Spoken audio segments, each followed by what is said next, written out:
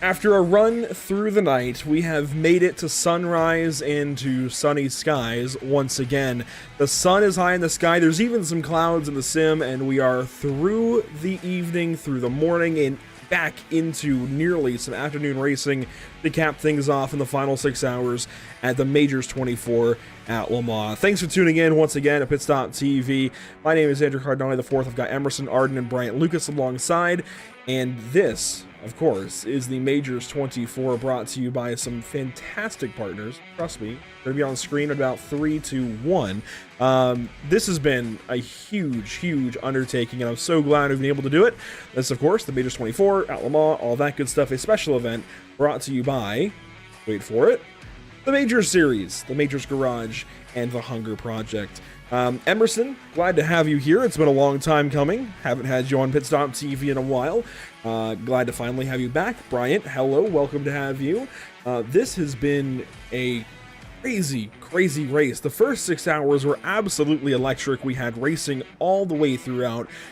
Every bit of this 8.46 mile circuit, Emerson, was lit up with battles. Absolutely. It's been a fantastic event to this point. So glad to be here for the Majors 24 in 2024. I was fortunate enough to run it in the first year in 2021, and it was a blast. And just to see this event grow speaks volumes to what Majors Garage has been doing. And now that, you know, it's pretty important now that iRacing doesn't have an official Le Mans 24. This event does a lot of the heavy lifting for sim racers alike.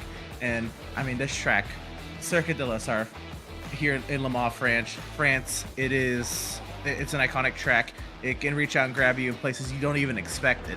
You look at the track, Mulsanne straight right, heavy braking zones up and down that Mulsanne straight, but it sets up amazing overtaking opportunities. You're not even looking, you get someone sent down the inside of you in Mulsanne corner down at 14 and 15. Indianapolis and Arnage, I heard you say that was your favorite part of the track.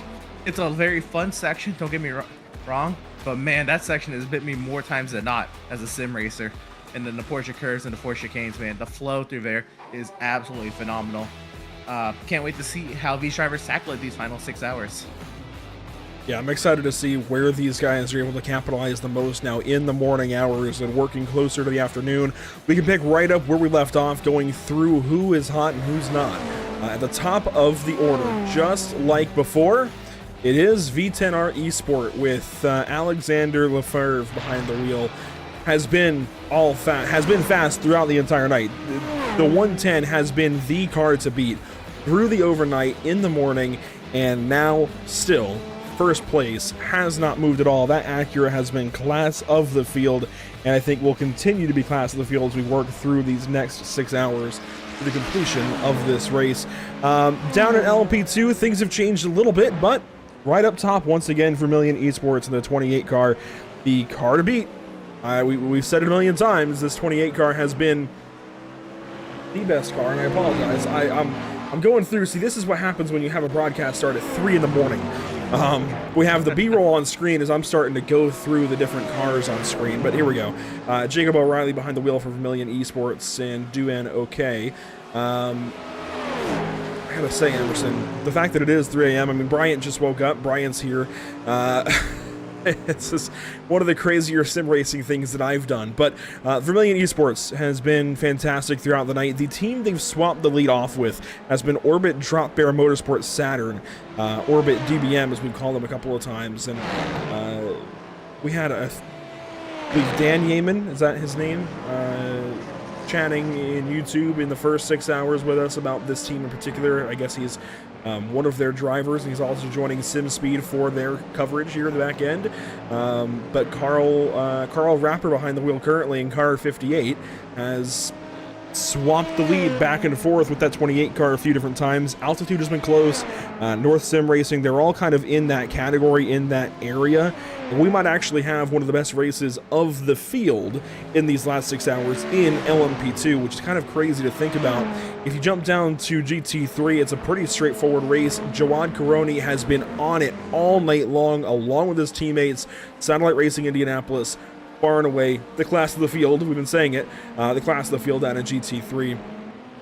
I think they have had the GT3 field covered since probably hour 4.5 or so when they took the race lead away. And .exe is still second, French Formula Team third, Banana Racing Team fourth, Strong Characteristic Horse Racing in fifth. But Emerson, now that we have you here, I know you watched through the opening broadcast portion a little bit. I think Bryant has been all over, working a couple of different splits as race control. Emerson, what did you learn from the first portion of coverage, and what are you expecting here in the back end?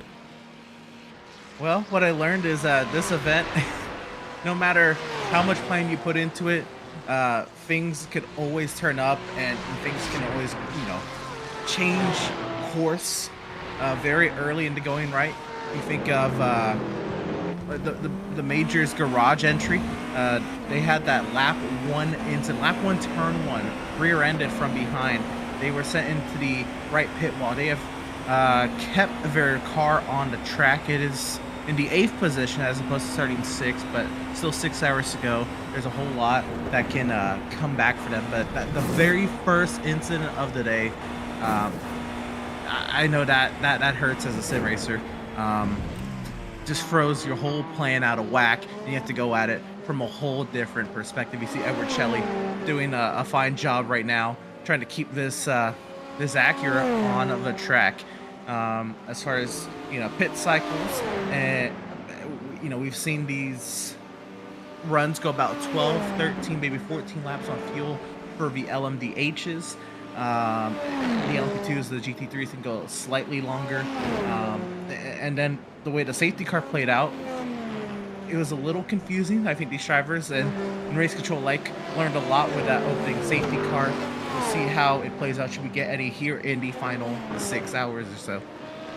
And I guess I'll punt over to Bryant real quick. I know you're still waking up, buddy, but good to have you here. You've been doing some race control work with the Major Series and this event. What has it been like on the race control side? Because we don't usually get to hear that side of things, of course. I mean, the drivers, of course, they have their gripes with race control and whatnot, but we don't usually get to hear the race control side. How has that been? What kind of challenges have you guys had? It's definitely not glamorous, but we certainly do the best we can, and it's when you're in the race car, there's a lot of emotion, and you look at these videos with a lot of emotion, and we respect that. But we need you guys to understand that we're going to look at it we're going to go over it with a fine-tooth comb, and we're going to look at it and be a third party that interjects. And a lot of people don't like that, but I think we made a lot of really good calls, and made a lot of teams really happy. Even some of the teams being penalized, they go, oh yeah, we messed up. But man, from that control room, it gets pretty crazy. And when you go for 9 hours straight, it gets pretty mind-numbing, and you can go pretty crazy. But man, you just gotta give a shout out to Mike, dude. Mike is putting in the work. The guy does not give up. So thank you, Mike. Mike Howlett with the series, the man behind everything, really, at the Major Series, has been for years. I know when I covered the Major Series with LSR TV in 2018, Mike was the guy then. He's still the guy now. He makes this whole world go round, along with everybody else who helps him out. There is a massive staff, it feels like, with the Majors. There's all kinds of different competition committee members that join in the general chat and whatnot, and it just kind of makes you realize this is a serious racing organization on the iRacing.com sim. Want to actually kind of coattail off of that, and actually we talk about race control and whatnot, and the overnight hours and different protests. Well, I gotta say, Split 4 has been one of, if not the cleanest split. I think they have given race control the fewest headaches. Just looking at the penalty report, there's only 6 entries, and I don't think there's a single split that comes up quite that low. The next closest actually is split 11. We're tied with split 11 as the cleanest split, apparently. So split 4, split 11, only 4 entries on the penalty list. That's pretty cool that we're able to see one of the cleanest, if not the cleanest race for the Majors 24 this weekend, this year. And you know what? V10R Esport, Vermilion Esports, Satellite Racing Indianapolis, they might be the winners of this particular race, the cleanest one of the weekend. Maybe, who knows? We've still got plenty of racing to go. 115 laps or so yet to go, and We do have some pit stops actually taking place, it looks like. I don't know if V10R is expected in soon. I think they have another 5 laps or so, but I saw one car at least headed to the pit lane. Possibly no? Donia's on his out lap. I know I saw somebody headed that way. Yeah, for the LMDH is Vermilion. looks like. Yep. There you go for the LMP2's race leaders in.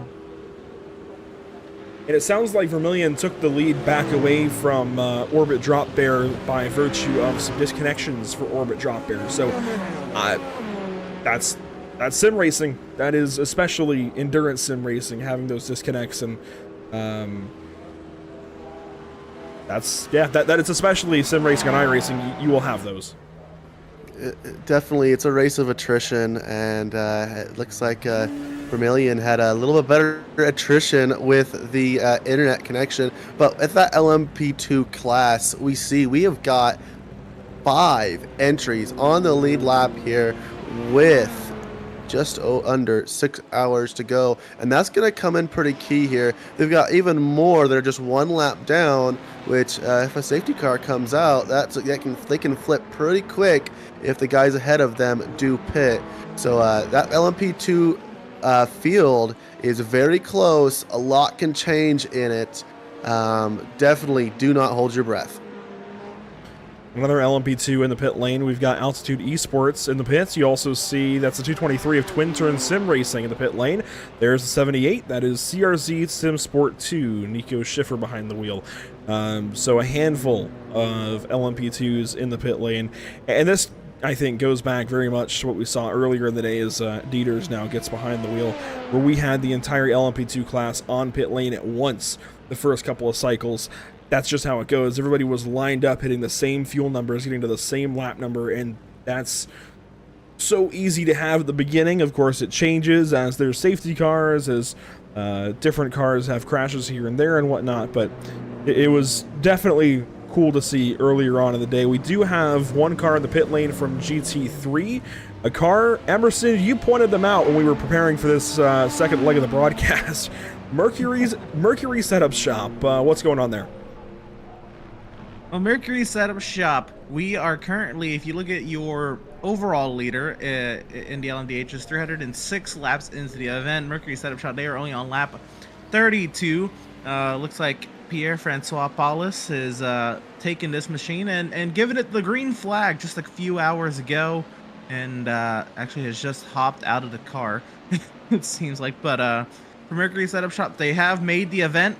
They're currently 44th overall, 15th in class, and they did start the 2024 Majors 24.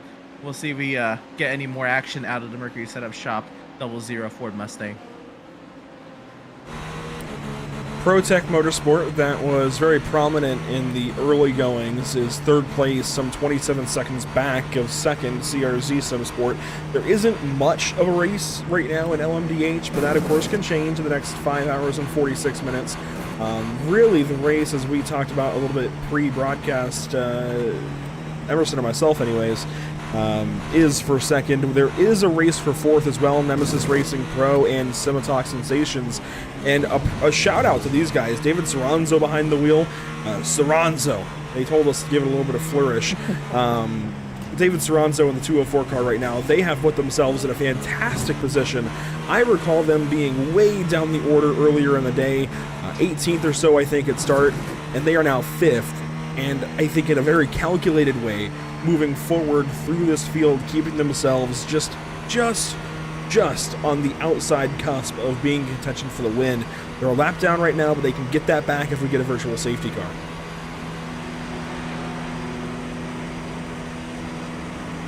They sure can, and the car on the same lap as them, just behind, as Simitalk and Nemesis. They are 4th and 5th in class, 1 lap off the pace, right behind George Steely and in the Pure Motorsport. Yellow Machine has just hit the pit lane. There's still 3 cars on that lap, so it's not all for naught here for the overall lead. It is going to take a pretty big circumstance, you know, a couple VSCs to change this race around, but there's still a lot of players in the game. There's still a lot of hands out there in the pot. Yeah, it's good to see you here in Split 4. We've got plenty of manufacturers in the top 8. Leading the field there, you have the Acura GTP, Go HRC. And then second, you got the CRZ Porsche.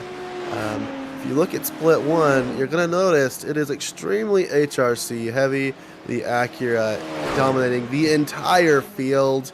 But down here in Split 4, there's a lot more manufacturers, and it's good to see the wealth being spread across Cadillacs, Porsches, and that's really the only three I can see. And then of course the all fast Acura GTP. Yeah, you know, I'm surprised we don't have at least one BMW, but I'm even more surprised that we have as many Acuras as we do at the front of the field. Talk of the town after the BOP dropped on Tuesday was that the Acura had been nerfed and was no longer going to be the top car here at Le Mans, but apparently that's not the case. The Acura is still very much, I think, the car to go with, and very, very quick in a straight line, very quick around the corners, it seems like. It's striking as well. I really do love the headlights on this car. I think Acura did a fantastic job designing it, and it goes fast too, which is always a bonus. V10R Esport has been obviously the top Acura team of the day. ProTech has been right there with them in that Acura, looking a bit like Meyershank Racing last year. See an Acura right behind them. We also have Cinematog Sensations in an Acura. So Acura aplenty here in Split 4 at the very least.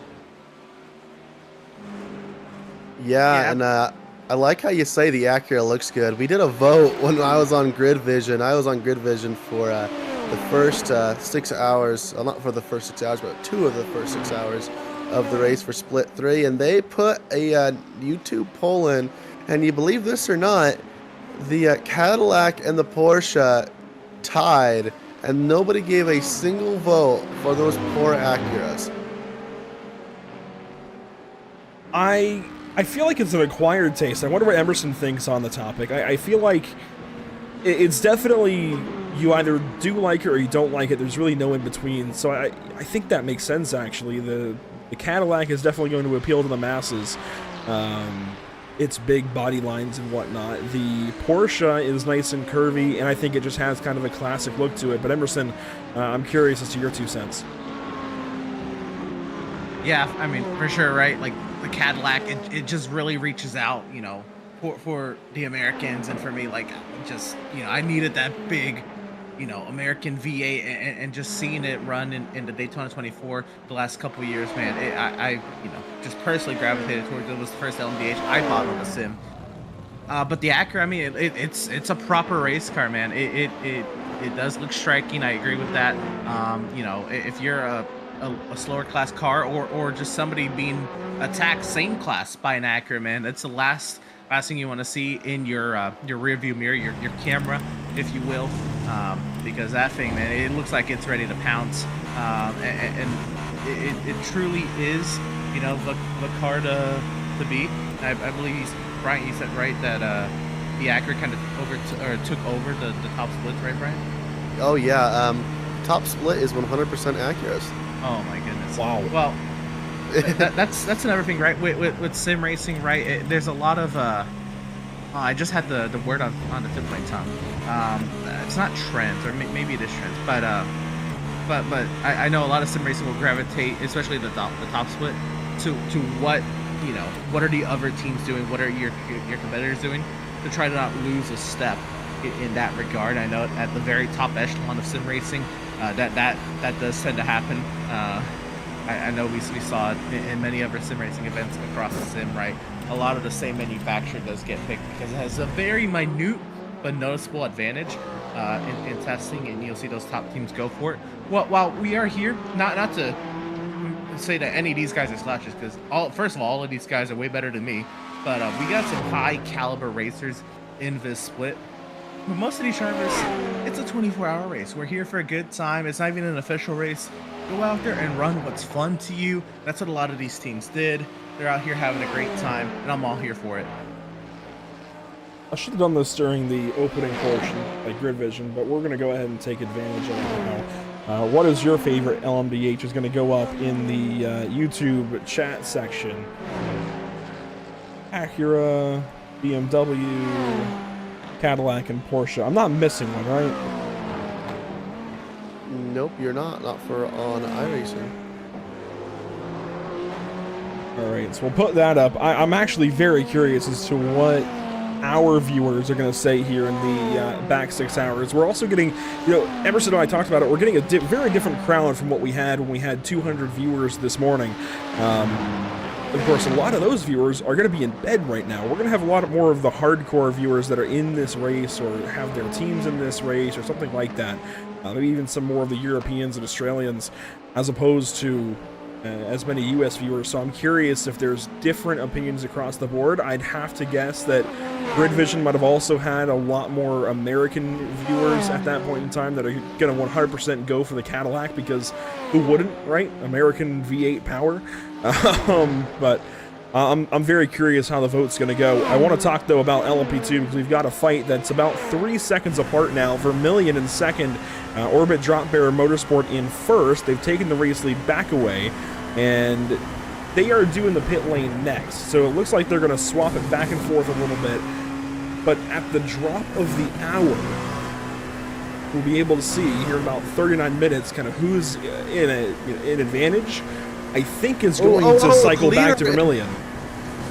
The leader in LMP GT3 just got into somebody and spun around. Sorry for interrupting you, sir. Oh, that's a good catch. That's a really good catch. We'll take a look back at it on the replay. Satellite Racing, Indianapolis. Looks like a little bit of help from a GTP, possibly. Or maybe overdrove his car just a tad. Looks like we're going to have the CRZ SimSport Porsche coming up. They're second place. So this is first in GT3 and second in LMDH. Here's the moment into the first chicane. Wow. That's actually a really heads-up job by both drivers. Yeah, great job there of avoiding like any damage, any true incident there. Luckily for the Corvette, keeping it out of trouble there, Jawad did. But yeah, that could have been a scary moment. You definitely don't want to jeopardize the great run this team has made to this point. They're just looks like maybe a little cut off guard by the LMDH trying to shoot in there and tried to avoid contact with the LMDH, but also on that curbing upsets the balance of the car and around that Corvette went. I wouldn't even place that on Jawad Karoni at all. I think that's a little more on Hugenschmidt here. I think Hugenschmidt kind of came over, taking the room away at the apex of the chicane. We'll get another look at it from Hugenschmidt's perspective. I'm curious to your thoughts here, Bryant. Going for the 3-wide move for a moment. Thought about it anyways. And then right here, I feel like Hugenschmidt kind of comes over and crowds a little bit, and that just sends the 18 car around. This is a very particular incident. I'll have to look at it a couple more times to see what race control would say about this if there is a protest. I don't know if... I know I wouldn't protest this if I was in the 18's car position. However, I can see why they might, considering they are the leader and that is the second place second place LMDH. You might expect better this late in the race from the team that's running second. That's how quick it happens there on the first chicane. Personally, I wouldn't be somebody to protest it, but I can understand why somebody might want to. That said, Satellite Racing Indianapolis also has a 1 lap and change lead. Back to the LMP2 lead. We're going to ride on board with Vermillion Esports while we strike up a little more conversation. Looking at the YouTube poll so far, we do at least have a vote for each car. That's a positive versus split 3 apparently, but the Porsche is blowing everybody else out of the water right. Gotta make sense. Europeans love their Porsches, Germany. Hello. Well, we also have that German engineering for the BMW, and I'm surprised the BMW only has 1 vote. However, there's been, I think, very hot debates about BMW car styling in the last 4 or 5 years. So maybe that's where that comes from. So, yeah, the Porsche is a really elegant-looking car, I will say. I still think the Acura just gets the cool factor, but that's me anyways. We're working at the Porsche curves. And then, Darian Roy actually put it pretty nicely in the chat. Darian Roy watched, I think, all of the first 6 hours, saying it's the Meta Chasers, Emerson. I don't know if maybe that was what you were looking for, the Meta of going all for the Yes, Acura there in meta. split one. Yeah. That's exactly what I was trying to reference earlier. But even that, and granted, I know they're going for all the glory, top split, right? The bragging rights to say I was the best driver of the Majors 24. They're with those split one racers. But even then, I feel like for a 24-hour race, wouldn't you maybe go towards something a little bit more comfortable, at least that is a little bit more suited for everyone's driving style, unless those drivers are just, and they should be just that good to just adapt to the car. Should it be a little bit more difficult to drive? Because I do also realize that some of those cars that are really, really good need to be driven in a certain way, or take a certain skill set to drive them fast. Yeah, it can be hard to switch cars. I'm racing an a GT3 this year, and man, I miss my LMP2, man. You can't switch from prototypes and back and forth very easily, and I know some drivers, they switch at just a drop of a hand, so it certainly takes a certain man to make that happen. I have become a bit of a prototype guy myself, as Dylan Madeleine gets behind the wheel of the V10R eSport Acura. This is a really big move.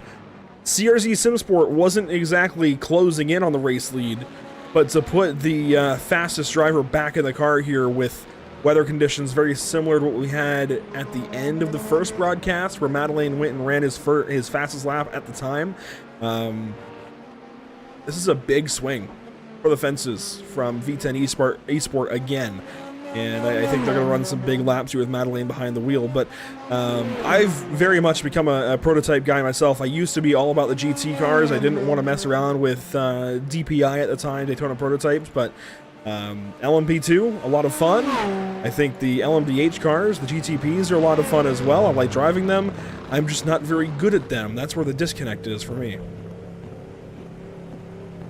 That's it's the same for me, right? When I got into the sim and wanted to get into endurance racing, me and my crew, we chose the Ferrari GT3, just a simple, safe car. They had the Ferrari challenge at the time, just a good, what we thought was just a starter car. Then we almost graduated into that LMP2 class, and that's where I found my comfort. Others they've spread their wings, gone on to the LMDHs, almost like a class system from GT3 to LMP2 to LMDH. I agree with you, Andrew. I'm in the same boat anyway. I enjoy driving it. I'm not that fast at it, but it's a great time. Very fast. Love the sound. I can't set crazy competitive lap times consistently in LMDH just yet. But as far as a sim racer, I'm not even as consistently on the sim as I once was as well. So. Yeah, we're talking about race cars. I can see he is on board of the Mustang. And I said earlier that I think that interior lacks a lot of character. I got chewed out for it. What's your guys' thoughts? I feel like that Ford interior just wasn't quite what I was hoping for a brand new build. Well, I'll set the stage here briefly. Just Naomi Sato on board with Naomi currently, chasing Vincent Rakin. This is for the 4th position in GT3. A little bit worth talking about, so we're going to watch this fight while we talk about the interior of the car. I will say the dashboard is the coolest thing about this car. That at least inside. The dashboard, digital dash anyways, with that blue oval for the gear indication. That is really cool. Not at all what I expected when I fired the car up for the first time. It's a very pieced together dash. I gotta think it's pretty acquired taste. I kind of like the complete look of the BMW. I actually agree with you, Brian. This is actually my first time really taking a solid look at the interior. I could see, it could look a little bland to some people. I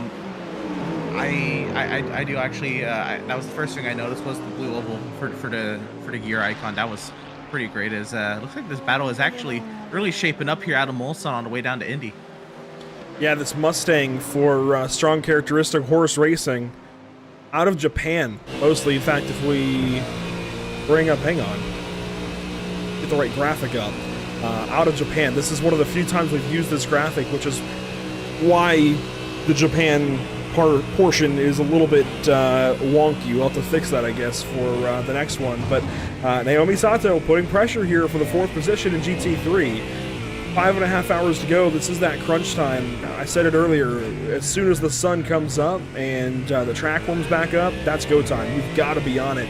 You've got to start getting these positions made. And for Naomi Sato and Strong Characteristic, they want to get this 4th position and they want to get 3rd. And to pass especially the pole-winning GT3 team, the Banana Racing team, that would be a really big step up for them as a program right now, especially in that brand new Ford Mustang. If they can go up there and pass that BMW, I think that'll be a decent statement here in class as one LMP2 goes on by. That's going to kind of hurt their effort a little bit, but we'll keep tabs here with Naomi.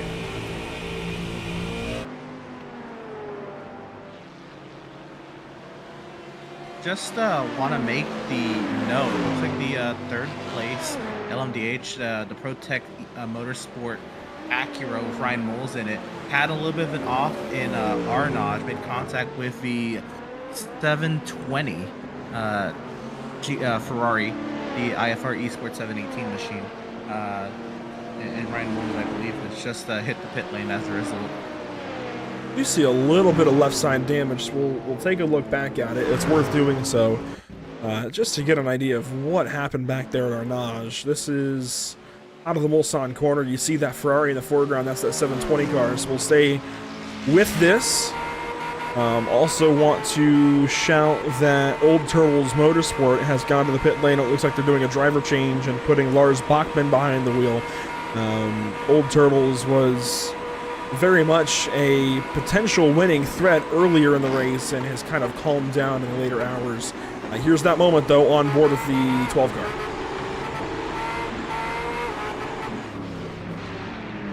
Looks down to the inside, just a little slight contact there. Ferrari tried to get in behind the LMDH, but misjudged it more than anything. Catches that left rear, sends the 12 off course there, nearly into the kitty litter. Coming from the race control room, that would definitely go against that GT3, as there was just not quite enough room given here on the inside lane. He kind of just got cut off. So yeah, you see the hook and nothing you can do there. That'd be a 30 seconds in pit lane. There was not a ton of harm done, just some time, but not some damage. So it's still an incident that's definitely going to hurt. Carl Rapper staying in the car for Orbit Drop Bear Motorsports Saturn. They will take their service and rejoin the racetrack at about the second position. Well, in the second position, somewhere around 50 seconds behind the race lead. So, pretty large gap actually up to Vermillion once this cycles through, and we'll see where it cycles out in 27 minutes. I think in that time we'll expect Vermillion back to the pit lane, which should put the advantage into Rapper's hands. Hard to say, though, exactly how it's going to work out 5 hours from then.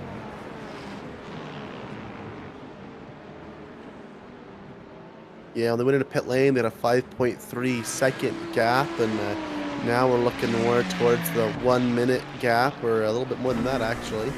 About 1 minute, yeah. 1 minute gap, so kind of interesting.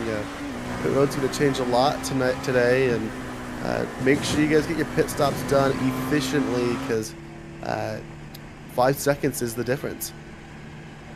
Soranzo to the pit lane here, Emerson. This is 4th place LMDH car. In fact, they were 5th and cycled into 4th briefly as they ran an extra lap or so beyond Nemesis Racing Pro's distance. And it looks like Soranzo will get out of the car and Bussier will climb aboard.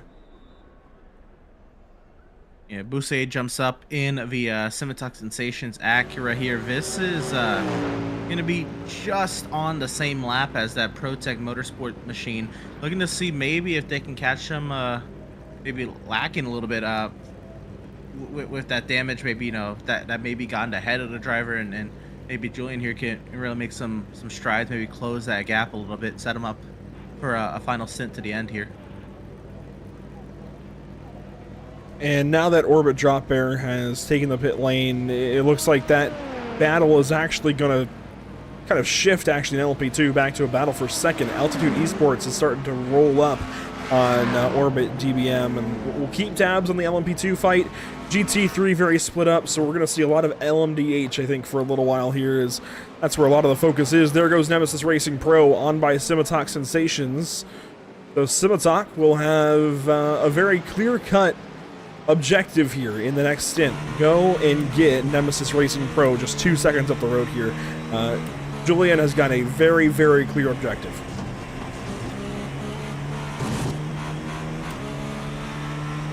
Yeah, we'll see here. Just came off the pit lane. It's going to be on cold tires as well, right? And then, this long most on a straight, while it's fast, doesn't do a whole lot for your tire temp. So you're going to have to really get these tires up to temp here. We're still somewhat early morning here on the sim as well. We're looking just 10 minutes shy of 10 a.m. There you see that track temp 74 degrees. That's a cold racetrack. The sun hasn't really made it overhead yet to really beat on this track and get some heat into it.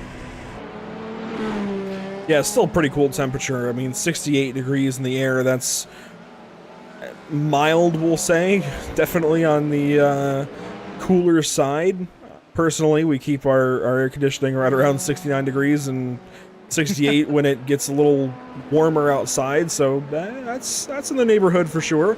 74 degrees on track, like you say, for track conditions, definitely on the cooler side. I'll agree with you there, which means these guys have plenty of grip. We'll see some of those big lap times out of Dylan Madeline, and Madeline, even last lap, a 3:23.9 compared to CRZ's 3:27. That was probably a traffic lap for CRZ, but that's an extra 4 seconds that the lead grew here in LMDH. So you've just got to make the most of when you have grip like we have now. When everything warms up and we get to about noon o'clock and about 2.5 more hours, the track is going to get real greasy with all the rubber that's warmed up. Yeah, gotta get real greasy. Gotta get on your brake bias clicker and really work on keeping these tires where you want them. And taking care of your turn in all of these corners. Very important, the braking and where you got your brake bias at, got to keep an eye on that, and that can make the entire difference on how your tires wear and how you're going to be able to get through these corners. On board Dmitry Klopov, this is on board the 991. You would think that's a Porsche. That is actually Cadillac, 4th place right now, Nemesis Racing Pro. You saw that LMP2 go out a little wide at Arnage, and that will be no problem at all for Klopov. They'll go on by the NASCAR 75th anniversary paint scheme there. About to ask, that looked like a NASCAR logo on the shark that's fin there. The first time I've noticed that actually for car was that 56. That is IFRN Racing Team. I guess it's a nod to the Garage 56 entry. Yeah, I had not noticed that at all yet. That's really cool. And didn't know that people who drove in ovals could drive this fast turning right. Hey, I've got a couple of Le Mans victories. Granted, I don't know what split they were anymore. They were down a ways. I've got a couple of Le Mans victories in my day. Hey, I do too. I got I got some Le Mans victories, and then I said Le Mans. Oh, everybody's gonna get mad at me. But man, I came from NASCAR, but I got on the sim, and NASCAR didn't appeal to me, and I hopped into a road course car, and I fell in love, and been an IMSA fan ever since. There's nothing like a really good road course race. So I guess I do come from oval, but I think I'm going to road courses for sure. I won the Le Mans 24 for the first time in 2018, which was my first year running any kind of endurance races. And actually, I know it was my second year. I think I ran one in 2017. It was the Daytona 24. That went abysmally. But Le Mans in 2018, that was when you still had the HPD on track, and that was the second class. That was basically LMP2 at the time. That, I think, when you say HPD in official racing, especially the quote current car at the time. I think that's one of the biggest throwbacks you can throw around at this point on iRacing. I mean, even in this GT3 category, guys, the oldest car is the BMW M4. And I remember that car releasing on iRacing like it was yesterday. It released before the actual car was even on the racetrack. So, look, that is the... And you know what? The oldest car even in this race is the Dallara P217, the now current LMP2 car, which still is not very old in my mind. I think it's like 4 or 5 years old at this point, considering the HPD was replaced, I think, in 2019, maybe 2020. So, yeah, it blows me away how quickly iRacing has gotten this class of car up to date. But my main point there, 2018 ran this race the first time, won in LMP2, which was the HPD. We had 3 cars in the race, and then we finished first, second, and I believe fourth, which was a miracle. Don't know how that happened, and I think we finished second overall. Those were the days, man. Those were interesting days, considering we were the second class. We finished second overall. I don't know how that happened. Anyways, I digress. We are on board briefly.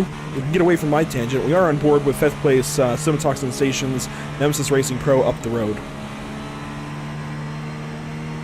This is a battle that's been brewing. Julian has already taken out a half second out of Dimitri's advantage. Now under 2 seconds is that gap. You see it. It's that white car right up the road, and Julian. I mean, he just took another half second out there. Oh my goodness, big run.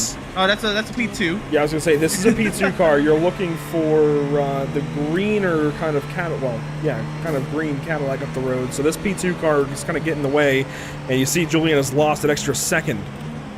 Oh, that was close. I was also taking a look at timing the scoring, and I did see the gap drop, but since dropping it is now doubled. So now Julian's got his work really cut out for him. But that is the beauty, or maybe the lack thereof in endurance racing, right? Is the traffic aspect.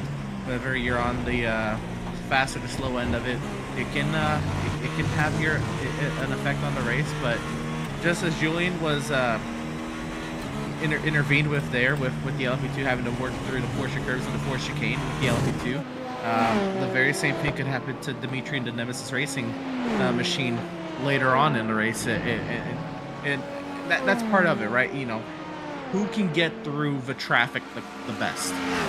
It's ultimately the question we answer after 24 hours, right? that is pretty much how it goes. Yeah, who can get through the attrition, aka the traffic? It's the same thing in this race, boys and girls. Who can get through the attrition and deal with the traffic the best and dodge the chaos? That is a really good way to put it. Closest fight right now in LMP2. Want to cycle around to that since we've talked so much about them in that class. Closest fight is going to be Thomas Enge Sim Racing chasing Team Nishikin.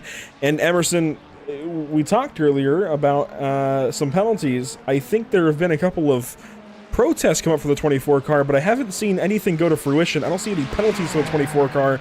But we've been keeping our eye on that protest channel. Have you seen anything new with them? I didn't see anything come up in the protest channel. I just refreshed the penalty sheet as well. Nothing of note there as well. Protest channel as far as split 4 looks pretty clean. There was one incident 33 minutes ago with the LMDH. Actually might be the incident we looked at as well. But other than that, it's been pretty clean for split 4, as you mentioned earlier in the show as well. It's just been a very clean split.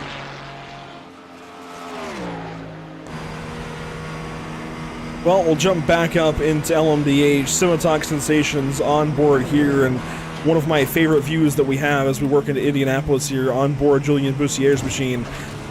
Dmitry Klopov up the racetrack and taking the apex at Arnage now. So that's the gap that you can visually see on screen. This for 4th position in LMDH and overall. There is one car that's been faltering, and it's Team Red X. They're the sole, I guess, class car that is out of their class position, if that makes sense. They are an LMDH that has dropped behind Vermilion Esport, and I think they've got some damage because they are staying behind Vermilion for the time being.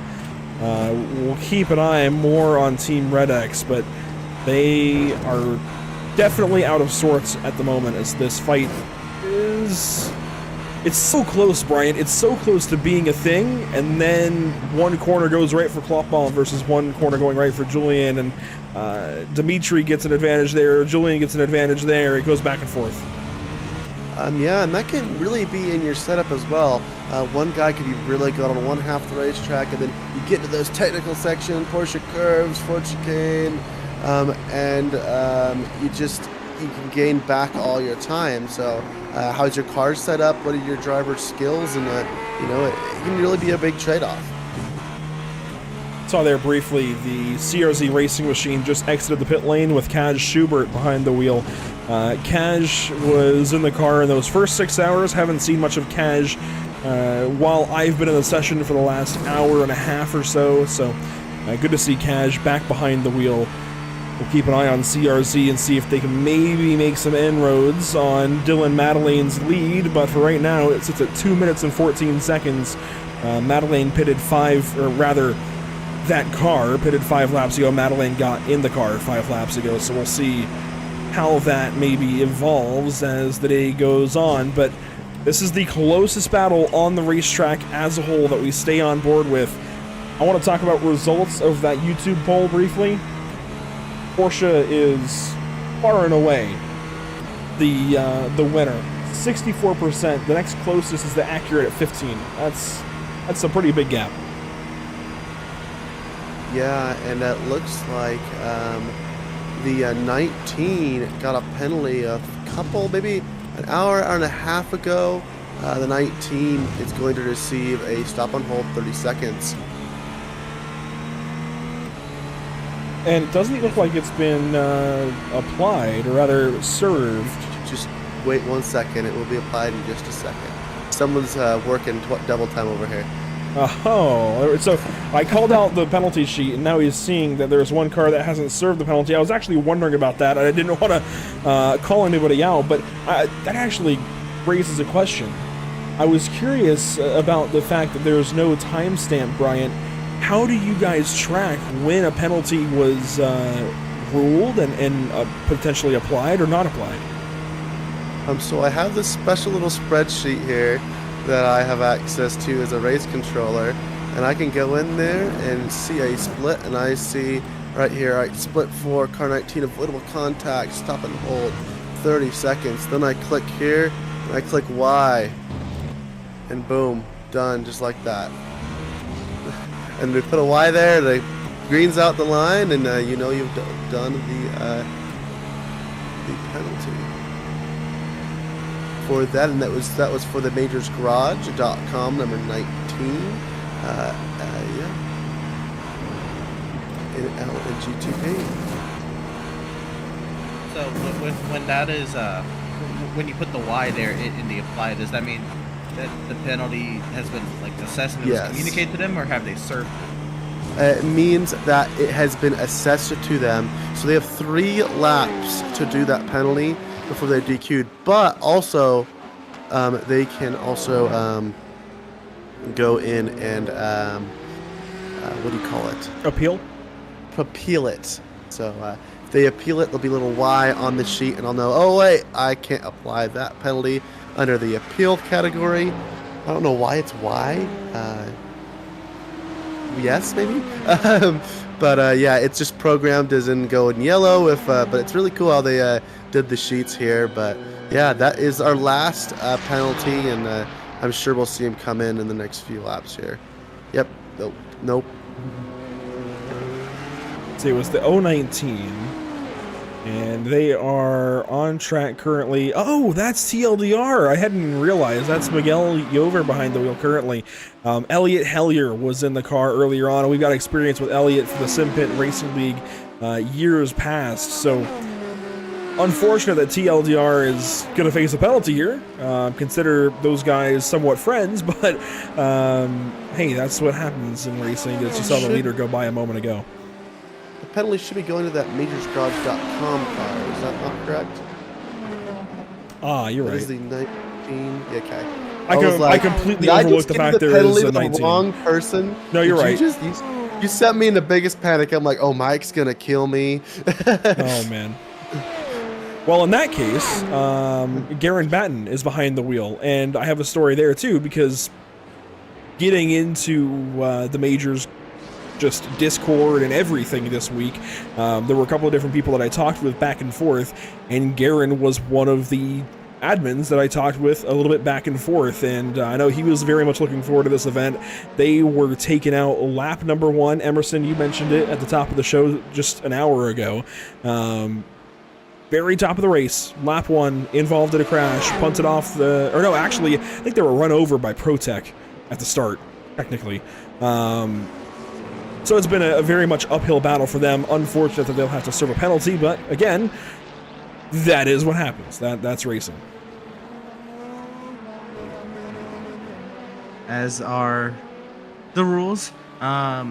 It has been an uphill battle. It's just it was the first thing I saw. I had to go to work. I say this morning, right when the race started, pretty much like 30 minutes into the race. I had to be on the clock, but I did tune in, see the opening lap, and had to drive off to work.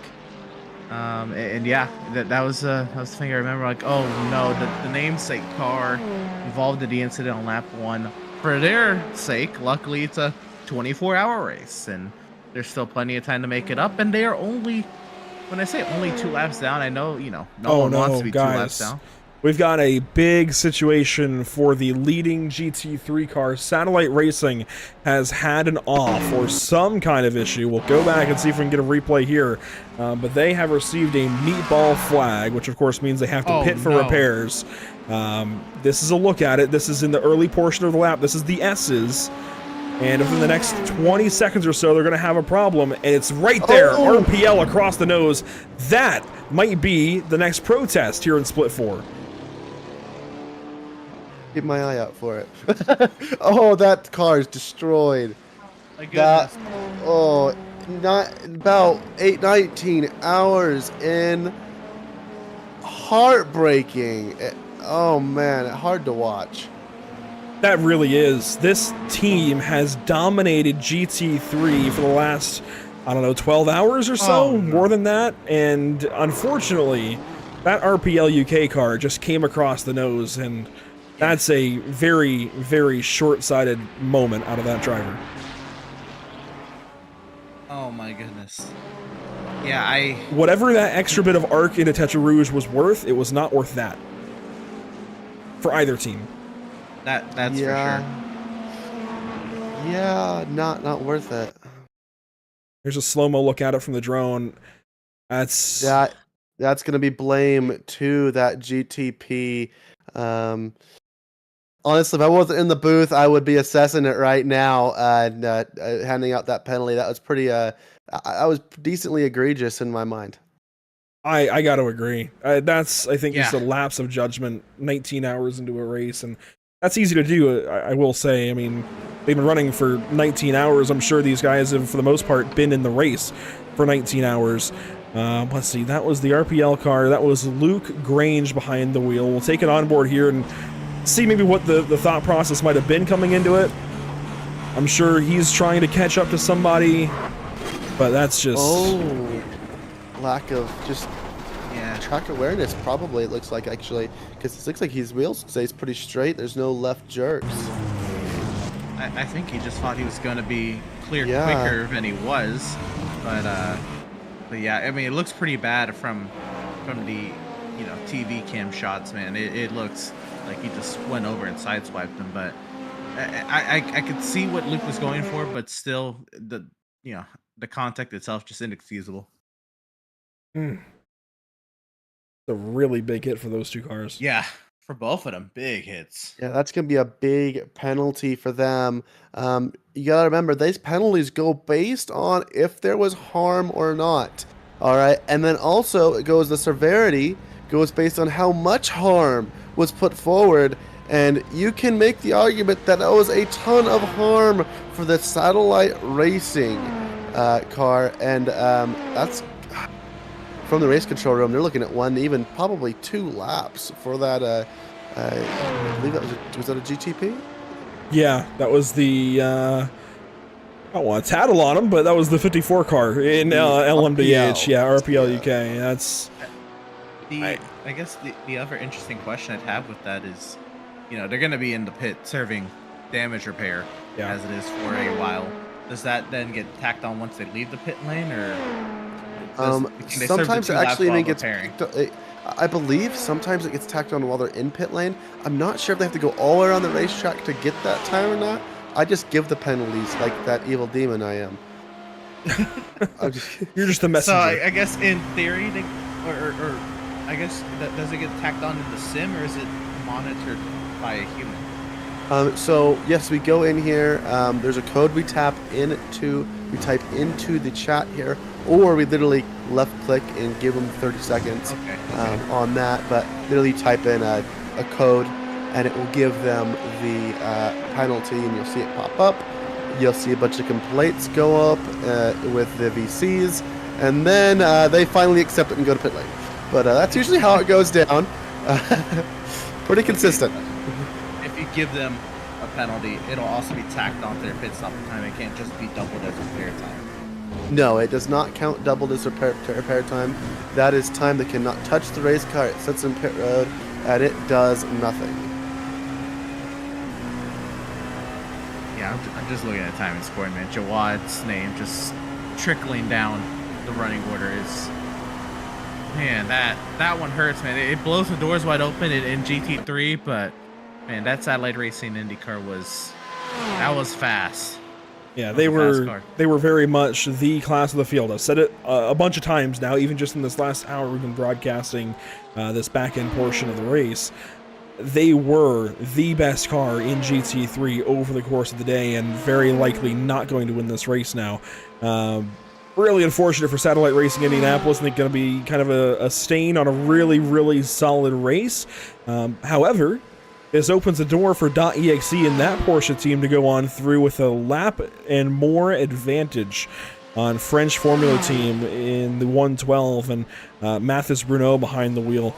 This might be, if they can execute and not get involved in incidents like that in the next 5 hours, this might be a gimme go-ahead win for Marius Brewer and .exe. But I said that about a bunch of teams in the first 6 hours. It's early to say that, and I understand that. However, it is our job to talk about it, and sometimes, I will knock on wood for you guys, sometimes that curse is just part of it. I don't want to curse them. I knocked on wood for their sake, but it's our job to talk about it. We get in enough trouble as it is. You don't got to get us into more. Look, the sooner you become fully aware of it and break that fourth wall down, the sooner I think they get less mad. They never stop being mad, but they get less mad. Yeah, gotta give them the commentator's curse. Every once in a while. I will say though, .exe has been in the conversation for GT3 wins since the drop of the green. They were always just kind of right there in the background, so if .exe can pull this one off, I think that will be one of the more rewarding stories. I think still Satellite Racing might have been the most rewarding, but .exe to win this race would be still one of the more rewarding stories throughout the field in GT3, and would be a special win for them for sure. That second place should update here shortly. Not sure why it's actually still showing second, because they've cycled through on time against scoring. They are top of the board now in the GT3 portion of the ticker. Curious as to why. I think because they're technically still on the same lap. I don't know. That's bizarre. But they are in Tetra Rouge here in just a moment, and French Formula team is up here into the first chicane. That tells you kind of the advantage that they have. Update from the Majors garage car. They just did serve the penalty last lap, so no black flag. No for the black flags for them. There you go. I think technically on the timing and scoring, right, when you tow, you jump ahead that lap. I guess technically Jawad still held the lead until they came around and passed them that next time around. But I think next time by the finish line should be the rescore on the Porsche. I'm not Yeah, entirely sure there. yeah, I think you're onto something there, because if you look here on the, well, I was gonna say on the blimp camera is not really a great It's right there view. past the finish line. Yeah, Right there. they would have just taken the race lead away. Yeah, I Interesting. think so. That's an decent But if view, it actually. doesn't update this time, by then I'm not sure. Yeah, at that point we just throw our hands up in the air and say, "Well, we're just the broadcasters." Most of us are just the broadcasters. Most of us are just You're pulling double duty. triple. Triple. Oh my goodness. I know a lot of members with the major staff have been racing and reviewing incidents and doing a little bit of commentary here and there. Who else that you're aware of, Bryant, is on that same kind of double, triple duty status? Most of them are on double status. I have yet to meet one that is on triple. 2 different broadcasters owning 2 teams. I was supposed to be the pace car at one point, man. I was doing it all with 1.5 hours of sleep. But hey, it's a 24-hour race. Gotta make it happen. I was lucky to finally get 20 minutes, I gotta say, 25 minutes of sleep between these 2 broadcasts. We put together a couple of new graphics for this second leg and tried to iron a couple of other things out. Added a few cameras through Whiplash Sim Cams. This has been a haul, and I know a lot of these drivers are in the same boat. I know when I run endurance races like this, Emerson, you can probably attest to it as well, I usually don't sleep. I know there's the opportunity in between stints. You build it that way, right? The stint schedule. I usually don't, even though I always make sure I have the opportunity, and I still don't. Yeah, you're crazy. No, I agree. Yeah, I usually when I was running my endurance team, I would always build it to try to get everyone at least 6-7 hours of sleep, like in between a couple stints. Most of them wouldn't. I was definitely one that would. Man, I feel like I'd fall asleep in the chair if I didn't, like during my stint. But it gets everyone differently, right? If you can get that right adrenaline rush, and I think maybe that's what gets you right is the thrill of the battle, the thrill of this war you and your fellow sim racing friends or associates embark on is it's quite the journey. I guess for me it doesn't get me enough energy to stay awake for 24. But I mean, it's something. First of all, it's a crazy feat just to think of one team doing it, right? Where you think, like for myself, example, I'll have like 3 different people from 3 different countries on one car, all different time zones, running it. Now think of doing that times, 54, 55. That's one split here. Do that 13 times over. I mean, this is a gnarly event. And then, to the scale that iRacing can do it for with their like 30 something splits, I mean, like it can get mind boggling just how crazy the internet and how powerful the internet is. This is a really large undertaking, I gotta say. Majors pulls this off really, really well. Majors does such a great job with this event, and that's why I when I was signing up for everything for this event, it was like, we're gonna try to help these guys out as much as we can.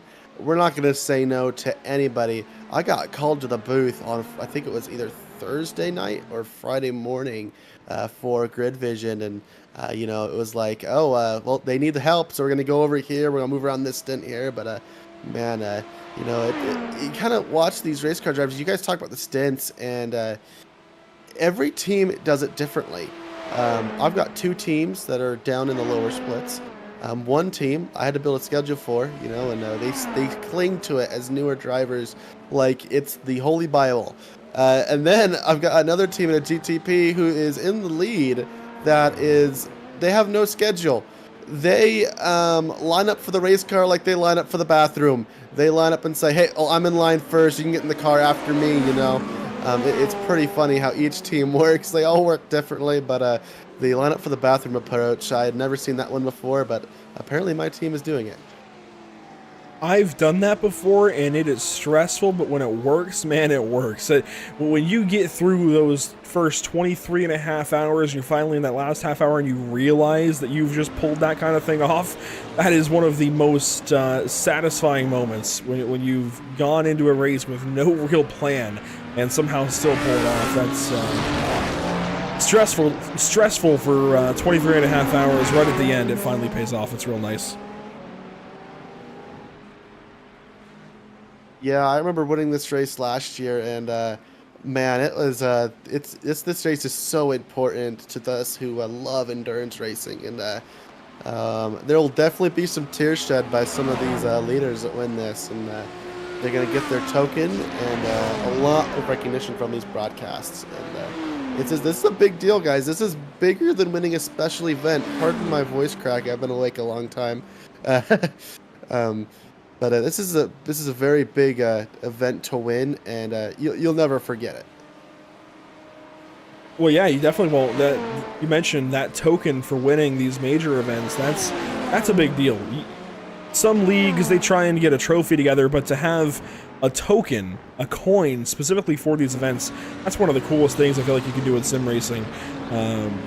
And to have this now going for 4 years strong for the Majors 24, that is a really cool special deal. They've outlasted COVID, considering this race kind of spawned from the COVID pandemic and motorsport games taking over the license. Or not motorsport games. In this case, it would be, who was it that took over the license? It was Motorsport Games who had it on the money. Was it really? Yeah. Not R Factor. R Factor 2. Yeah, R Factor 2 right. is owned by Motorsports Games, and yes, Motorsports Games take the license, and now you have the Le Mans Ultimate game, which is just so popular. Absolutely no sarcasm there. Yeah, you know, I've seen some things, good things about the game. I've seen some not so good things about the game. The fact of the matter for us iRacers is, it means we can't have an official iRacing 24 anymore. iRacing Le Mans 24, that is, to match that of the Daytona 24 and whatnot. So we have to result to events like this, and I think Majors has stepped in and become kind of the pseudo-official 24, and in a really solid way. And I don't say that just because we're here. I say that because it's the truth. 4 years running, 13 splits now, you're getting very close to actual iRacing time slot territory at 13 splits. Yeah, I'm glad the Majors does this, and it kind of is to shove it to Motorsports Games, definitely, and to shovel it to Motorsports Games even more, NASCAR Edition 21.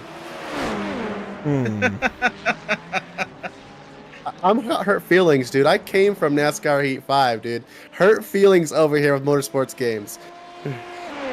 I made it to 4, didn't make it to 5.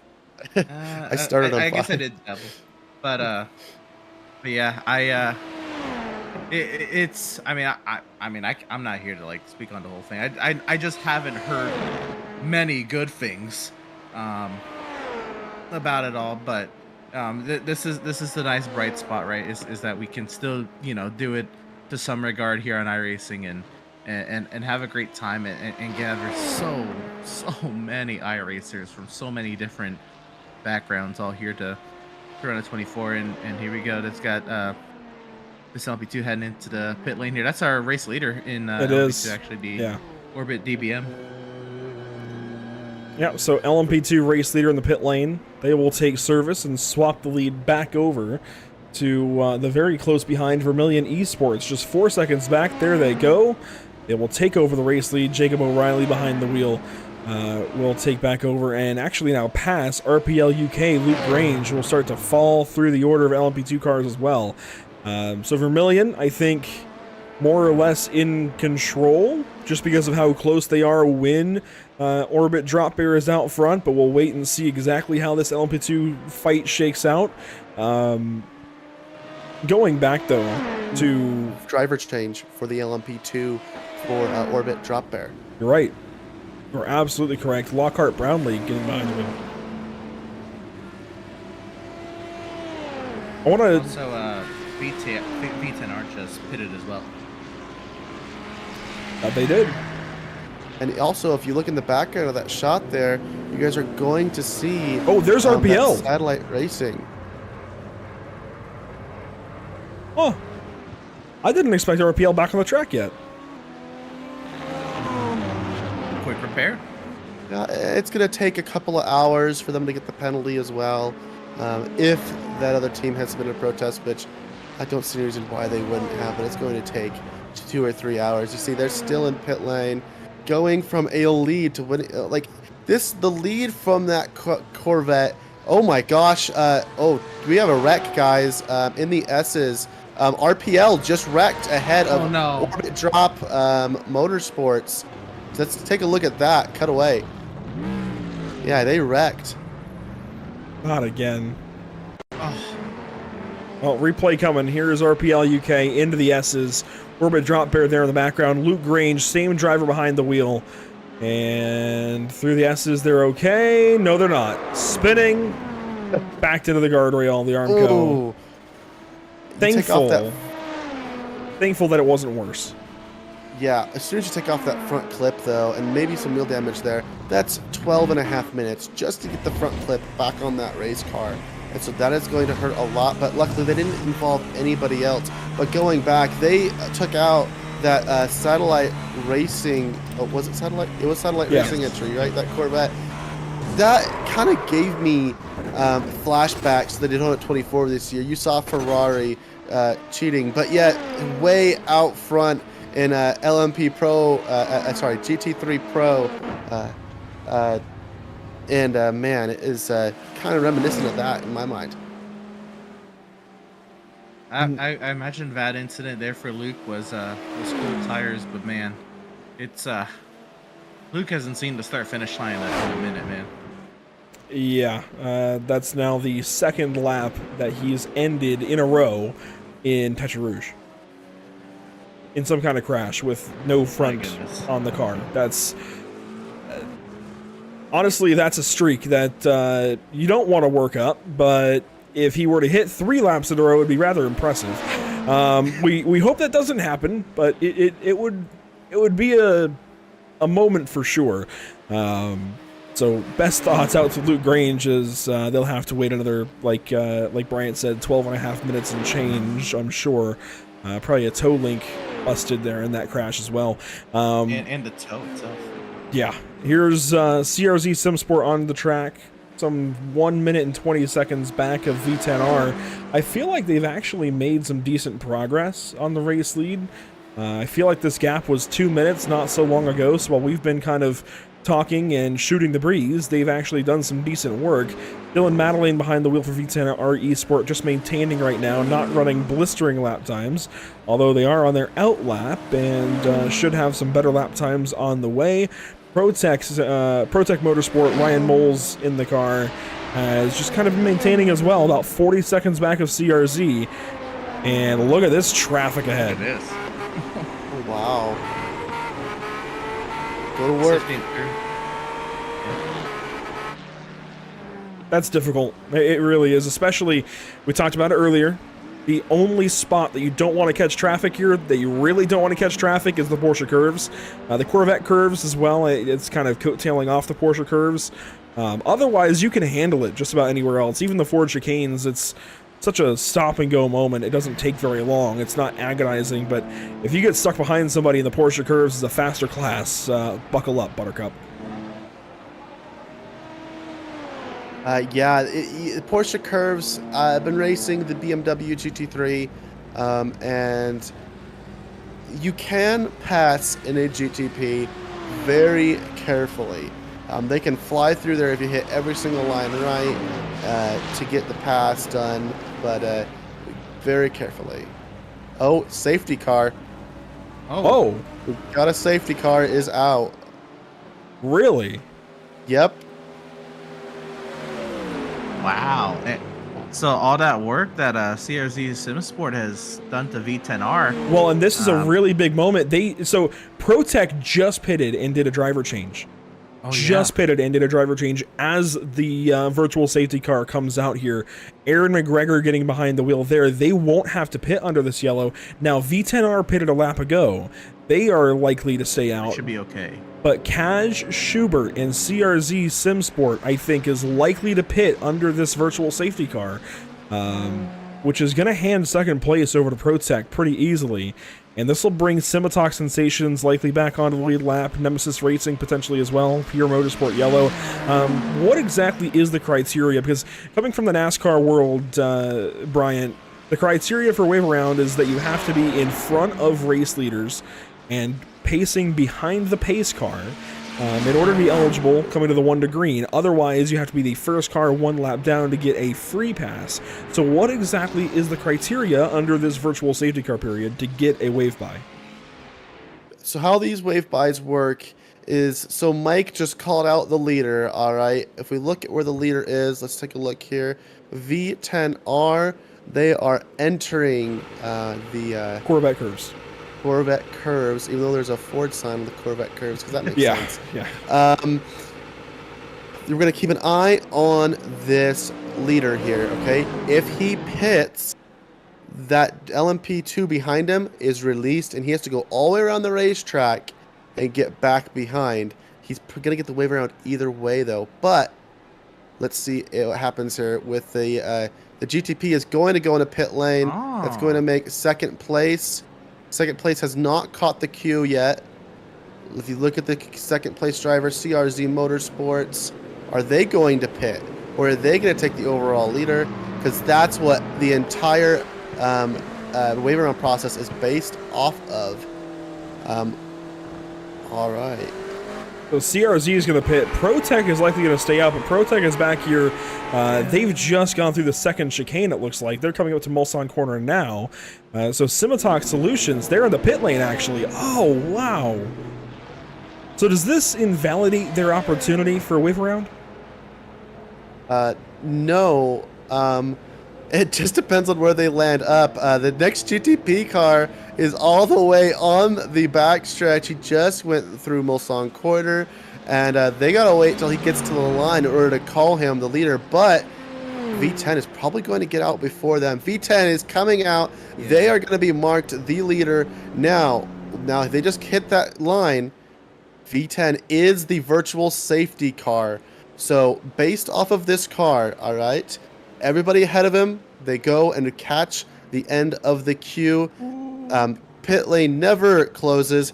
But how this works now is now in this queue. Sorry, I got one guy talking in my ear, meaning Mike, and then I'm also trying to talk to you, so I apologize if I'm a little off.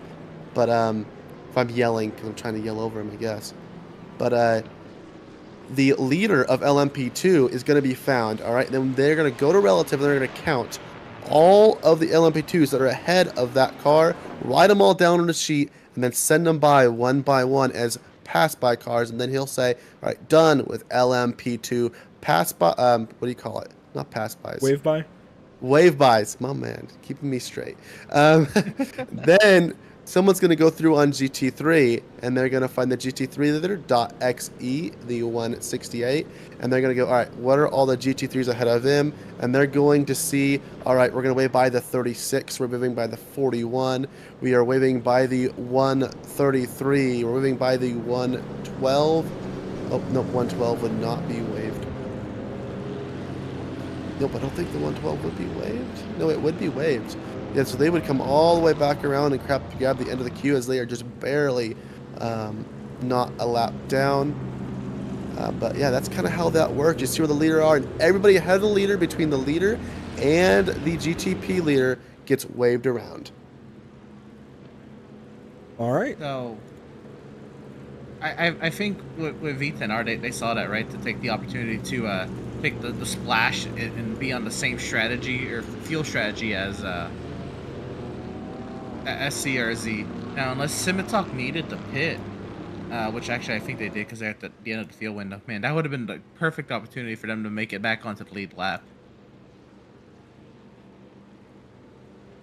Yeah, it's unfortunate that we aren't going to have as much shuffling around in LMDH. We nearly had 6 cars on the lead lap fighting for a win, but it sounds like Honestly, it was a little bit much for me to absorb at 4:24 a.m. But I do know that Bryant was very detailed, and I think for everybody else, it probably made a lot more sense. I probably didn't make any sense at all. I was kind of frantic. I'm listening to Mike in one ear and trying to explain it in the other ear. Well, I had a question with this. So is this happening for all for all the race controlled splits right now, or is this just this split getting the This safety is car? just this split. They do them one at a time randomly, okay? Oh, okay. Mike has a sheet. I'm not, and we do not know what it says on it, but all of these have been planned out. He does not share any of the info with anybody, all right? It is only for his eyes. And he will come into the race control and he'll say, guys, we're getting ready for a safety car period, 5 minutes. Get into blank session. All right. And they'll remind us of what the password is, and then it's kind of we all get in there like, all right, write down these car numbers. Mike, this guy's having this problem. Call this guy here. We're all sitting there helping Mike, watching cars, telling him he's asking, where's this car at? This car's here. Who's at the end of the queue? And it's a constant. It's organized chaos in the purest of ways, guys. well, you see the field working All right. onto the midsection of the Mulsanne Straight. Want to mention that we have now 3 cars very close together for the front of the LMDH field. In LMP2, we're going to have, it looks like, 5 cars on the lead lap when we go back racing. We're going to start off with Vermilion. It sounds like you have something, Bryant? Yeah, do you want to hear who each car as they get waved by? What kind of it sounds like? Oh boy, you're going to feed us or are you going to repeat what Mike is saying? I'm gonna repeat what Mike is saying as it comes boy. out of his mouth. He just talked about it. He's like, we're gonna wave you by, we're gonna call you by, and you're gonna go all the way around the field until you catch your leader. He is going to start pretty soon here, but it looks like he is taking a lull. There is something going on in the race control room. I can see it, and I'm just like, oh, yep, they're having fun up there. Well, then let's hear part of it when it starts. I want to mention, though, we have about 5 cars that should line up on the lead lap in LMP2. Vermilion Esports, Orbit Drop Bear, Altitude, North Sim Racing, and the not-so-girthy boys. It looks like they're all 11 laps down to the leader. They should theoretically loop around. Car 48 just got waved by. You see him pop out. Yeah, that was Adrenaline Motorsport, so 24. they will pull around. Just got waved by. That's Team Nishikin. 29 waved by. And the 29 will end up being F Racing LMP2. Yep, that's all in LMP2 there. He's going to now move to LMP3. Or GT3? Pardon? LMP3?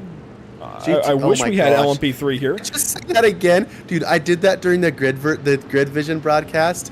I got chewed out. Oh, man. Second time he saw that one wave by. All right. Another one got waved by. Looks like another Mustang. 335 waved by. That's ATK Sim Racing. That's a Ferrari. Also the 41, that's the Mustang DPR Racing 41. Car 17 is waved by. That's Tatum Racing Team, that's the Mercedes. Car 366, you are waved by. That'll be Gitpole Racing, the Audi. Or sorry, Ferrari. Car 09, you are waved by, I think is what I heard. 019 potentially, that is Elliot Hellier for TLDR. 106 and 112 both got waved by. Lots of GT3s getting waved by here. That's Blue Chip in the Audi, and then more importantly, French Formula Team in the BMW. They are second. So that's going to bring Mathis Bruno and French Formula Team onto the lead lap in GT3 with .exe. So that gives us now a GT3 fight. Oh, certainly. And yeah, that is going to conclude all your GT3 wave buys. That's big. So the field doesn't change much in LMDH. It's going to be very much the same. V10R closer together. Yes, though. much closer to that. That 2-minute gap is erased for V10R, and Dylan Madeleine has got to work on it all over again. And what I love about this, in a lot of oval racing, well, all oval racing, really, you get a caution, it slows the progress of the race down. Of course, in road racing, the clock is counting.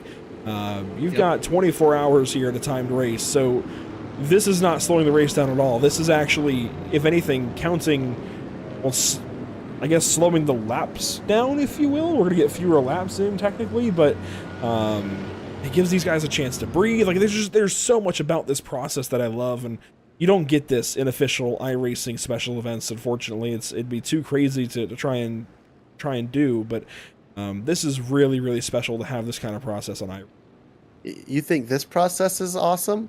You should see the split one process. Oh my gosh. Mike takes it to a whole nother level. We have actual safety cars. Each class has their own queue. It is insane. See, yeah, I read something about that. I thought that's what we were gonna have here. I guess it is slightly altered with probably not just having enough people to do safety cars for all 4 splits.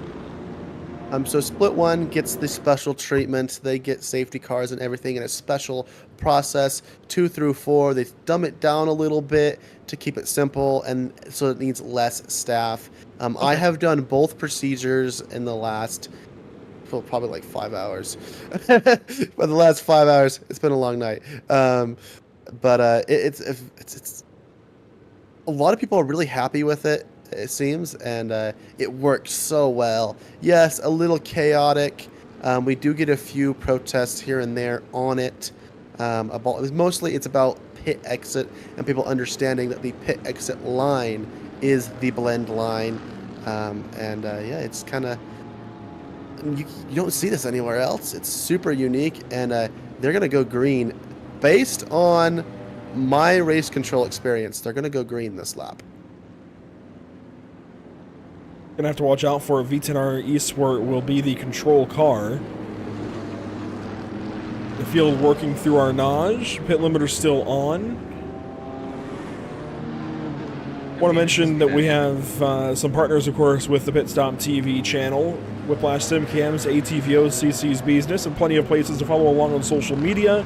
They are there at the bottom of the screen. We'll keep listening here for Bryant Lucas's information straight from Race Control, but social media links bottom of your screen so you can follow along with Pit Stop TV everywhere that we have a presence. Facebook, Instagram, Twitch, YouTube, and X. We're broadcasting to Facebook, Twitch, YouTube, and X currently. So, Bryant, you say we should be racing this time. I see an LMP2 ducking out a line, almost as if they know the GTPs, or the LMDHs rather, are about to accelerate and quickly be there. Yes. So what's going to happen here is, here in the Porsche curves, we're going to hear Mike chime in and say we are confirmed to go green this lap, and then as they get to the Ford chicanes, wait, here it is.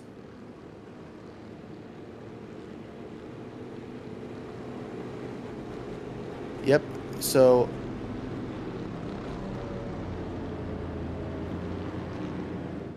they just increased the pace speed. You're going to watch this car launch here. You see it just move? All right, so 110 kilometers a mile an hour is the pace speed.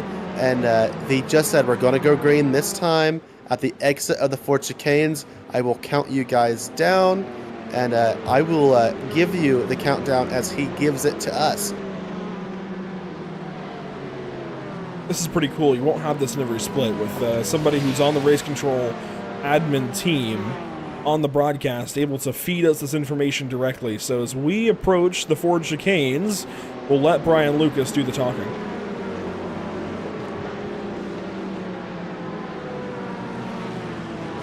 Gonna get ready for Mike's countdown here. Entering the first of the 2 Ford chicanes. Got cars getting their tires warm. CRZ is getting ready here.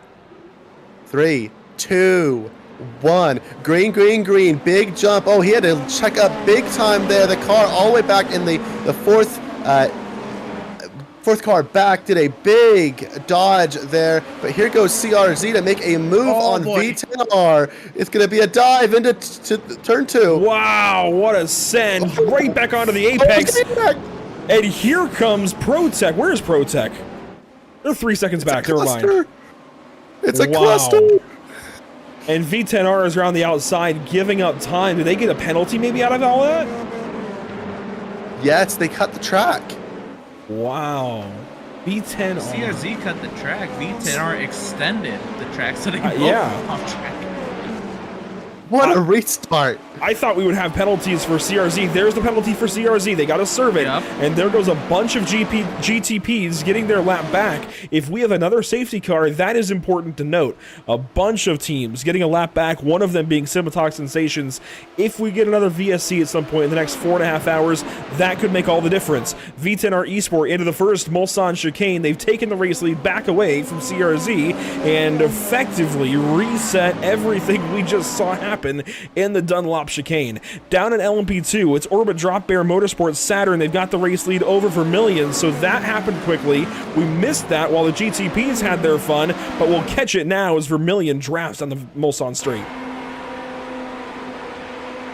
The intensity is high. Sorry, go ahead. Into that second chicane, yeah, you see the LMDHs, the ones further down the running order, trying to work their way on through without impeding too much. Big run here for Jacob O'Reilly and that Vermilion Esports machine's going to use that slipstream here down to Mulsanne, the rest of the Mulsanne straight to Mulsanne corner, and Lockhart Brownlee has to play defense here, and you still see LMDHs scooting their way through. This is a very interesting dynamic, and this is what we love about sports car racing.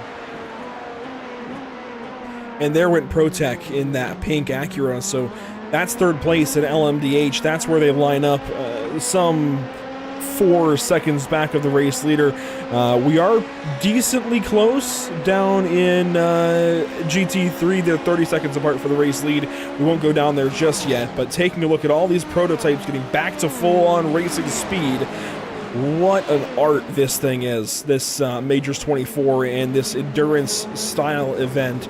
Up front though, CRZ Racing, getting flashed there by Old Turtles. Old Turtles not happy with something about how Indianapolis was just approached, and look how close they got to the tire barrier. That's shades of Sonoma later on today, but V10R back to the race lead, and everything is as they want it to be, aside from the fact they lost their 2-minute gap. They're bad fast, fastest lap in the session at a 3:21.6. They're fast, man. So I guess out of Indianapolis, it was CRZ caught some of that the gravel there and lost a little speed on exit. They kind of checked up there on the Turtles, and so that was the flash there. But that also was the result of why this gap is nearing 1 second. So right now, Damien Hugenschmidt needs to really put the power down here before Dylan gets into his groove here and gets back to those 321s. I really commend Hugenschmidt on the effort in Dunlop the last lap through on the restart, but I mean, that was never going to stick, right? It was a fantastic effort into the chicane and really made the restart fun, but it was never going to stick quite like he wanted it to. I'm going to lean on you here a little bit here, Bryant. There was an unofficial, I'm going to say a quote, protest on the 110 car, and I know this is something that is reviewed, sandbagging, and I know it's a very much, I guess, controversial topic, but it's a protest, and so I want to bring it up just because it is relevant to the race, right? So you're saying there's a protest against them in the channel, against them for sandbagging?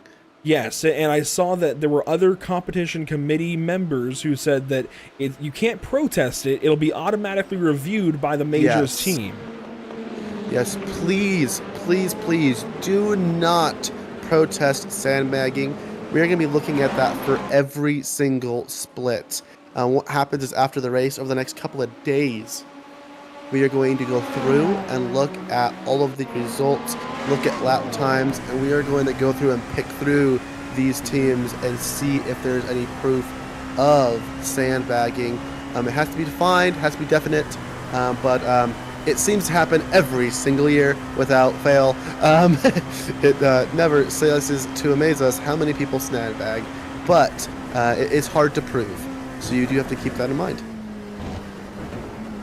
Yeah, I know there was some concern with the 110 car. I don't think anybody was sandbagging to make split 4. I think you'd be sandbagging maybe to another split, but I guess we'll find out in the days to come. I know it was relevant to the split. It was one of the few protests that was filed at all, even though it's not technically a protest. Figured it was worth mentioning since we had the restart and the sheer speed that Madeleine has shown getting away from Hugenschmidt. We'll closet that topic back up and forget about it and focus on the next 4 hours and 25 minutes. In fact, there goes the 50 car. Pure Motorsport Yellow getting right between for a moment our LMP2 leaders. This is for the lead guys in LMP2. Vermillion on board. O'Reilly really closed that gap there. Backs off here right before Indy wants to really, make sure he doesn't, get in there too aggressively and, cause any trouble. There's still 4.5 hours to go, right? You still have to, play this. There is still a ton of racing to go. We're on lap 327 right now. I looked at last year's lap count. That was 402. So, I mean, if we're basing off that, there's still at least a good 80 laps of racing. It'll probably vary with how long the safety cars maybe took between last year and this year. But yeah, this gap very, very close, and this is intriguing, right? When you get this late in a 24-hour race and it's right in front of you, you want to go all out to go get that driver. But like I said, you got to still mind your P's and Q's, and so remember, it's a long race.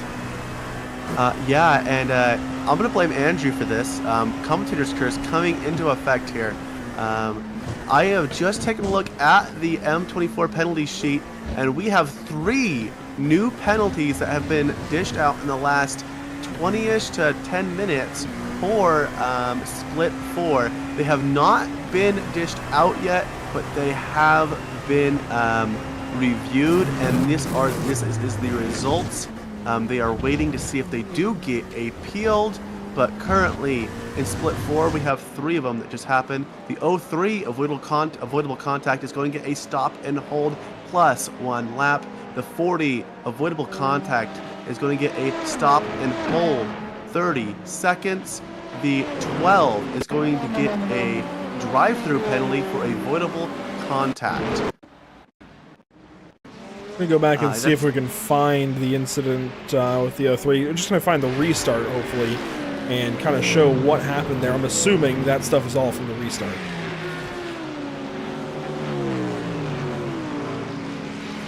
Did also notice that ProTech did hit the pit lane this last time we're the lap after the restart here.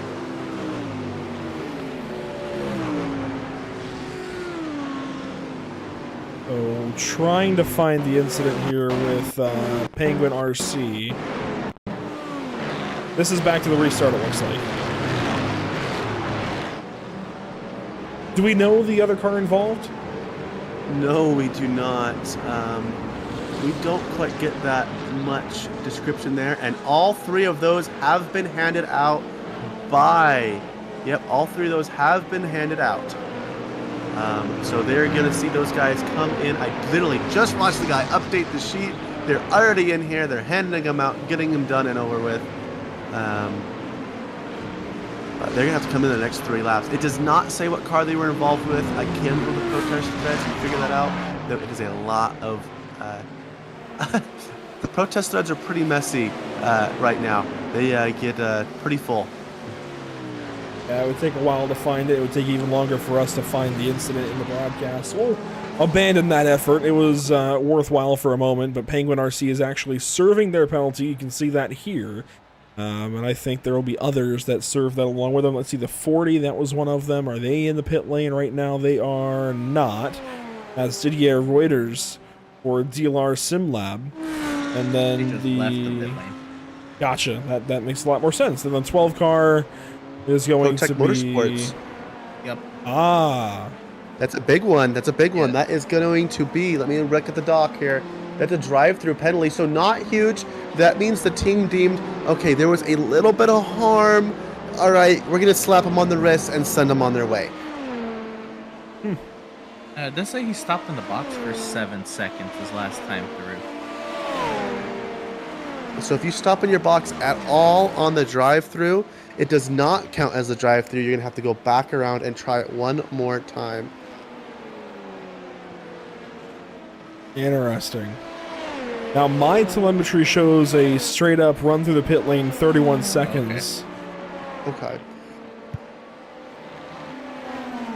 And there could be a discrepancy there, who knows? It might have been a slight blink on my side where we didn't catch the pit stop on the broadcast computer, but there's no stop there, no run through the pit lane, so I'm assuming they must feel like they've served the penalty and are going to continue on over at ProTech. Well, that's the big excitement for the time being. No change yet in LMP2 lead since the drop of the green flag back from the virtual safety car. 498 Racing is going to pass our LMP2 leader here in a moment. It looks like there is another battle in LMP2. We saw it briefly through the Mulsanne corner down towards Indianapolis. It's CRZ SimSport 2 chasing down Team RedX.com. They are about a second and a half apart, and it's starting to fizzle out, actually. I think Team RedX maybe made the pass. That would be Nick Jurkovic behind the wheel with Lasse Dieters. I'm winging it on a couple of these names. Lasse Dieters, I'm going to go with for CRZ SimSport 2. Lasse Dieters sounds good.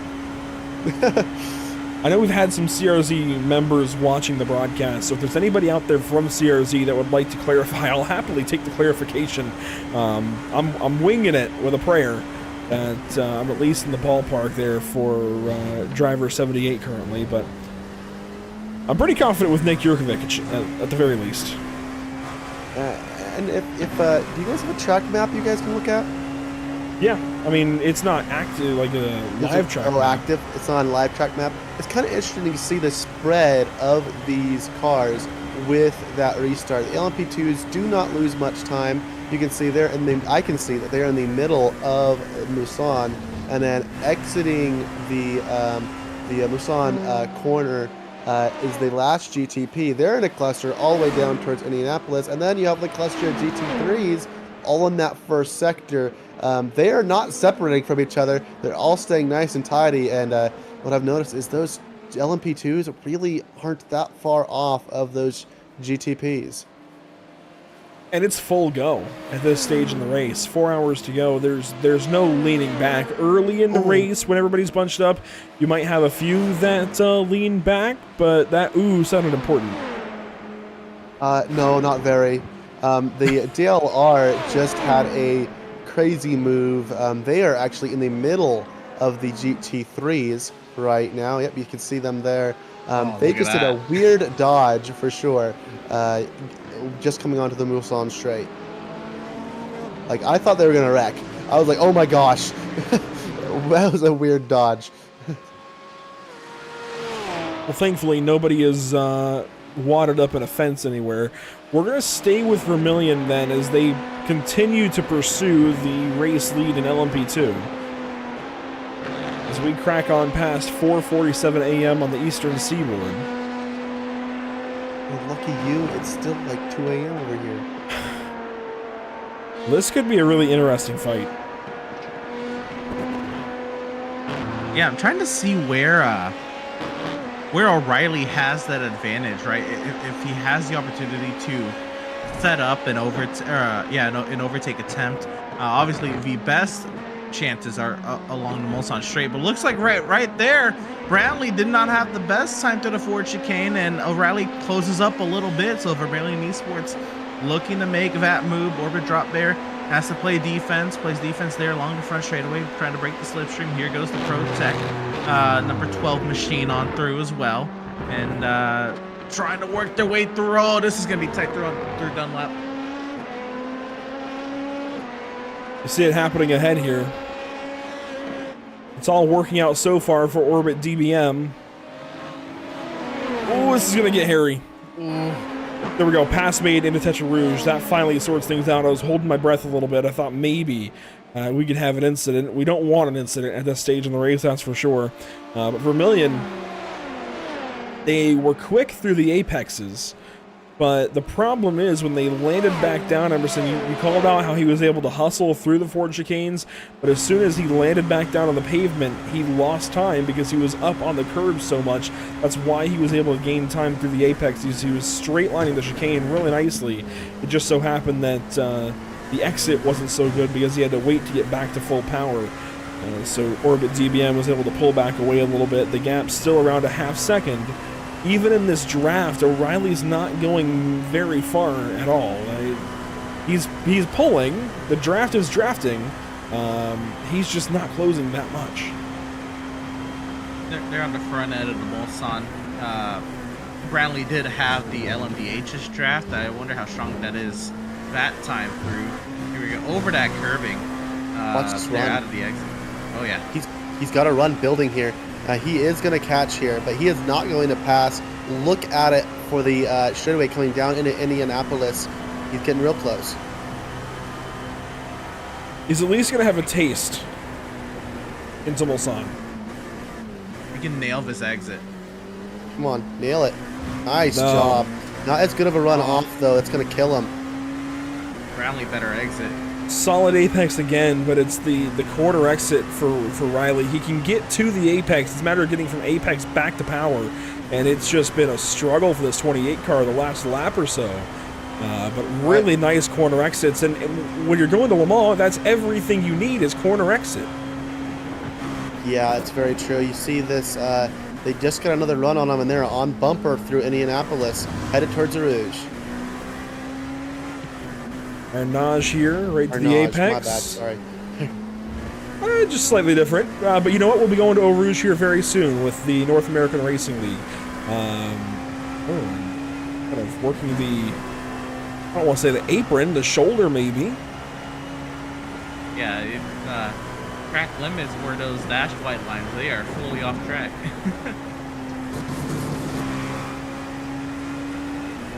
Out of a third of a You'll second. see here what we saw last lap with O'Reilly.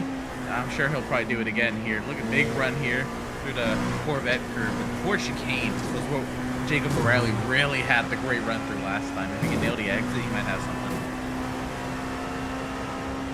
You can cut the chicanes quite a bit, like a lot of amount, especially those last two that are a little higher. You really can cut them and get a good run off.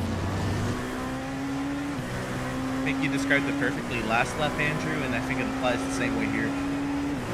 Yeah, really straight lines the apexes, but loses on exit, and there again, lost a lot of time on exit, not able to go very far, if it anywhere. I think lost time that lap as a whole. I wonder if the 2/10. car is maybe just a little bit more downforce, doesn't have the straight line speed.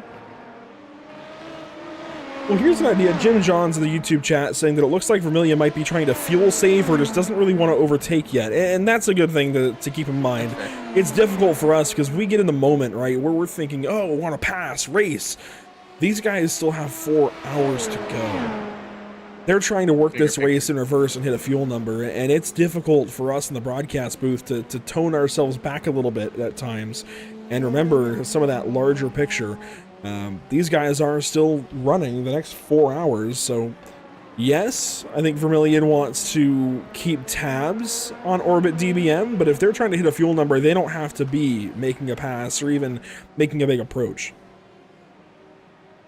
Well, if they're hitting a fuel number, then they want to stay just right there then and use if that they can, toe. yeah, but they don't want to get too close. That's true. Too close, of course, you lose your front downforce, and you start to lose the nose through some of these corners. You'll actually burn up the tires more. And thankfully, they don't have hybrid to deploy, right, in the LMP2. They just have ICE power. So they don't have to worry about the front tires burning as far as acceleration. But they'll, of course, lose cornering ability as we pull up. This is the closest they've been. Do they go for a pass this time? Oh, Lunge. yes, sir. They're going to go for the pass into the Mulsanne corner. That is Vermillion up the inside for the lead in LMP2. Wheel to wheel at Mulsanne corner. And Vermillion going to have the advantage for the short time being, but we're going to stay side by side. This is exactly why I love endurance racing. Lots of respect through a Rouge. Pardon. Oh my gosh, bad words. Not again. I'll give up. Le Mans, Spa, I mean, they end in the same syllable, but Vermillion, it looks like, going to back off here into Indianapolis. Mulsanne corner was what I was trying to say. It's all right, broadcast. I'm doing the best I can, guys. I'm on 1.5 hours of sleep. I've got like, in a 24-hour period, I got 1 hour of sleep, so I do apologize. We're just glad to have you. You know what? You were the best asset we could have ever had in that virtual safety car. So that was really cool to have that insight, that expertise through the situation. There is... I forget what the time was last time I mentioned the GT3 battle, but that gap now down to 28 seconds. That might be worth talking about here in the next 20 minutes or so. We'll see if French Formula Team can keep gaining potentially. I think they've actually been losing time, but we'll keep an eye on the GT3 fight regardless. .exe, French Formula Team, Banana Racing Team, your top three down in that class. It also seems like RPL with Luke Grange, while you're not making an attempt to make it back out onto the track, they have now fallen behind all active LMP2s in the overall standings, and they're still in the... It might have just left, actually. Yeah, so RPL might be done for today with those two rough moments there in Tetra Rouge. And that last time through Mulsanne corner for Jacob O'Reilly and Vermillion, I think, you know, if they are fuel saving, you know, that could also be like just a show of a hand, like, hey, we're here and we can make this pass. You know, don't let your guard down if you are Lockhart Brownlee in orbit drop air. Tell you what, the fatigue is hitting. I just got a wave of general endurance racing fatigue. I don't know about you guys. Looking up at the clock, 4 hours to go. Whew. We're in for a good one. I'm sorry that I interrupted your thought there, Brian. Oh, you're all good. Dude, you're just barely hitting it, eh? Man. Where have you been the last 3 hours? I had a random wave of not fatigue for a little bit, and it just came right back. I had that 20-minute power nap between broadcast segments, even though there was 12 hours in between. What happens when you've got a one-year-old that demands attention and a fiance that's trying to do a test for school and just everything else. It's been a day. But I wouldn't have it any other way, honestly. This has been a really cool opportunity. You know, you mentioned working with Grid Vision. I was actually going to sub in and help them out a little bit with production/commentary.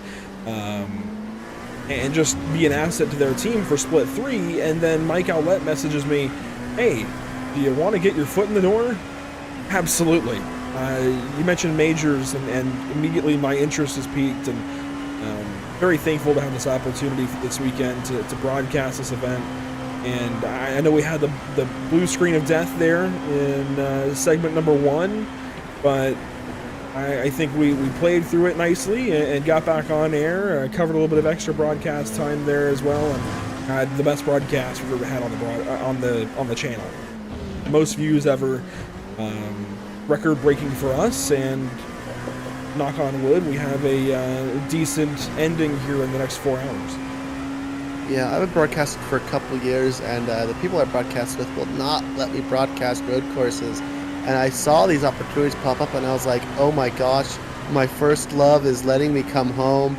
And I couldn't say no to you guys. And, you know, Majors does such a good job, and I'm so glad that you got to broadcast because, man, this is an opportunity that I know will open doors for me in the future. And this race has been so good. Like I was saying before, I kept talking about Spa. You saw him come out of that corner, the clean racing through the Mulsanne corner, and just you could see they left a little bit of a gap in this LMP2 class. Love these cars, but just that is why I love endurance racing. It's respect for each other, respect for each other's racing lines. It's real racing. You go to NASCAR, no offense to NASCAR, when it's bumping and banging, you go to F1 and it is stay in one line and don't ever pass. There's only one that I know of that has true, just pure racing, and endurance racing has that. 3 splits, lots of passing, lots of driver skill. I'd have to agree with you, Bryant. You know, I think it maybe has the best of both worlds, right? You can take the good of, you know, having maybe, you know, that slight contact, you know, the little, you know, little nudges, the rubbing, if you would, from NASCAR. But you have the more, you know, strategic approach, and you know, not that these are open wheel cars, but you know that, you know, they're near open wheel with the wheels being so exposed, being a, you know, closed wheel. With F1, right, you can kind of combine the two disciplines, and you would get somewhat of a result of an outcome like sports car racing, which is very entertaining to tell its own, and luckily here in the States it has definitely grew in popularity over recent years, and hope it continues to do so. And on the sim, you know, the community is as bigger as ever. You know, these endurance races, whether it be the iRacing special events or, of course, the Majors 24, the turnout is absolutely insane. It gathers the, you know, what, you know, the people you would think are, you know, the NASCAR, the F1 diehards, or whatever, and it brings them, you know, together with an event like Le Mans. Yeah, for this event, we had 702 teams register and 688 get by pre-qualifying. It is bigger than ever. This is the biggest year yet. 13 splits. Last 3 more splits than the year before. I would know I've been in the last split both years. But that's besides the point. It's just such an event that, man, thank you, Mike. That's all we can really say is thank you, Mike. And to add just a little bit of icing on the cake, the fact that there's always a charity pick with these events. In this case, the Hunger Project, you see their logo top right of the screen. They've been there all broadcast long. They're the chosen charity for this event. There's always a charity in mind, always a charity to benefit from these events and benefit from some of the cash payments that go in. I don't know the exact breakdown or anything, but you don't see that in everyday sim racing.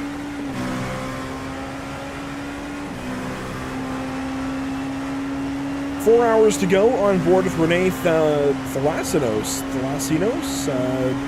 We're going to go with Renee for Twin Turn Sim Racing. In 7th place right now, chasing down Team RedX or TeamRedX.com Simsport, rather, Nick Yurkovich. That is for position number 6. And the best fight right now on the racetrack between LMP2, LMDH, GT3. The best fight anywhere we can find, at least the closest fight. The next closest is for the LMP2 lead. The next closest after that is for LMP2 position number 8. Here goes Team Redix into 5th. Right. So there goes that fight. They bring a lot of racers with them, right? With that safety car kind of resets the pit cycle, so we can get these fuller pit lanes again for the next couple hours until the strategies start to, you know, falter and differ.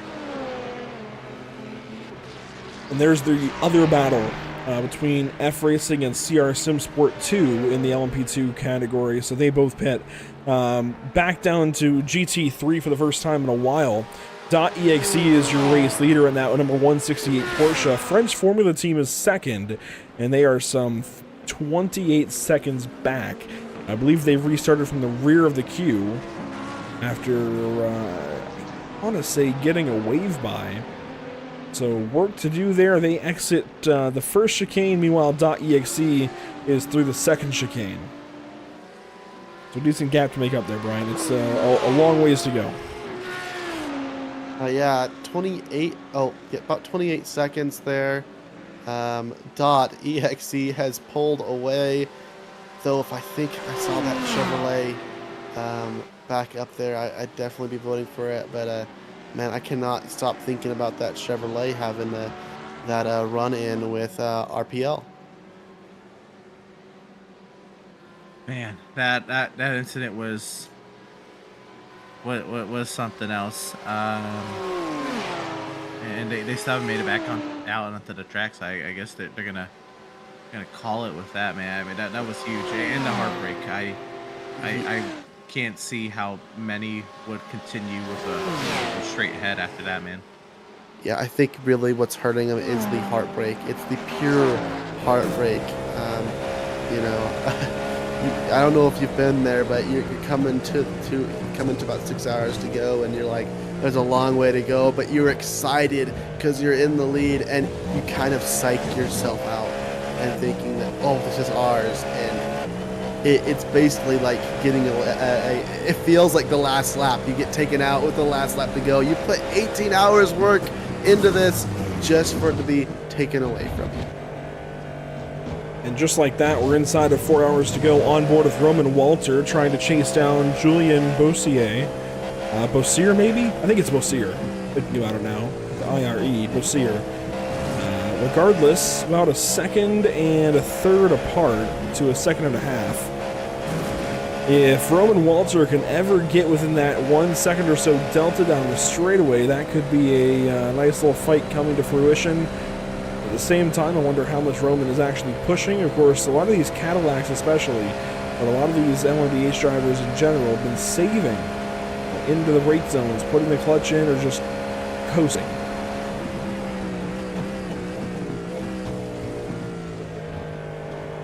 Still a lot of big picture strategy to play, and we are approaching the end of the pit cycle here for the LMDHs pretty soon. It will be the first green flag pit stop since the safety car, and obviously if you can, which is a lot, it's an 8.5 mile track, but if you can squeeze out another lap out of it, or if you're borderline, between 12 and 13 laps, you can, save even half a lap, right, and push it to that 13 mark. It could pay dividends later in the race, to make your last stop shorter, and all that. And when you're in a battle like this, only separated by 1 second, that precious time being stopped in the pit box means everything. And we could see that come to fruition throughout the course of these final 4 hours with that fuel saving, and that's everything. There's so many different aspects that could affect the running order and the outcome of these 24-hour races, and it starts to come to light the more hours we make off.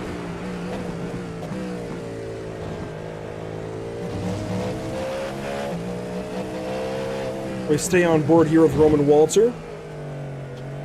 On the far side of this next LMDH pit cycle, which should be in, let's see, how many laps do you figure, Emerson?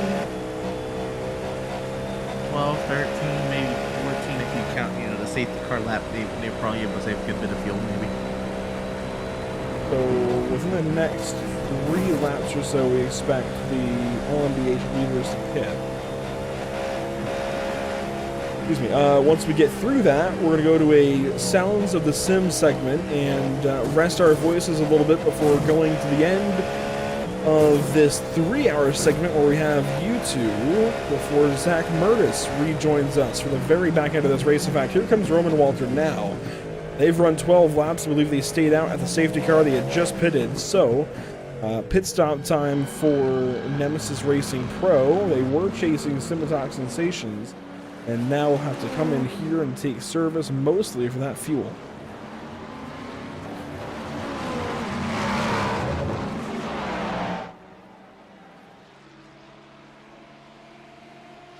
Down on LMP2, TeamRedX.com chasing twin turn sim racing, 6th place in class.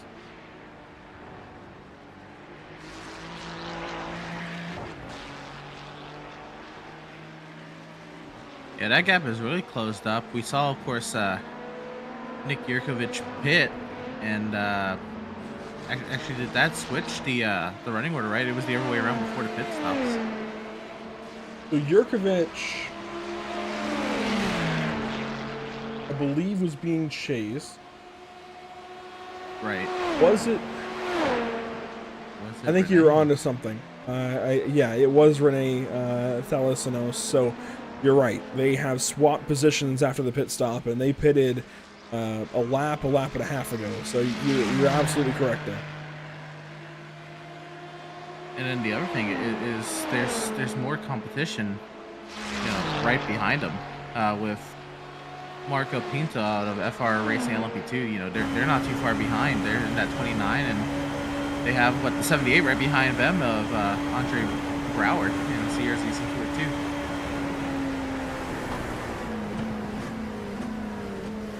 On board with Brower through Indianapolis. Class is in. Yes. Now, F Racing, I believe, is the second car ahead here. Not that white car, but the blue car a little further forward. I believe. Could be wrong. Pit stops, though, for the leaders in LMP2, Altitude Esports, the Not So Girthy Boys, Orbit DBM. Vermillion has already pitted. They swapped the Zach for Trey White. Hit the cap to Jacob for that stint. Proper stint. Jacob did a great job there keeping Vermillion in it. Actually, Vermillion takes the lead. That they do.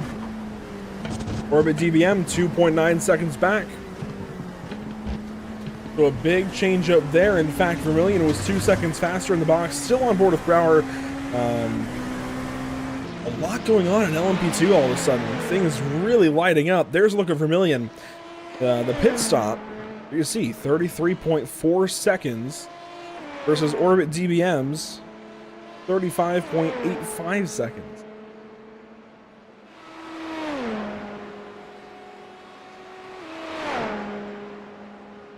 I think that one just comes down to fuel time. Stop. Yep. Oh, fuel. Yep.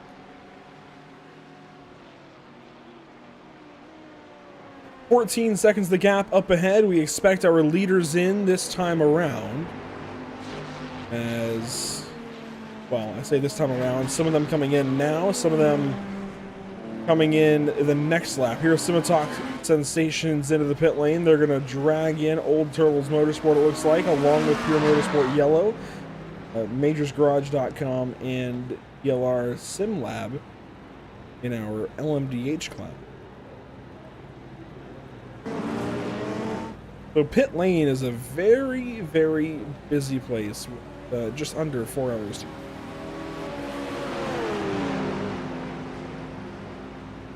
Of that pit cycle reset with that safety car, it brings these pit lanes, right, and it brings your competition closer, right? You haven't seen for a lot of these guys, right, when you see those gaps and they get to double digit seconds ahead and you can't see them ahead out your windshield. When these pit stops happen and you see them on the pit lane, you pass their pit box and all, it reminds you that they're still in the race, right? And there's still something physical you're chasing. You maybe can't see it all the time, but there it is, on this pit cycle, we're like, oh, there's that guy. I'll get you. It's one of those things. It kind of it reassures you, yep, there's still that pot of gold at the end of the rainbow if you get there. Well, the pot of gold that V10R is chasing right now is the overall race win, some 3 hours and 51 minutes away. Tell you that wave of fatigue, man, it's really setting in. I can only imagine, there's absolutely, I'm gonna say, that mental fatigue, even a little bit of fatigue for just physical sitting here doing the broadcast, I can only imagine for the drivers, the mental, physical fatigue for the drivers, of course, turning the wheel, hitting the pedals, hitting their marks lap after lap, that focus required. It's absolutely... I've been there, done that. It's a lot. Yeah, a lot of fatigue. I remember my first race ever at Nürburgring. My teammate left me in the race car. It was only 2 of us at Nürburgring for 24, and I got left in the race car for 7 hours straight.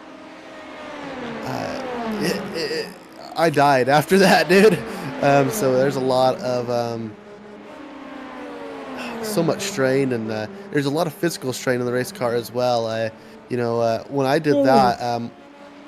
That was close. That was our leader getting by one of the slower LMP2 cars. That was really close. Our second place driver, Damien Hugenschmidt, the CRZ SimSport machine, has lost the rear wing. Oh, wow. Oh, wow. The Porsche curves. This could be really, really bad right in front of some more LMDH cars. Ooh. Oh, baby. He's still trying to hang on to it. This is going to go poorly. Oh, there he goes. Spinning. Oh, no. Desperately trying to make it back into the pits. They were rear-ended by the number 56 NASCAR machine, I believe, getting into Indy. We call that a bump and run. So V10R does come to the pit lane. This is a look back at what happened to, oh wow, 3 wide there. What happened? Oh wow, they were spinning on their own. That's what happened.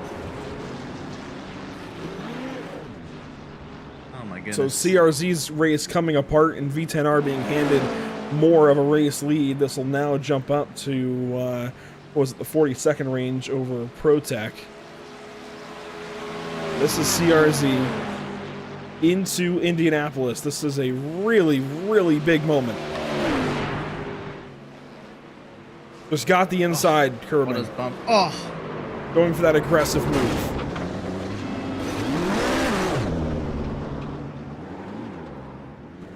Maybe that would have stuck, maybe right with a full fuel tank. You get those rear tires on the ground, throw all those bumps, but I mean, I'm sure that, they were about to pit right. The car's at its lightest, and then you send it over those bumps as well. And that's so many different variables working against you there, and tried to make it work before the curbing, and that, unfortunate. That it is. So CRZ at one point we thought had a big chance to win this race. Still technically does, but it's going to take a little more to go their way now as they sit in the pit lane. ProTech is absolutely going to pass them. That is a long, long time in the pit lane for them to have to wait.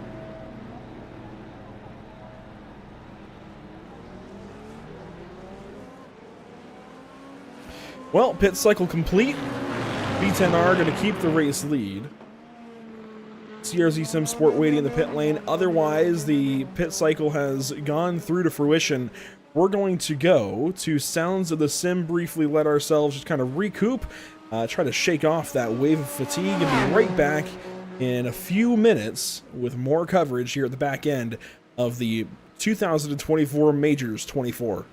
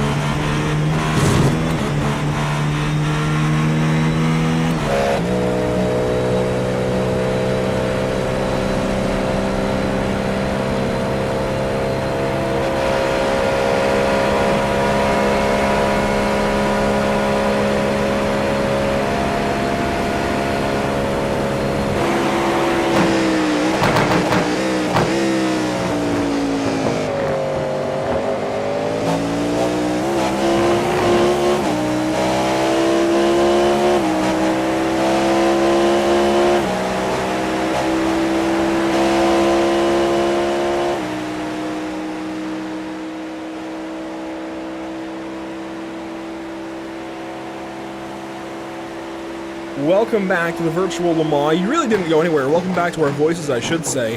On screen, we have a fight for third position. We are on board with Nemesis Racing Pro, who's just passed Civitalk Sensations and David Soranzo behind the wheel, and that is a big-time pass. That puts a Cadillac now on the podium and removes one Acura. Otherwise, Acura had a full sweep of all 3 podium positions here in LMDH, so that is a big change, I feel like, at the top of the board here, Emerson. Definitely shifting some weight as far as who's carrying their weight in terms of manufacturers. So big position change within our top 3 in that last moment. We also have Old Turtles and MajorsGarage.com fighting for the 7th and 8th positions here in LMDH. Yeah, that was the one that was catching my eye on the timing and scoring. We got Lars Bachman and Edward Shelley going at it, Old Turtles, Majors Garage, and this is battle for 6. Majors Garage, big run here into Indianapolis. Oh wow, Old Turtles really getting on that curbing there on the right-hand side, nearly into that gravel trap there, now through Arnage, really closing the gap under braking. Oh my goodness! All over the gearbox and trying to stay with the Old Turtles machine is Edward Shelley in that Majors Garage car.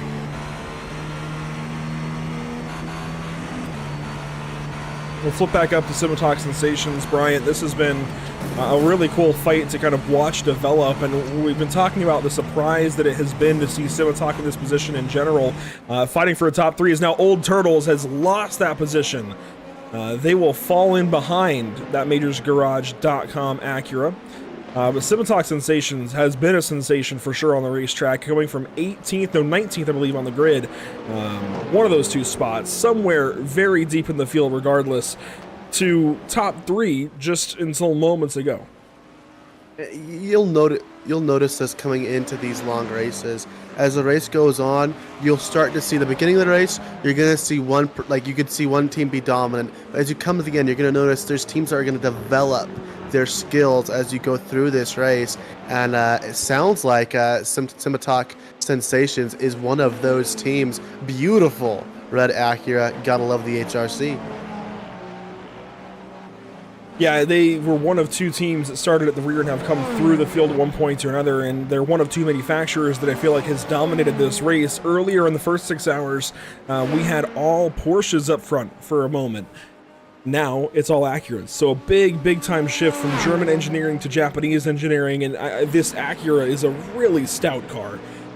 Really is, and it's cool to see this kind of Honda Acura development in recent years, because it wasn't so long ago that Acura was not in this top echelon of sports car racing.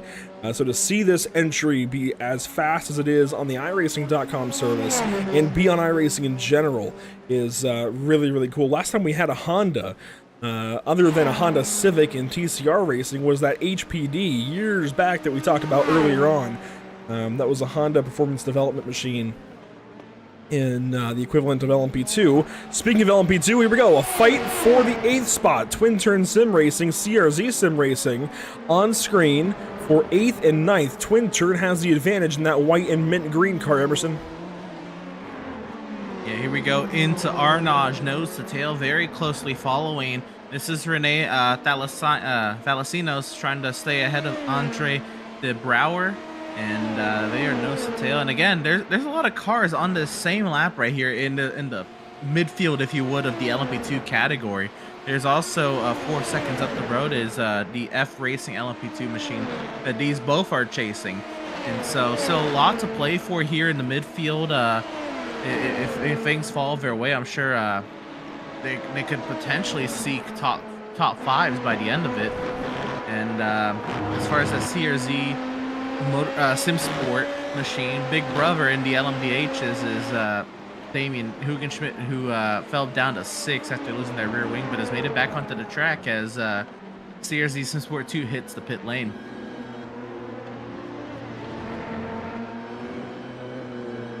Here you see the other CRZ car on screen.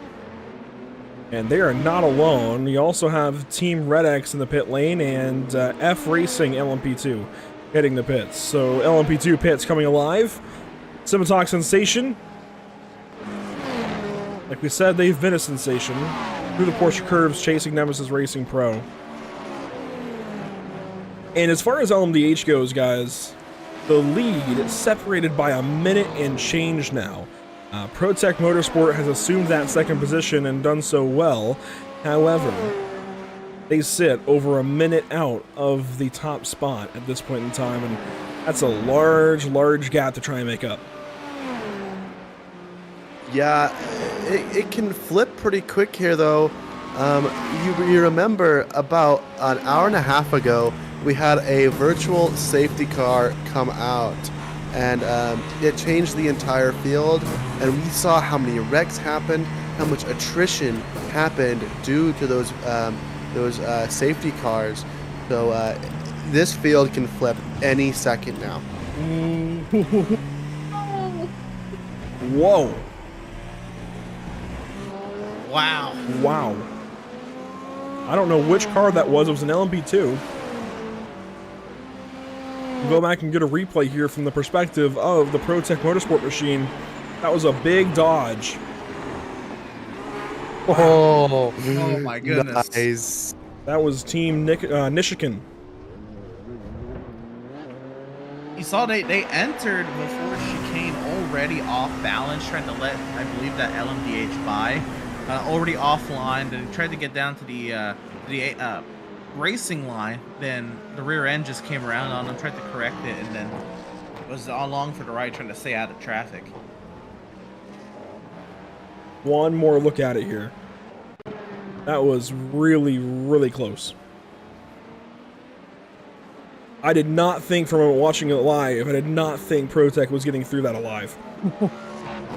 I agreed. It looks like that LMP2 really unbalanced himself. He made a really bad jagged move there and really threw that car off and spun himself out. Well, thankfully, no big incident out of it. Nothing that you race controllers are going to have to deal with there, Bryant. But that's a good thing. It's a good thing. But yeah. The rule is no harm, no foul. So we have a poll up on YouTube. There have been 30 votes so far. Which class do you prefer between the three classes that we have racing so far? LMP2, by the way, far and away the lead, which I did not expect. I thought LMP2 would be bottom of the list. LMP2 is leading with 53% of the votes, GT3 at 37%, and LMDH at just 10% of the votes. I'm really shocked, honestly. These LMDH cars have had such great hype about them, and they are a lot of fun to drive if you can do so right. Yet, they are losing the vote with the viewers that we have here today. Guys, would you have expected that? No. Go for it. No, it seems the Europeans don't like the what they call hypercars over there in WEC. Very surprising. It does make. I would think Europeans would lean more towards sports cars, honestly. Yeah, with the LMP2s, for me, I find just the comfort in it. Right, it's a pretty planted car, and there's not a whole, there's no other manufacturers to compete with, right? But also just in the race, it has definitely provided a lot of great racing action today. We've had that great battle for the LMP2 lead, which, by the way, Vermilion has just pitted and has fallen down to 4th in that running order as well. So LMP2, I mean, it's just been the class of the field, I'd say, has definitely brought the heat all throughout. The top 10 in class has been absolutely phenomenal to watch. And I wonder if that had a part in the poll as well, because LMP2 would be my vote for the most entertaining class so far. Yeah, to add to what Emertonson said there, I did do a coaching session earlier this week, and I was talking to my coach, and he was saying that with me coming from LMP2 cars are a lot easier. That's what I'm told. A lot easier to find that full speed in, and I think that's why a lot of people gravitate towards it. Like you said, more planted. Definitely a great car to get introduced into prototype racing, and it's easy. It's easier to find your speed in those LMP2s than especially a GT or a GTP. Well, while this race continues on, we near the halfway point in our back-end coverage here of the Majors 24. Want to take a look at what's upcoming here at Pit Stop TV. Of course, we continue with coverage of the Majors 24 the rest of this morning. And then later today, we go out to Sonoma Raceway with the Icon Cup Series for race number 15 of their season.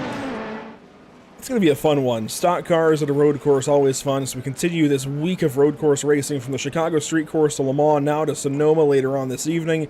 Then Thursday we head out to the Milwaukee Mile with the 1/8 Racing Media National Tour for the Semi-Auto Racing Association. More on that later.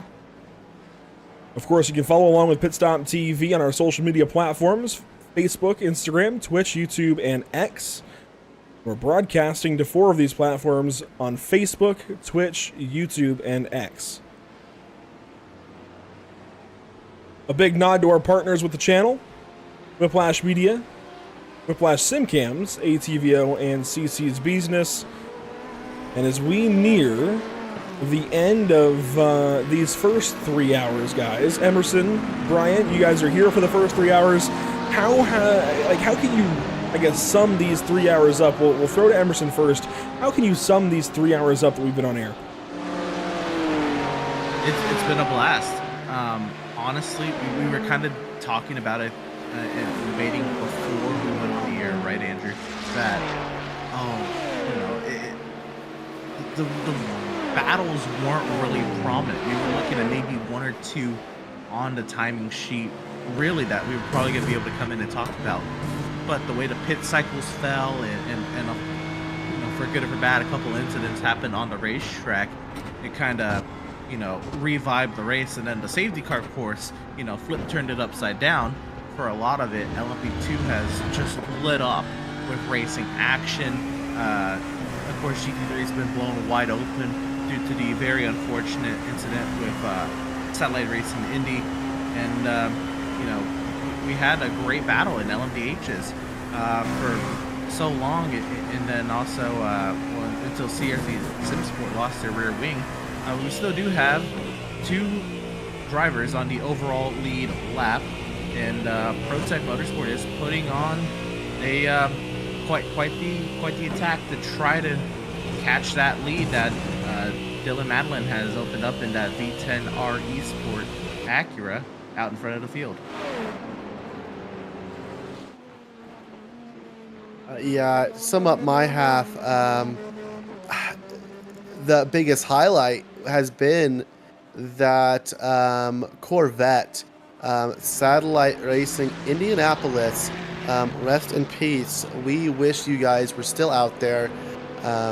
Being taken out by RPL, heartbreaking moment, gotta highlight it. And the secondary highlight for me has to be the LMP2 class, Vermilion and Orbit DPM, just putting on an absolute clinic for us.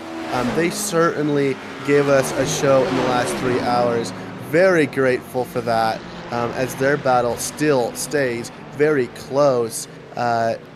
Orbit DPM about 4 seconds back of Vermilion. And they should cycle back out to the race lead. We still await the not-so-girthy boys in the pit lane within the next lap or so. We'll take a look here at Vermilion with their 3.4-second lead as the clock runs. And time just keeps ticking. I want to take a look at weather conditions briefly. 81-degree track temp. It's starting to creep up there. We mentioned as we near noon o'clock, which it's nearly there. The track temp is going to slowly go upwards, and it's going to get greasy and greasier and greasier until finally these guys are screaming. They don't have grip. They need new tires sooner, and they simply can't pit for those tires just yet, as we have a gaggle of cars down this straightaway from Mulsanne Corner all the way down to Indianapolis. This is going to be a fun little bit of racing for these guys. Look at this shot. This shows a lot of it. Oh. Great shot, dude. Oh, man. You saw that LMDH took to the outside of that corner before Indy and then dove it up the inside of that Mustang, and Man, that takes respect and a lot of trust from your fellow competitors to know that that's happening because that and not that it was a late lunge, but from the way it came from the outside of the corner, I could have probably assumed that that Mustang probably saw it pretty late. Another really good shot here. You can see just how fast they're moving into the Porsche curves, and they come right on by the camera. It's a really cool sense of speed, especially when those prototypes go flying by. What has been your guys' favorite part of this race so far? I know, Emerson, you've covered a very short portion compared to what Bryant's done here today, but overall, what has been your guys' favorite part of this experience with this Majors 24? I know there's a few different things I could list. This is my first Majors 24 as in any capacity. I've never driven in this race, at least not while Majors has hosted it. I've never broadcasted this race before, so this has been a new experience for me personally. Well, the fun thing, and I think that's it's an interesting aspect that you don't get in official racing, is the safety cars, right? And we were very lucky to have Bryant here to walk us through the whole process because I saw the one earlier and it was a little hard to piece together what exactly was happening in its entirety and what the overall goal was to end that safety car off with. And Brian kind of laid it out beautifully here with that safety car we had about an hour and a half ago. But it's that safety car, right? It's the field reset. It's the opportunity to reset pit cycles. It keeps the race spicy.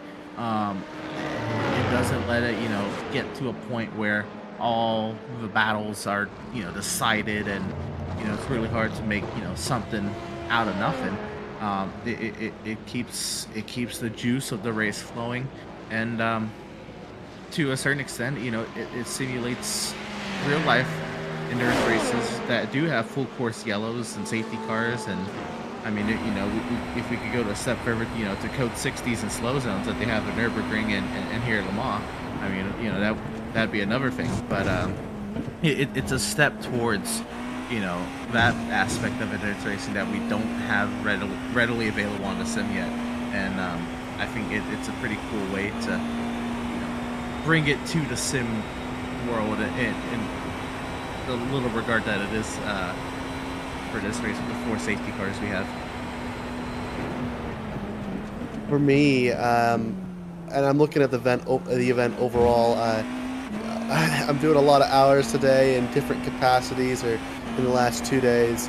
And for me, it's got to be my LMDH GTP team, Lightyear's Storm Racing GTP. It's got the paw prints on the car. Never forget that every race. Don't ever forget him. And, it always means a lot to me whenever my cars go on the racetrack. All of them have the paw prints. All of them, I kind of was like, we win for my man. And, it's we are close to winning some coins. We are in the lead, and that's really my highlight as of the moment for this event. It'd mean a lot to win that as an owner, and do it with paw prints on the car. Cool. I think my favorite aspect of this event today has been, first of all, getting to cover it, because I never expected this when the Majors 24 was being organized as, one car, ProTech, problems, Indianapolis. Oh, no. They were just that car I saw briefly in the barrier, and this all but writes out our competition currently in LMDH. They've all been trying to chase that lead car, and a problem now arises for ProTech. There's a look back at it. This is approaching Indianapolis. They just went by that blue and yellow Japanese Ford Mustang. Everything looks okay, and the car just comes right around. It looks like they over-rotated, tried to correct, and over-corrected. Maybe a little bit of a bad brake bias set there possible, but hard to tell from out here. Well, here's the helmet cam. Oh, he got on the brakes there, and it just started to break loose. I think somebody wasn't adjusting their brake bias enough, and it caught up to him. Well, watch here. Let's see. We'll slow it down. try and break this down for us. There's a turn in, and it's a bit early. Oh yeah, and the car starts to slide as soon as he turns in, but he's on the brakes really hard here, and so those rear tires are sliding because he's on the brakes so hard. I So also wonder, he did he was get trying the? to. Sorry. I was just gonna ask if he got the second maybe a little too early. He was in second gear pretty early before the turn in. And that would cause the tires to drag as well. Let's take a look at those rear tires, what they're doing here. Try to find a good view. Here we go. The pitch of the car definitely changed pretty early in the corner there. I think he turned in a bit early, did Aaron, but also I think that was a perfect storm. I think maybe a little too much brake bias, maybe flying through the gears a little too quickly. I think a lot went wrong right there, and it finally just ended in disaster. That's going to cost them 3 laps because remember, about 12 minutes and 50 seconds, and it looked like they had some tire damage on top of that. And so possible 20 minutes there. And the tow, you're right, yeah. They've already fallen to 5th. Nemesis Racing, Simitok, Pure Motorsport Yellow, all filling that gap. Nemesis Racing now 2nd place with Roman Walter behind the wheel. 3rd going to Simitok Solutions, David Soranzo, who's been in the car for a long time, just about as long as we've been talking today, since the 3 o'clock a.m. broadcast start. And Pure Motorsport Yellow actually might have something here for Simitok. Simitok was fantastic, drove through the field, I think, by virtue and just by attrition, but is now starting to be overtaken by some of these teams that are coming back to life. And it's interesting. Pure Motorsport Yellow might be able to get back on the podium here. I say back on the podium for the first time today. They've had some ups and downs. Each of these two teams have had some ups and downs. 3rd and 4th, Simitok and Pure Motorsport. So either way, somebody is going to have a really, really big breakthrough, rewarding podium finish. One of these two teams. I would take it even a step further. Also with Nemesis Racing, you look, the 991 started 15th. The 204 of Simitok started 18th, and Pure Motorsport Yellow started 17th in class. I mean, these are deep in the starting grid positions, and they are now 2nd, 3rd, and 4th. These are going to be some happy campers if they can see it through to the end here. Yeah, ProTech officially 1 lap down. That leaves the 110, the sole GTP on the lead lap. They have lapped their entire field. Moving down to LMP2, we have 5 cars on the lead lap in LMP2, and moving down to GT3, we've got 3 cars on the lead lap. Banana Racing Team just barely ahead. Wheel to wheel here, Porsche EXE. Curves. This is for 3rd. I hate to interrupt. That was wheel to wheel racing on the entry to the Porsche Curves. I did not think that was going to end well. I'll let you go back to the GT3 recap, but that was a big moment live for 3rd and 4th in class in LMDH. You're all good. I was done. There we go. Perfect timing, I guess. Yeah, it was perfect. We do have pit stops coming up very, very soon for some more LMDH drivers and teams. A lot of these guys have recently pitted, though, and are beginning their new runs. In fact, most of the class has pitted within the last couple of laps. CRZ SimSport has yet to pit, though, so they are still due in the pit lane very soon. Our leader, by the way, V10R, just pitted this last lap. They're on their out lap. Alexander Lefebvre back behind the wheel. That puts Dylan back in the pit lane and back off the racetrack for the time being. Dylan Madeleine, the big time alien over there, the big time heavy lifter with some of those lap times. So a change up there that might allow some other teams to maybe close in, but I really don't think anything is going to change. It's going to take a safety car. It's going to take something happening, and I'll knock on wood for these guys. Don't want that to happen, but it would take something big happening to this 110 car to change this result. Yeah, and even with a safety car, it will not save ProTech or Nemesis unless you get close enough to that first place driver to where if that first place driver pits, they stay out and get the wave around. But V10R just pitted, came out, and is still in the lead. You look at Nemesis. Nemesis is coming down to hit that second chicane on the Mulsanne straight, and the V10R Esport is headed down the long straightaway towards Indianapolis. So a big gap there. It's not looking pretty for the GTP class.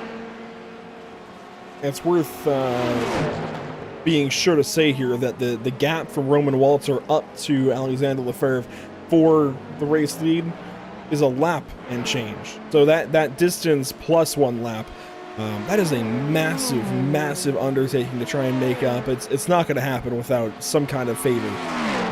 Yeah, looking at the relative, you can see here Nemesis Racing Pro is a lap and 34 seconds behind that 991.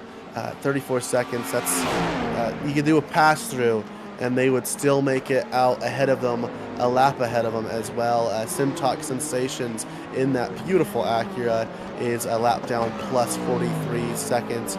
Race for second is still very much so alive, as well as the race for third, as fourth is a lap down plus 44.7 seconds.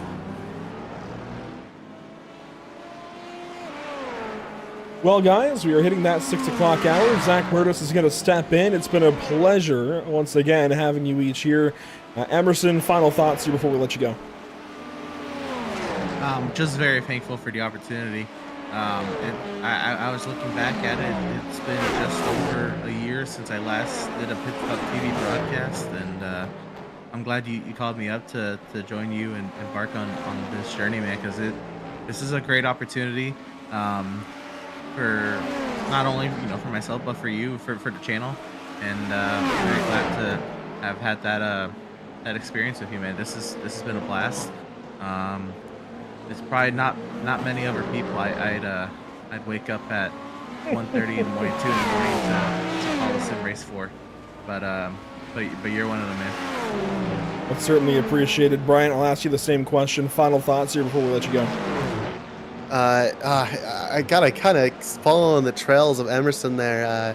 I needed a break, and I saw the opportunity, and I took it, and I was more than happy to move around all my schedules to make this happen. I saw an opportunity to create more opportunities here, and with here and with Good Vision, and I'm like, I have to take this. I love road course racing, and I just gotta say, Andrew, you run a very smooth booth, very impressive. You keep up the good work, sir.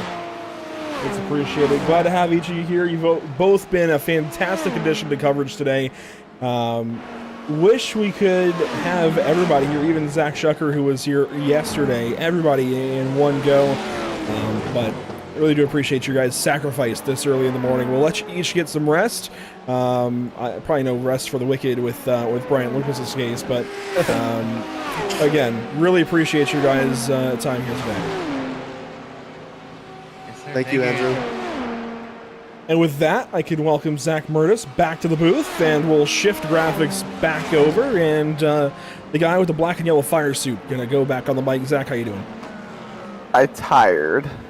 I was gonna say good morning to you. I know Good morning. I haven't gone to sleep. Yeah, I was gonna say, I know you haven't gone to sleep yet. I got 20 minutes of rest myself, so I'm not far behind. The sun is rising outside my bedroom window.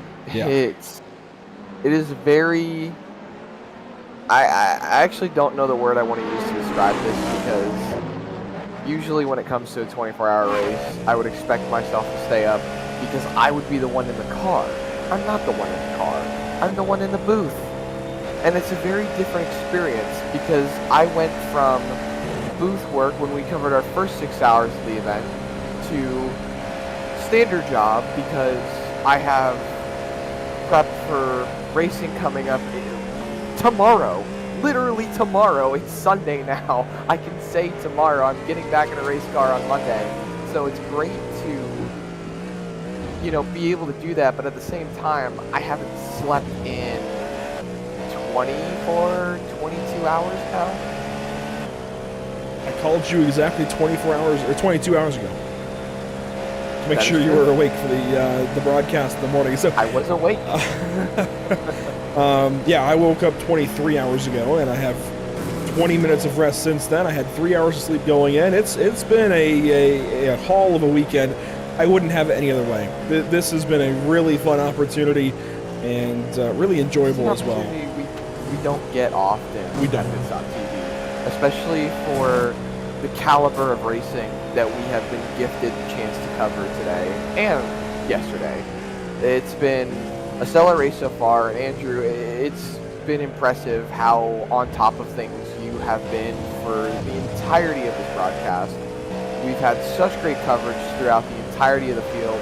You've been giving us all very inclusive and accurate details about the race so far.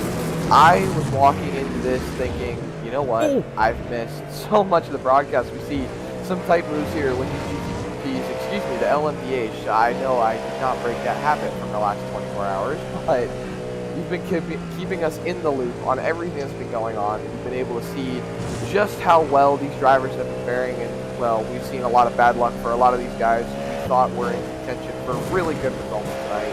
Today, this morning, my God, start talking. I can't talk. Well, grab yourself a beverage with some caffeine in it and come along for the ride. We're on board with Alexander Powell, pulling up on a couple of LMP2s down this Mulsanne straight into the first chicane, chasing David Soranzo and Simotok. And that was a beautiful pass on those couple of LMP2 cars. They have another one to go by, and then they can continue their battle. Really good stuff here, fighting for the third position in LMDH. Also got to talk up all of the viewers that have been tuning in, and we appreciate you guys doing so. A bunch of likes, a bunch of viewers. Certainly could use a few more likes if you're willing, but really do appreciate all of you watching. This might be a move. No move there from Powell. But we are watching Powell very closely to see if he makes a move here on Simotok and David Soranzo. But you viewers have been absolutely fantastic, keeping the chat active, voting in our couple of polls this morning about which class you prefer, which car you prefer in the LMDH class, and so much more. The support has been incredible. Fair enough. I can't disagree with that. The support, especially during that first portion of our coverage yesterday, was incredible. Through the blue screen of death, all the support, everybody staying with us, keeping over 100 viewers. I mean, that was really, really something. For me personally, there's no feeling quite like it to have that kind of support from a motorsport community where we don't know you guys, you don't know us. I think for the most part, a lot of you watching are probably watching Pit Stop TV and hearing our voices for the very first time. So that is really, really huge and incredible to just acknowledge all of you fans that have tuned in over the course of now going on 10 hours of coverage. Something like that, as we are in the final 3 hours of racing. But let's get back to the racing here, Zach. We've been watching this little fight for third on the racetrack overall and in LMDH. Nothing is really coming of it. We'll keep our eyes on it, but we'll shift around for the time being. Down in LMP2, since you last joined us, Vermilion has not really faltered. They have lost the lead at certain points in time to Orbit, Drop Bear, Motorsport, Saturn, but for the most part, as they are back on a similar cycle, one lap apart in pit stops, so far it's very much Vermilion. Connor Nixon in that 58 car for Orbit DBM is 7.5 seconds back, as there goes our overall race leader, the 110 car of V10R SimSport. And there is second place in LMP2. Lots of shifting demographics here throughout the entirety of this race, and not to mention, Andrew, there's a lot of cars that are in this race still that I personally expected to see still remaining in this race. I mean, you've got the Banana outfit in the GT3 category. They're still running up towards the podium positions. A lot of these drivers in the LMP2 category that I really expected to still be up here, and it's very new to me to see a lot of these drivers over 300 laps down because they're out of the race. That's just, you don't usually see that, you know, and we cover races NASCAR style, short track racing. The most you'll ever see is maybe 2-3 laps down, and then anything after that means they're pretty much out of the race. To see them 350 laps down it's a bit of an adjustment. It definitely is a bit of a jarring number. Some of them are a little bit inaccurate. They'll update when we get the results at the end of the race. As we have a pit stop here for the French Formula team, second place in GT3. That's where I think if there's any disappointment, it would be the GT3 battle, only because it hasn't really sparked up the way we had hoped. We had the LMDH battle come to life at the restart from the virtual safety car. We've had a fantastic LMP2 situation, again going back and forth between leaders and a couple of other cars being close and involved. GT3 was very much all satellite racing Indianapolis until their incident with what was it, RPL UK and satellite racing, now off the racetrack and out of this event, which handed things right on over to .exe. You see all the GT3s coming in. They've recycled to be together for the most part. But here's .exe. They went a little further on the past runs. They likely will go a little further this time around. Maybe an extra lap for Fedor Komen out of Benelux. But .exe, I think they've been there all day, Zach. All race long, they've been in the conversation. It's a matter of how much in the conversation they were. Now, with a couple of other teams out of the way, they've been able to rise to the occasion, put themselves in position to take advantage of other situations and lead this race potentially down to the wire. Oh, excuse me. Well, I do a quick yawn. Don't. I was talking about the waves of fatigue with Emerson and Bryant. We can't have any of that yawning, man. I'm not gonna lie. It's been a very tiring morning for me here. Well, I can't exactly afford to falter. I have to go back to work as soon as this broadcast wraps up. Hey, Lassie Dieters checking in from CRZ SimSport 2.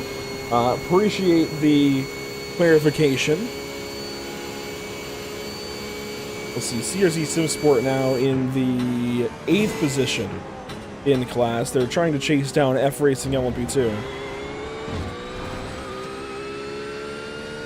A fun name, Lassie Dieters. I like that. We do have a fight brewing actually for 3rd place in LMP2. How about this? On board with North Sim Racing and Angelo Gagliano, trying to work up to Adam Hedgecock in the Altitude esports machine. I'm chasing him down right now. You can see the run through the Dunlop chicane was very, very good there from 278. Was able to close quite a considerable margin. Go into the S's here, and you know, we've seen it all day, Andrew. We've seen it all throughout the night too. For those that didn't get to view it, some of us were still in the iRacing session, still watching, keeping a log on to see how things are going. And you know, that corner right there going into the Mulsanne straight, this is pretty much where you want to get the maximum amount of potential in the car to get a run. It's pretty much the easiest place to grab a toe. And you can set your runs up so well, especially going into the chicanes, because once you close that right into the chicanes, we see a LMDH. Need to make sure I'm not saying GTP. Going into the chicane, now going to split these two LMP2s. Trying to fight, like you said, Andrew, for the 3rd spot. Definitely been a good battle so far, I will say. These guys are trying to find any ounce of speed they have left in these cars. Everyone's just got to be kicking themselves. They're tired, they're fatigued, they are ready to go to bed like we are, Andrew. They've probably got less sleep than we have. They're trying to make sure they can keep these cars out in front, still fighting for a win in the podium. We've been talking about it throughout the course of the morning, the early morning hours. A lot of these drivers, they likely build time into their schedules. I'm sure a lot of them skip that time, though, to sleep. They build that time available for them to sleep. I'm sure they skip it. I know I skipped it when I drove in these kinds of endurance races, but here we go. Gagliano and Hedgecock, he backs out. Very smart there from Angelo Gagliano. how close he is here, Andrew. The run wasn't completely there coming out of the Mulsanne corner, but now you can see the closing rate on the ticker in your bottom right-hand screen. Getting so closer. Is he going to take the move? He's going to go to the left-hand side. That's going to be the almost inside for grass. Indianapolis, though. That's very smart. Going to be the outside for the kink, inside for Indy if he can hang there. If he clears beforehand, it's not going to be a problem, and there it is. Clear, moving over under braking to defend the position, and that is going to be a move for third. But the fight's not over yet, Andrew. They're still going at it, going into the next right-hander and into the Porsche curves. So pass made by Gagliano, now looking up ahead to orbit drop bear. It's going to be 48 seconds.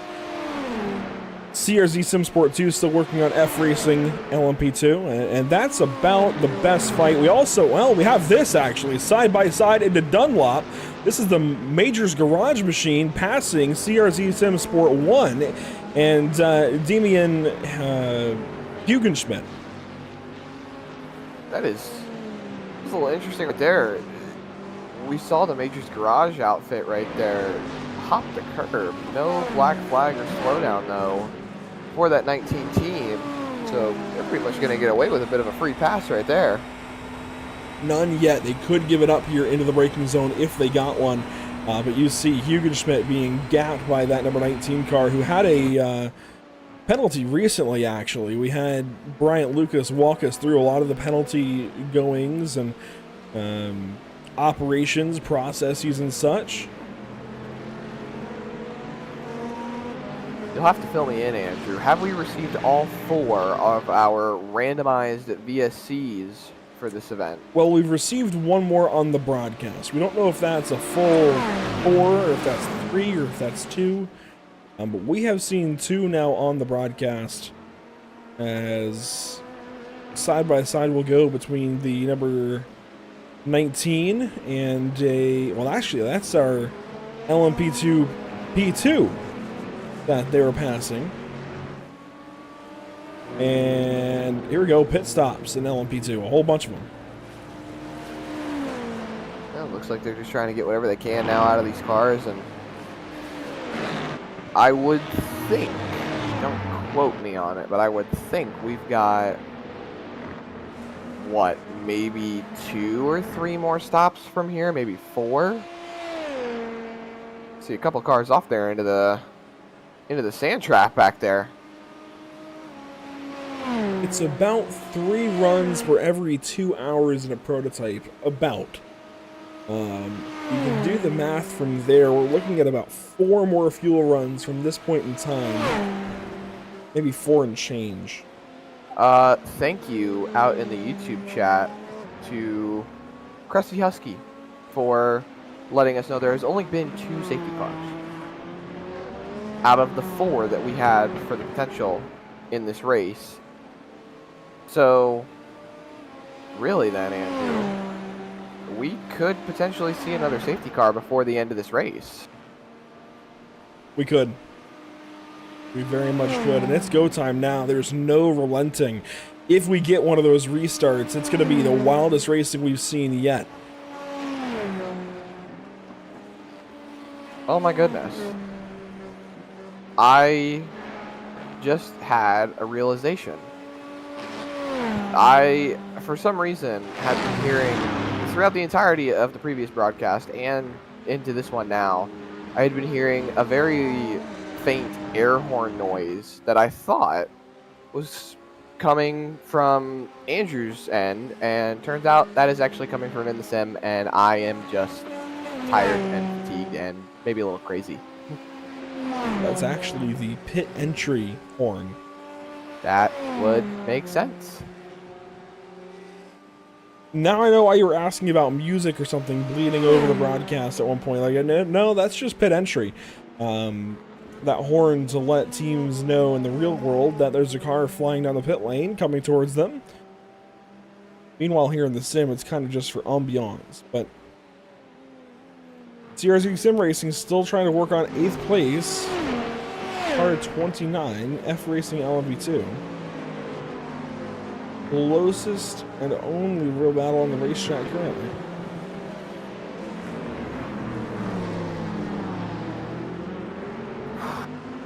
I think today might finally be the day that I decide to put caffeine and coffee in my body. Or grab a Red Bull or a 5-hour energy. I've been living on Rockstar Punched, personally. It's not good for my kidneys, I'll tell you that, but it's doing its best to keep me awake. I'm not gonna lie to you, Andrew. We don't sound very awake right now. Well, we are. Barely at points in time, but we are. 2 hours and 44 minutes to go, counting the moments down. And I don't think there's anybody who wants to get to the end of this race sooner than Alexander Lefebvre and everybody over at V10R Esport. They've had this win just about within their clutches the last 20 hours, if not more. I think the biggest thing for them as well is that they're clean. They're completely clean. Look at that car, not a scratch on it. They have been picture perfect this entire race. No mistakes, no falters, no nothing. Every single driver that's gotten in that car, whether they be a little bit off the pace or a little bit on the pace. Obviously, we had Madeline in the car earlier, and he was setting blistering times in that Acura. But they've all just been executing perfectly. Hasn't even... do they even have any incident points? Any off tracks? Anything, really? I'm sure they have. Well, I've seen the 110 go off the racetrack a couple of times with different drivers on. I don't know how many, obviously, but I know they have some off tracks. They've got a lap though on second place. Nemesis Racing Pro is over a lap down. So we can imagine how much this race would get turned on its head if our overall leaders in the 110 had a problem, had an issue. Oh, let's not manifest it. No, they're gonna come for us. Here. No manifesting, just thinking hypotheticals. Well, our LMP2 leader has pitted. That was Jacob O'Reilly, still in the car over at Vermilion.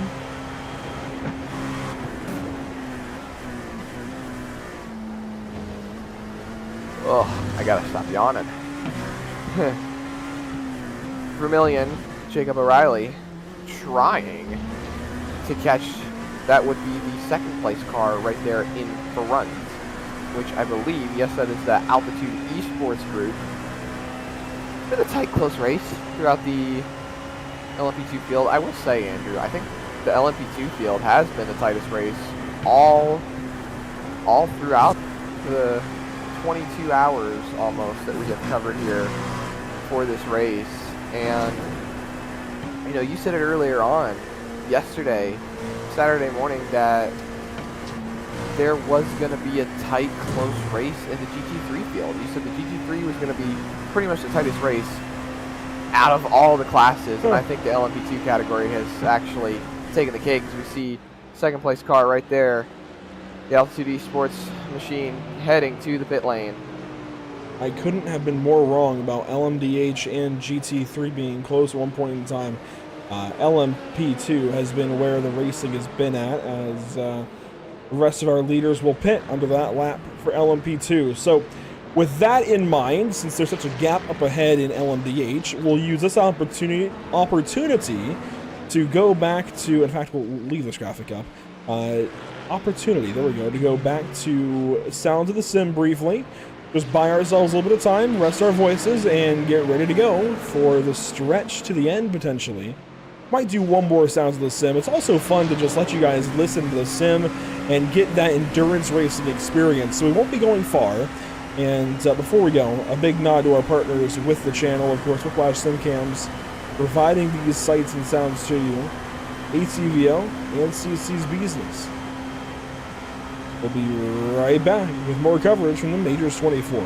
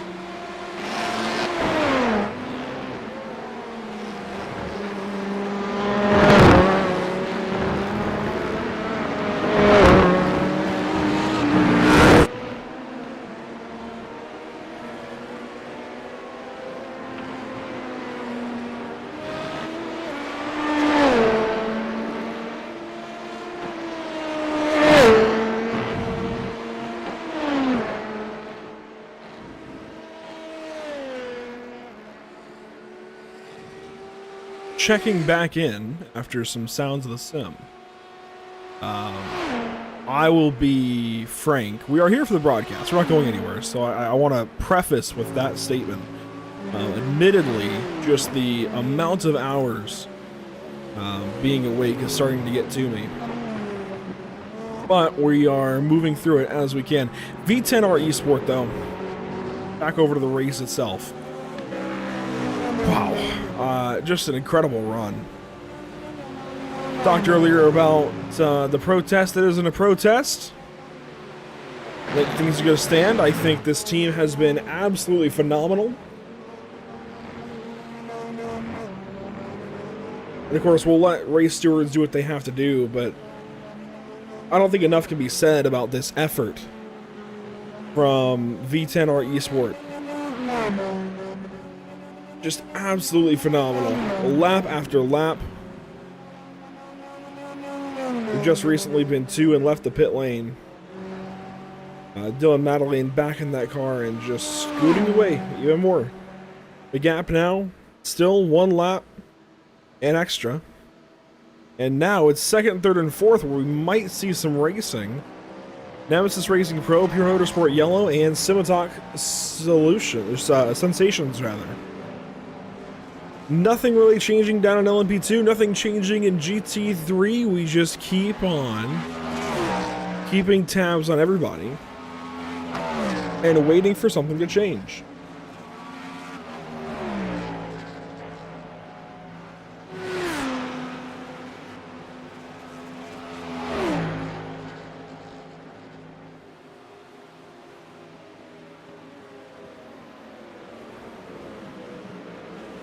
Pure Motorsport Yellow specifically, Alexander Powell behind the wheel trying to reel in Dmitry Klopov.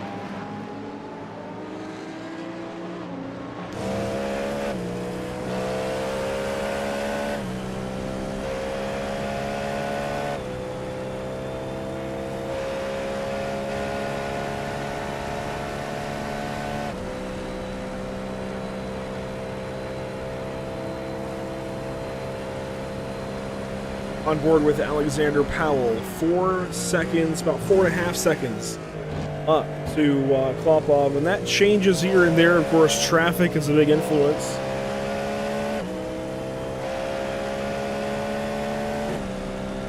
And this is about the closest anybody is on the racetrack as a whole, but certainly the closest in LMDH.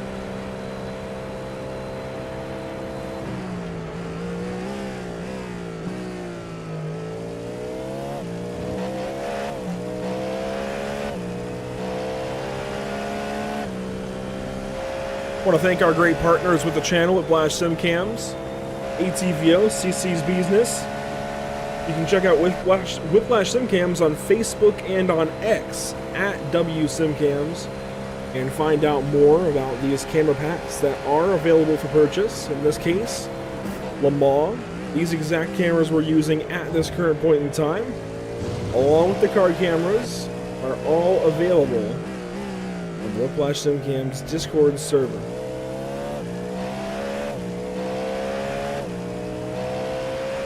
ATVO, of course, App Engineering TV Overlay. Such an integral part of our broadcast coverage. We literally would not have a broadcast without them.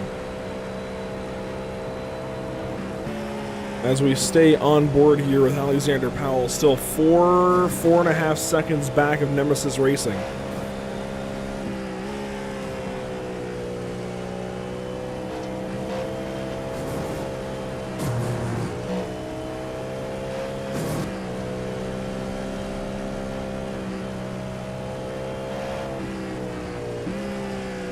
Well, if you're watching this broadcast from another split of the Majors 24, let us know how you're doing in your race, how you've been doing, what position you're running in,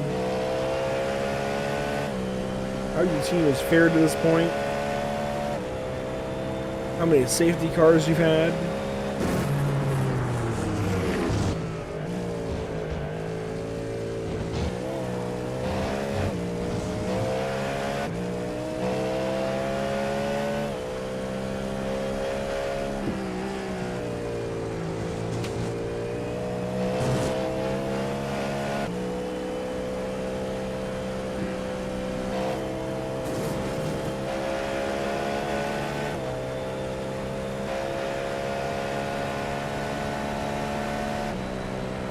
Sounds like Zach stepped away for a moment, but we await his return.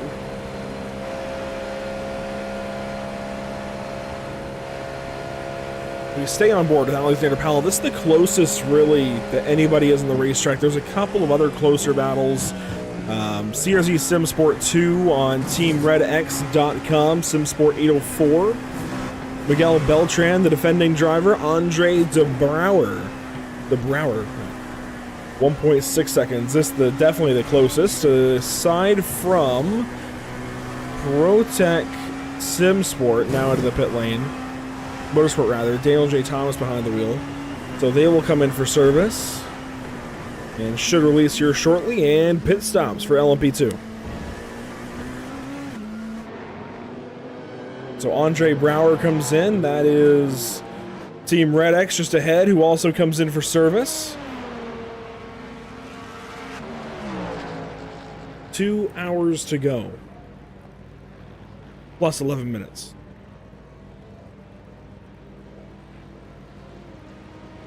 Well, YouTube chat, let us know where you're watching from, who you're pulling for, why you're watching this broadcast, if you're in split 4, if you're in another split. We have a bunch of you watching. So, again, let us know in the YouTube chat.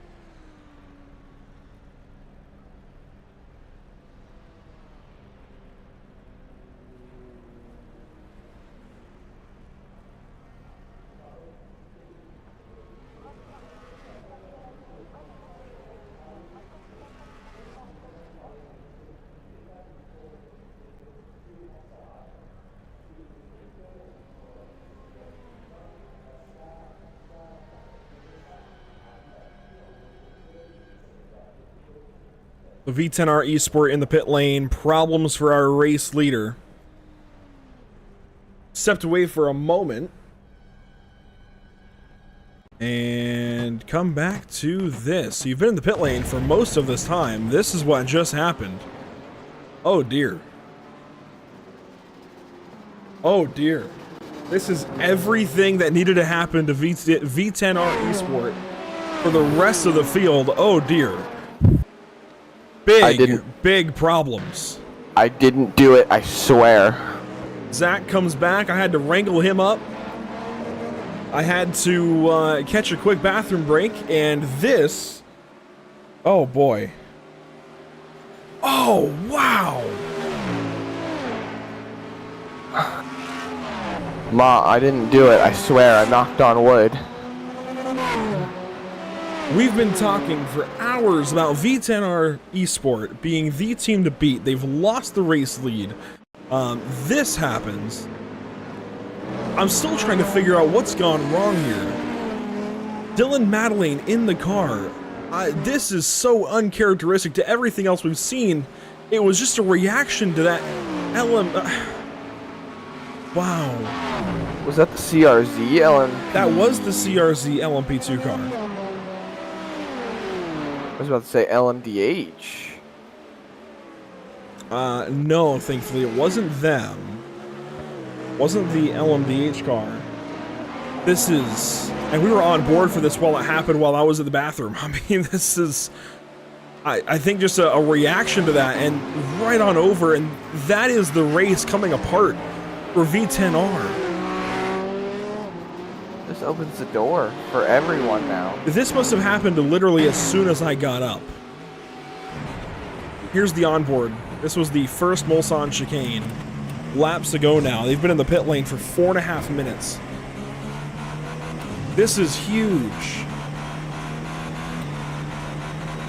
Just a reaction. Yeah, I mean, that's... He just got scared when if he had left the wheel straight. I mean, I know hindsight's 20/20, but if he had left the wheel straight, they'd have been fine. Unbelievable.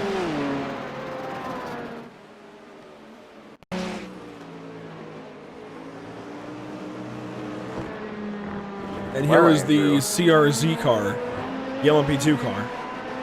This opens the door for a world of possibilities. I mean, the whole race on its head. Everything we've been talking about for the last 20 hours. The race is completely turned over. We've got 3 cars back on the lead lap. The Nemesis Group, Pure Motorsports Yellow, and Simotalk Sensations. They're all back on the lead lap now. The CRZ Simsport Group. We've got ourselves a race for the lead. I never thought this would have happened. 2 seconds apart now. Nemesis Racing Pro, Pure Motorsport Yellow. 2 hours to go. Everybody that's here, if you've been watching, we got ourselves a race. So on board of Pure Motorsport Yellow. Incredible. This doesn't change any of the lead fight. It's still a 50-second gap in GT3. It's 5 seconds in LMP2. So our prototypes are racing. The GT3 cars are spread apart right now. Oh, Andrew. And Have you ever? I have actually, not recently though. I gotta say, I know what you're going for. I know we tried to set it up with Zach Shucker earlier. So glad you at least caught on to that. I was about to punch the air. That was goodness. That's just a massive, massive shunt, and it's such a small mistake. I can't believe that was Dylan Madeleine in the car. Well, our new race leader is the 991 Nemesis Racing Pro. Second place, Pure Motorsport Yellow. These are the 2 Cadillacs. The 2 Cadillacs, I believe, that we have. I think we have a couple more, but like the 2 that have been at the front. Anyways, I'm blown away. Of all of the Porsches that were good, of all of the Acuras, we are down now to these couple of Cadillacs. ProTech is out of this race, more or less. They are, let's see, where is ProTech? 10th. They're back on the racetrack, but I mean, I'm astonished. The lead now down under a second. On board with Alexander Powell again. 8/10. Got ourselves a fight. Ladies and gentlemen, if you wanted to see American muscle win this race, and you did not get to see the Mustang or the Corvette do better in the GT3 category, watching a Cadillac take a win is your best bet. Is, oh, we got a fight right here. Cadillac versus Cadillac. Third place is an Acura. They're another 8 seconds back. There are now 3 teams that are absolutely within reach of winning this race. 2 Cadillacs and Acura. There's a Porsche in 4th that's really not that far back at all. They're within a minute. Or not within a minute, within a lap.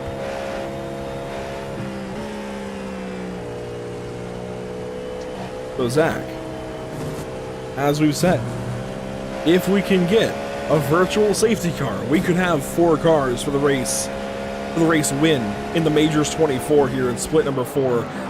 That one incident has completely blown this race apart. Blown it apart. It's like dropping a nuclear bomb on it and watching it explode.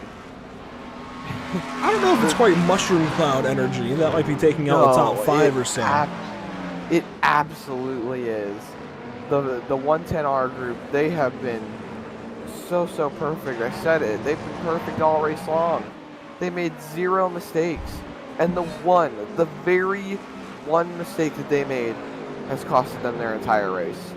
With less than 2 hours to go in this 24 hours, it's like, oh my goodness, what year was it when Aston Martin took the lead in the GTE or the GTLM category and everyone went crazy because it was only just under an hour left in the race? This is the same kind of vibe energy that this has.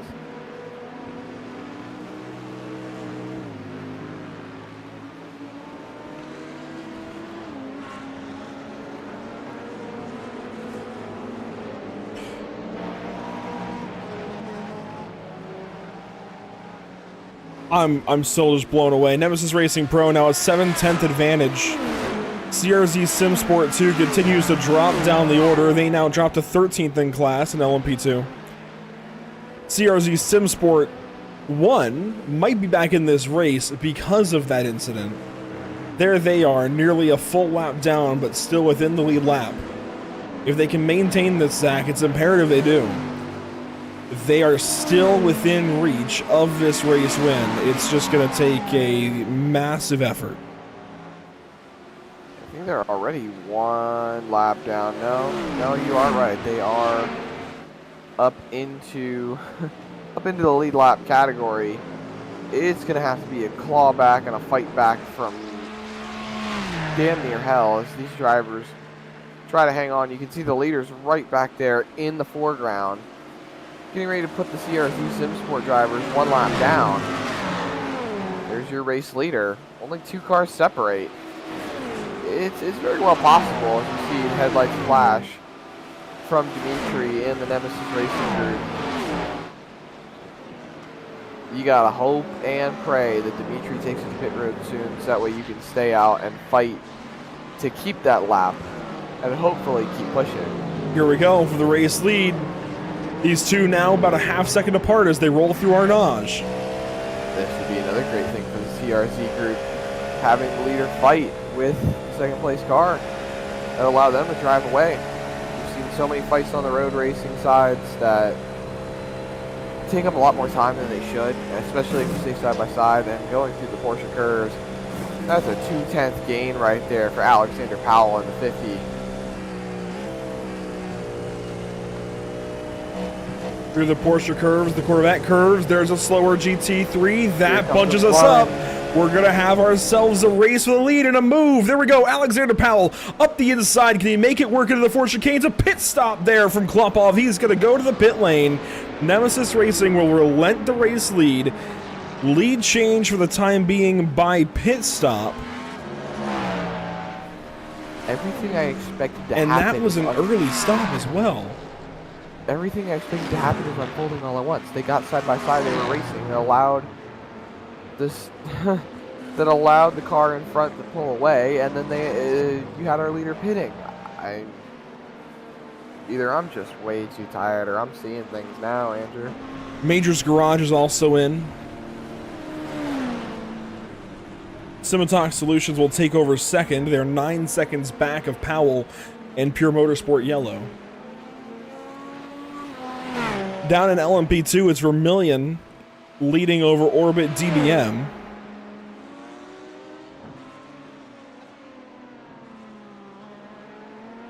Unbelievable. I can't get over the fact that this is just such a shocking development in this race. It's been 15 minutes or so now, and it's still just absolutely mind-blowing. Yeah, didn't exactly have that on the Majors 24 bingo card. Nemesis Racing out of their pit box. Back onto the track. They'll rejoin in third.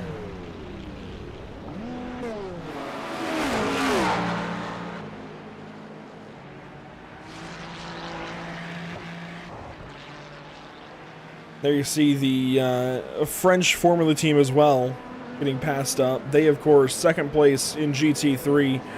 Not much they can do at this point in time, other than keep on doing what they've been doing over the course of the last handful of hours. Keep pushing. Right? No? Something like Nothing? that, yes. Aww.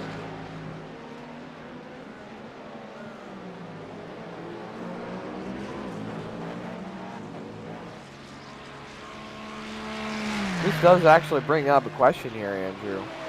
Because we saw early pit stops out of the racing group, do we see any takers now, maybe this lap or the next lap, or do you think they extend it, try to run the field run out? There's a couple of different ways you can do it. I think Nemesis came in to play the race in reverse, and they hit their fuel number. They're going to run from here 3 more fuel stints. Now, Pure Motorsport, I think, is staying on the racetrack as they pull up on CRZ to put them a lap down. Pure Motorsport Yellow, I think, is staying on the racetrack to go the full distance of this fuel tank. So we could have 2 varying strategies up front.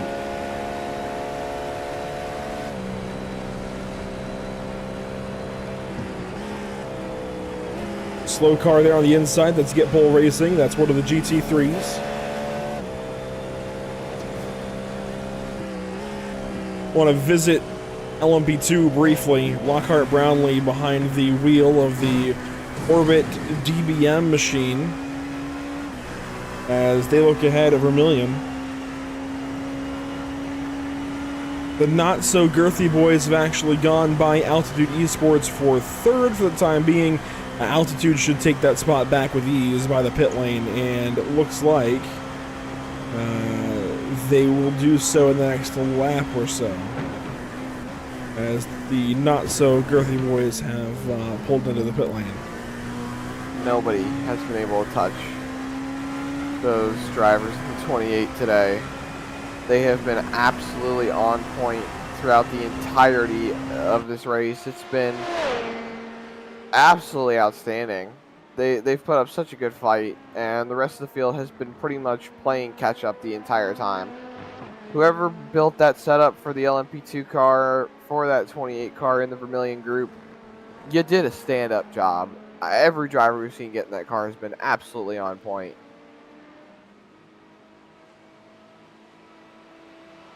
Ten seconds currently the gap up in LMDH. Simotok is losing time.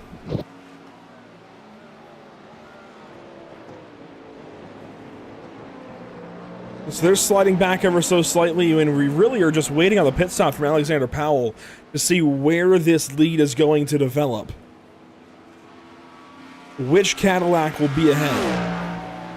I don't know, Andrew, older tires is definitely going to make a difference here. I think that you would think so, but these tires are pretty hard compounds. They can actually handle a double pretty easily, but because fuel happens simultaneously, they often go for tires and fuel at the same time. You could double these tires, especially down in prototype racing, where the fuel run isn't quite as long as a GT car.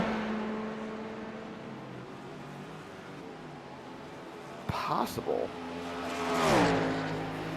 Usually, the way I've always seen it when it comes to strategy calls is you're always waiting on the fuel, regardless of if you're taking tires or driver swapping. So it just makes the most sense to take tires with the stop, so that way you can have new tires with a full tank of gas. Just keep that car 100%, really. The driver, you've rolled with it for so long, and the drivers have obviously gotten used to how the setups have been handling over the course of 24 hours. So to change anything up a little bit with pit stops can create some problems, and it's somewhat simulated this way. You can actually feel the difference in driving style when there's less fuel in the car. The rear end definitely takes an effect when it comes to less fuel in the car, and the overall pace as well definitely helps when there's less fuel in the car and new tires on.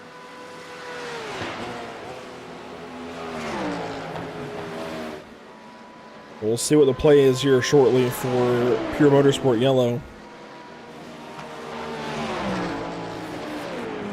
Nothing is going to prepare me for the fact that we are going to have a different winner than V10R. Accept it. They dropped out of the top 10 too. Well, no, they are 10th right now, but dropping out of the top 10 still remains a possibility. No stop there for Pure Motorsport Yellow. They stay on the racetrack. Another lap. They can go about 12. This will be on to lap 11 now. Actually, no, on to lap 12.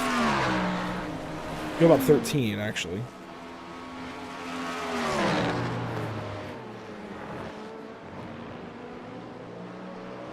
So potentially 2 more laps here for the 50 car before they pit. That would work them down close to about an hour and 40 minutes to go.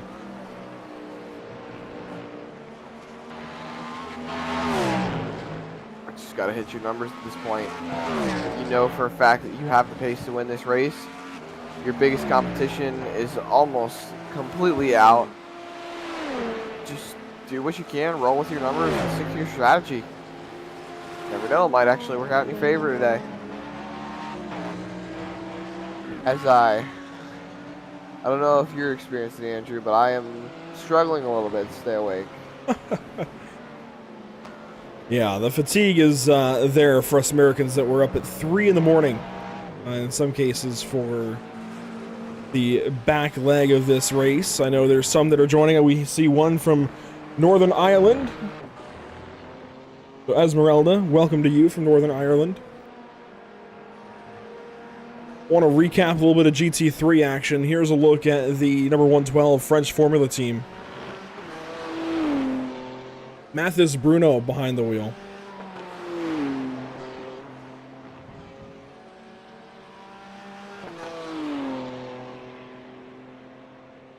Currently sitting in the second spot here, Andrew. To be perfectly honest, didn't expect to see a BMW sitting in second. I figured these Corvettes and these Ford Mustangs were absolutely on point, especially with the new iRacing Sim update that has come with adding these cars into the service and providing us with that much more of a complete GT3 field. So to see a BMW running up front, especially throughout the field, I mean, the Banana Racing team are running BMWs as well. Then you've got a Porsche leading the way. I really figured I'd see the Corvettes up front a little bit more. They were on the attack early on in the race. Well, and they were, and I think a Corvette was going to win this race until an incident with, gotta remind myself of the actual team name, RPL. RPL UK, Luke Grange behind the wheel. They had that incident into Tetra Rouge so long ago now. Satellite Racing Indianapolis was taken out of the GT3 race lead as a Corvette, and Evolve SimSport overnight as well had some issues and retired from this race early. So the two prominent Corvettes, I believe the only two Corvettes in this race, ending up out of this race before the morning hours were even completed. Here we go, the 29 car. That's going to be a pass around the GT3 car. That was F Racing LMP2 making their way by our GT3 race leader.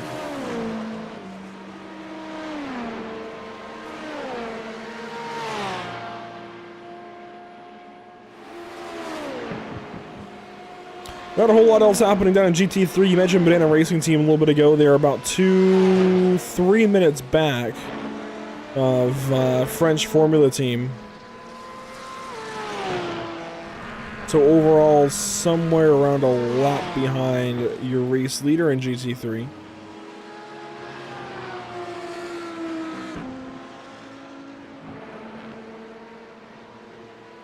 Well, not a whole lot to report. I mean, I'm looking through the class and I'm seeing 2-3 minute gaps. The next closest would be this bunch from Strong Characteristic Horse Racing. Hayata Asaga behind the wheel of this Ford Mustang. 4th place currently. They are 1 minute 34 seconds behind Banana Racing Team and their BMW. And Banana Racing Team isn't just going to slip up and let you get all that time. They've been very solid today. So many different drivers in the cars, and everyone has been performing adamantly. Pit stops for the leaders. Here we go. Simataka's in. Pure Motorsport Yellow is in. Driver change here. That's George Streetley now climbing aboard. He might be in the car to go to the end now. This is at that point where we could see the driver getting in now take these cars to the end of the race. So Streetley in for Pure Motorsport Yellow. That could be a winning combination. We'll have to wait and see. You never know. Anything can change, anything can happen. And they just, like I said, Andrew, they just got to hit their fuel numbers, hit their marks, and find a way to make sure that they can push through. It's been a long 24 hours. We still have an hour and 44 minutes to go. There's so much opportunity left. You would think after 24 hours, an hour and 44 doesn't seem like that much. It seems like a minute's change maybe, but it's still a lot of time for these drivers. Well, and grabbing a hold of that advantage is Dmitry Klopov, and the Nemesis Racing Pro Machine has absolutely capitalized on the issue for other drivers ahead. And there you go, the flash to the Tatum Racing Mercedes, but that Cadillac looks so good. Zach, that is British Racing Green, more or less. I feel like I have a somewhat understanding of what British Racing Green looks like. In some regard, at least. I know we had talked about it. I know there was a car that you had shouted out as being somewhat British Racing Green, and it was a little bit off. Might have been an Icon broadcast recently. It is possible, I will say. Because I do remember the conversation, I just don't remember if we had brought it up in this broadcast, or if we had brought it up in a previous broadcast. I would go back and rewatch 6 hours of racing that we covered early on when this race first got underway, but at the same time, I'm more likely to fall asleep before then. Well, I'm sure you are too, Andrew. Gonna hold the sleep off for a little longer. An hour and 42 minutes to go. Dmitry Klopov in the best position that Nemesis Racing could find themselves in after pit stop. A 3-hour gap back to second. 3-second gap. But it seems like the YouTube chat has caught another one for us. The TLDR group has gotten absolutely murked by LMDH. They're currently sitting in the pit lane with a pit for repair flag, and it doesn't seem like they'll be moving anytime soon.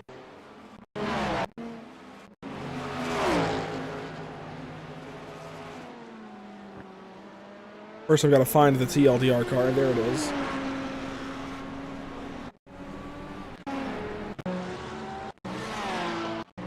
Oh, there you see the off track. Porsche curves. Seems to be a popular attraction for a lot of these drivers probably today. the most difficult portion of the racetrack. So let's see which LMDH it was. Looks like it might have been CRZ Racing. Sure enough. Oh my goodness, that is... Netcode. Yeah, that's a big netcode incident right there. Even if it wasn't netcode, that's so close enough that you can consider aero wash. It's been common in the Indy cars and in the NASCAR Cup Series cars. So to see it here would be interesting, but you might be right here, Andrew. It might just be a little bit of net code. We take one more quick look at it. Yannick Mormon behind the wheel for this, and around he went. Personally, it outside just looked like a wall. bit of a self-spin. So let's get the onboard with the CRZ SimSport 44. Not onboard, rather, but TV camera, so we'll be able to follow this along.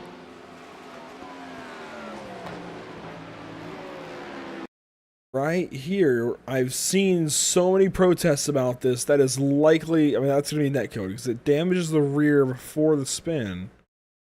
Right there, it gets simulated.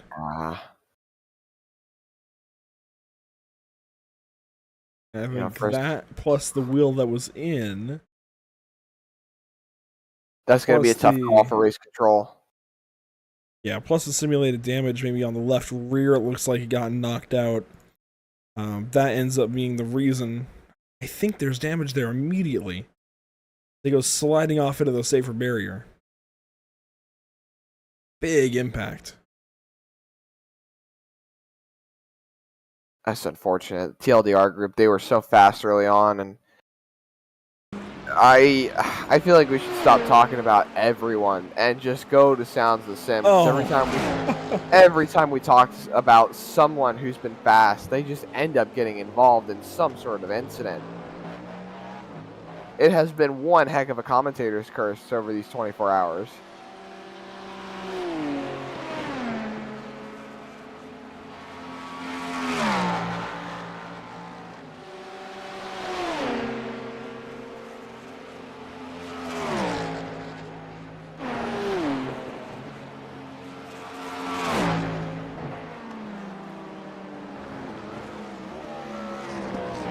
Well, looking up at Dmitry Klopov, this is your race leader by 4 seconds. Pure Motorsport yellow. George Streetley just trying to chase. There's not a whole lot we can do to talk about it other than just sit back and watch. Here's a pit stop, though. Tim Smith, DLR and SimLab. And it'll be down and away here in a second for DLR Blue. I think I'm going to go get my lawn chair. Take it right here in the booth with us, Andrew, and just relax and watch the rest of the race at this point. Everyone's just on rails for this last hour and a half now. We're within just about all of our final stops, if I'm not mistaken. I think 1 or 2 more stops from a few of these other drivers, and other than that, it's home free for everybody. Just get it to the end. Nurse it if you have to. A little wiggle there from our leader, but hey, just putting another car a lap down and trucking on with his race.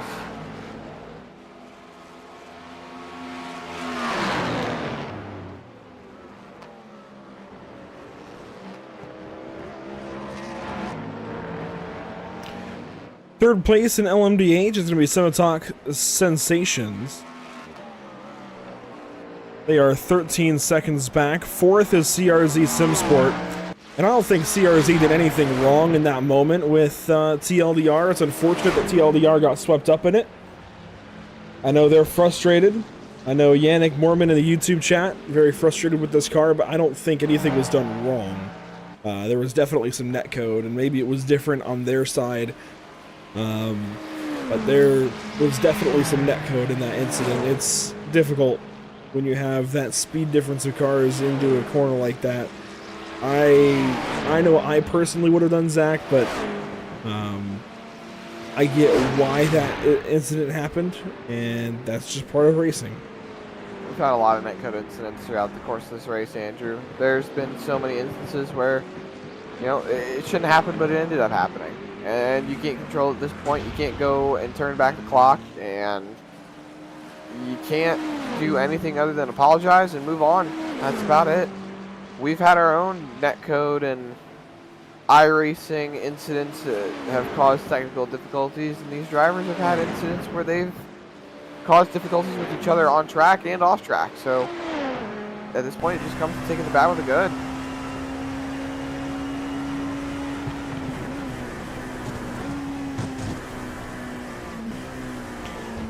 Well, speaking of good things, Orbit Drop Bear Motorsports Saturn, second place, really solid day for them overall. And this is the point in time where, you know, things really just start to get tied together. An hour and a half to go, 90 minutes to go. There's a lot less energy in the racetrack, a lot less energy in these battles. People are split apart or kind of just waiting to get to the end of the race as CRZ comes into the pit lane for service. They'll pit out of 4th. I think my cat just woke me up.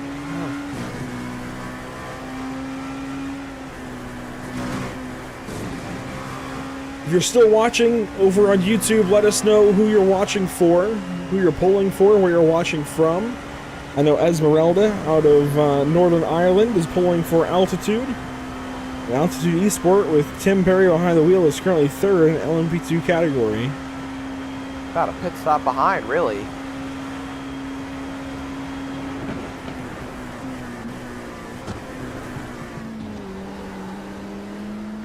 gotta ask, Andrew.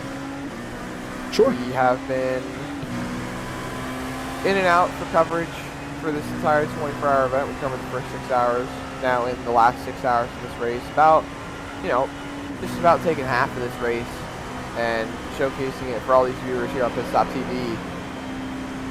You have been in the session the longest out of anybody, and you have done just about the most work out of anybody. Absolute props to you, but I gotta ask, with how long you've been in the session, you've seen a lot of stuff we haven't seen. What's been your favorite moment so far as we roll towards the end of this race?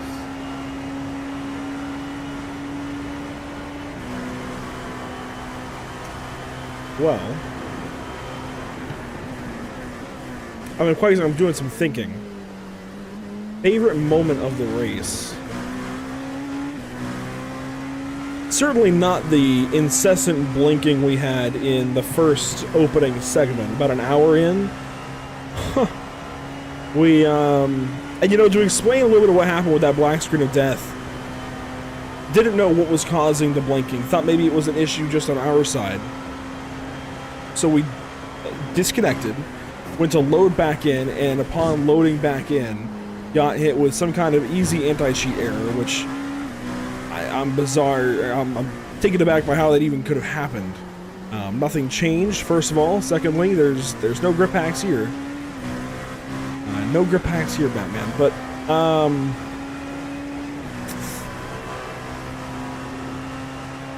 man, favorite moment. I think any of these 3 wide battles. You know, that restart that we had a little while ago while you were just waking up, that was a really solid restart. I had a lot of fun with it. Waking up, he says. Like I went to bed, he thinks. Yeah. Oh my goodness. The gap here, 9 seconds in LMP2.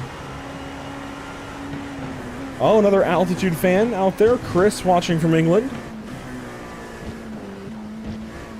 A lot of altitude representation that we've seen throughout the course of this race, to be perfectly honest. It's comforting to know that there's a lot of drivers out there that have quite a few fans that are tuning into this broadcast here on Pit Stop TV with an hour and 32 minutes left in the 24 hours, the major 24. Still, so much race left to run, Andrew. So much left to happen. Anything is possible. And I think the best way to put it is you just got to keep an open mind. Don't knock it until it happens, really. We didn't think the 110 group was going to be taken out of this race. They made a mistake. We didn't think the Banana Racing team was going to be on the 3rd step of the podium, but hey, that's where they are right now. There's so many unknowns that have transpired today, and I think we just got to keep an open mind and move forward with how these races are going. Well, hey, everybody's starting to wake up. We have Alex Powell chiming in from Pure Motorsport Yellow. We're watching them now. He was in this car most recently before George Streetley. That was a little close to the 03 car from Penguin RC. But Alex Powell doing a fantastic job elevating this Pure Motorsport Yellow entry to the 2nd spot. I know it took a little bit of circumstance to get here, but Alex had to pilot the car perfectly, or at least as perfectly as he did, to get to this point in time, to get this opportunity, and to take advantage of this position, and that's what they've done. I think I miss about racing at Le Mans, Andrew. I miss the Le Mans style starts, where the drivers used to run into their car and start the race that way, where the pit lane used to be fully connected to the front stretch, and it's the classic holes of racing that you miss. Now, that's not inherently possible, where drivers need insurmountable amount of safety gear to get inside these cars. It usually takes about a minute and a half to maybe 2 minutes to get a driver comfortable inside of a car before they can take off. And, you know, not saying I'm dissing on that. Safety is needed. I just really miss those classic starts.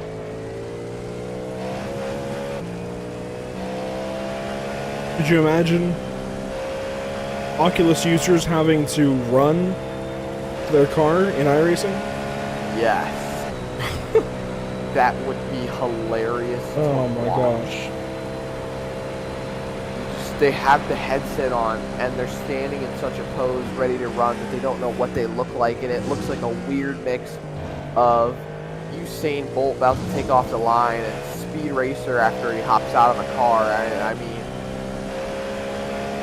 that would be so funny to watch. That would be hilarious.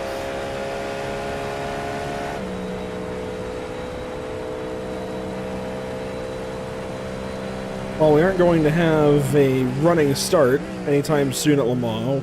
We are going to have a running end, if you will, on the racetrack anyways. 2 seconds of gap. Pure Motorsport Yellow, they're putting themselves in a really solid position just as this time goes on. Positioning for the end of this race. They've still got 2 pit stops to go. I think Streetley's probably into the end. Klopov might come out of the car for Nemesis Racing. And the problem now for Pure, I don't know where I got Pace from, looked up quickly. Pure Motorsport Yellow, likely, I think he's feeling the pressure. George Streetley, feeling the pressure of having to catch up and having to stay ahead of these other cars behind. There is an Acura breathing down his neck, a lap car, not for position. And the lap cars are definitely the one thing that makes things a little more nerve-wracking, especially going through the Porsche curves. You don't want to lose ground with lap cars.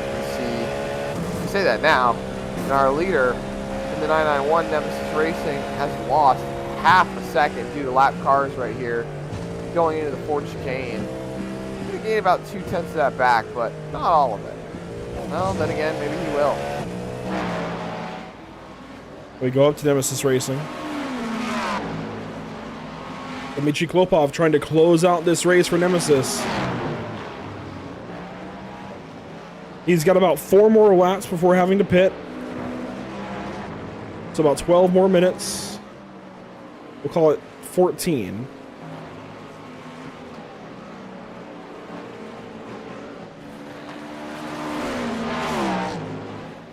Meanwhile, if you do the same kind of math here, trying to piece this all together, the lack of sleep is getting to me for sure. Pure Motorsport Yellow, they've got another 7 laps to go in their run.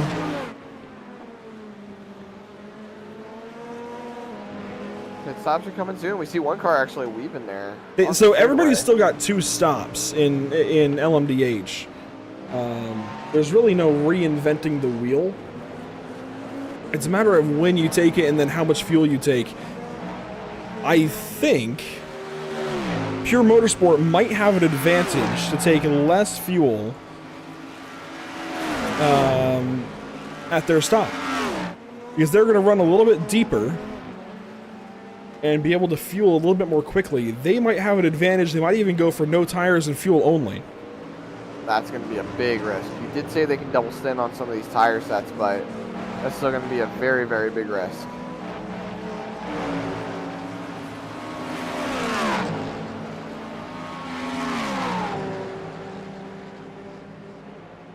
Before we head to our final Sounds of the Sims segment, I want to give a shout out to our partners with the channel. Once more, Whiplash Simcams, ATVO, CC's Business.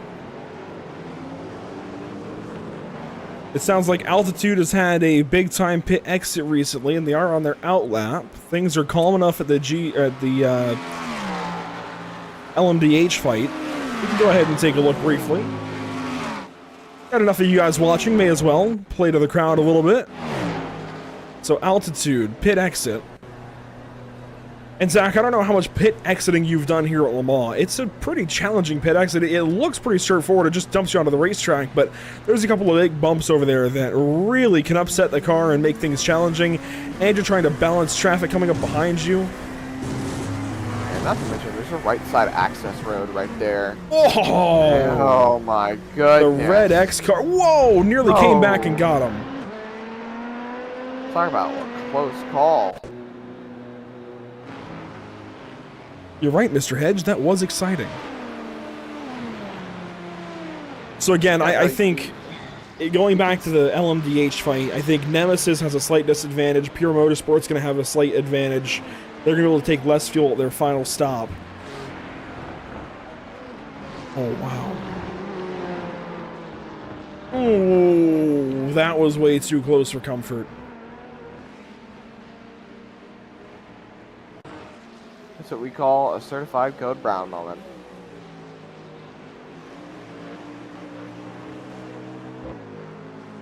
And Altitude dumps back onto the racetrack here in 4th spot.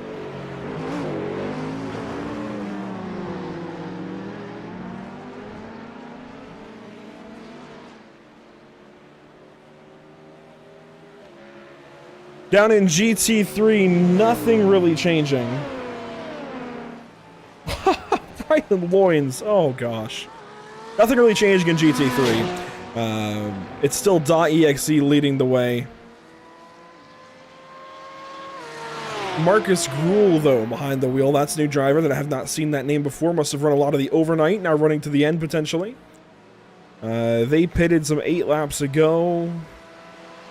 That should be good to go to the end with one more stop. French Formula Team, 39 minutes to go. Sorry, 39 minutes to go. 39 seconds. Oh, gosh. I'm starting to do it too, Zach. Yeah, 39 seconds up ahead to the race lead. Mathis Bruno. Getting there, Andrew. I know, it's wishful thinking. By the way, V10R Esport, it looks like they're just going to call it done for the day. They are now getting passed up by LMP2 cars. And within the next 3-4 laps, will be passed up by the entire LMP2 field that is remaining. It looks like they have actually taken it to the garage. They're done. They have received their, in a sense, they've received their checkered flag. They are completely out of this race after dominating the entire race up until about the 2-hour mark. Unfortunate for them. They did such a good job, and to lose it like that is just painful in a way. There's a lot of you watching that are brand new to Pit Stop TV, hearing our voices for the first time, watching our broadcast for the first time. I don't ask this very often, but if you could give us a like if you're enjoying this broadcast, if you've enjoyed any part of it, maybe enjoyed while we were a little more coherent, as we are getting to that point. Hey, being coherent is for chumps. Oh my gosh. But if you've enjoyed any part of this, please do drop a like. It means a lot to us, and a subscription really as well on YouTube. A follow on Twitch, a like on Facebook. Shaping up for a really solid ending here.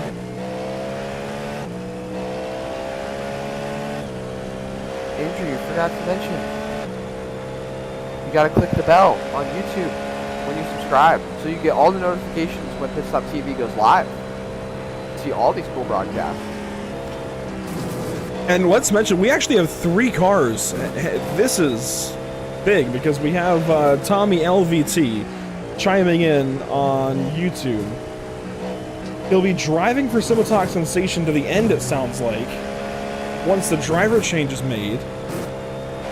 Sir, your team has been doing an absolute stand-up job. Yeah, Only they're 10 seconds behind. 10 seconds from a race win after starting 18th on the grid and just slowly being in the background all day long, all race long. I really got to commend this entire team.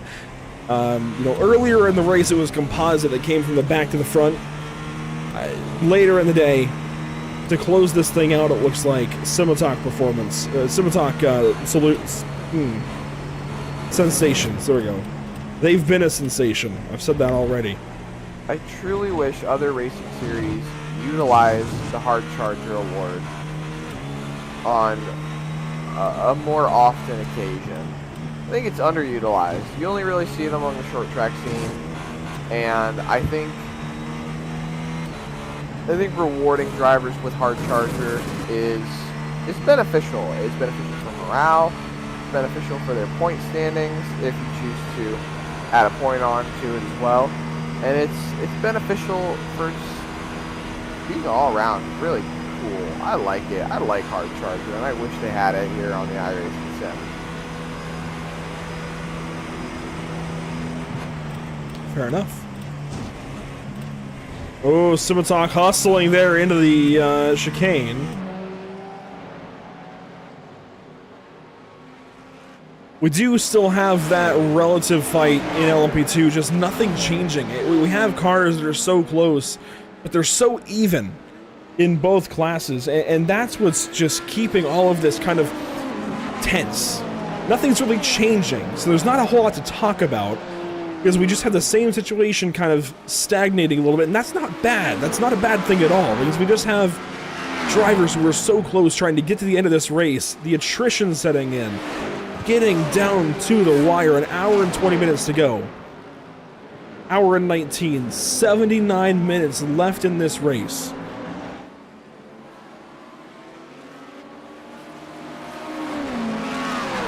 There's like a Pure Motorsport Yellow, they just flashed second place, so that was second and second. Second place LMDH flashing second place LMP2.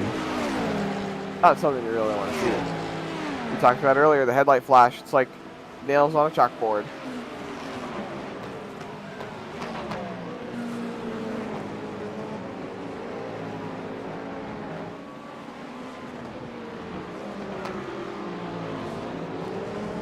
The Majors Garage entry, very close to CRZ Sim Sport. The top 5 has their own respective battles. We're going to pull up the onboard, though, for Pure Motorsport Yellow for another Sounds of the Sims segment before we close this thing out. One more little break for us.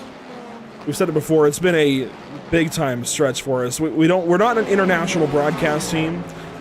It makes it very difficult to do these kinds of very early morning streams, 2 days in a row now.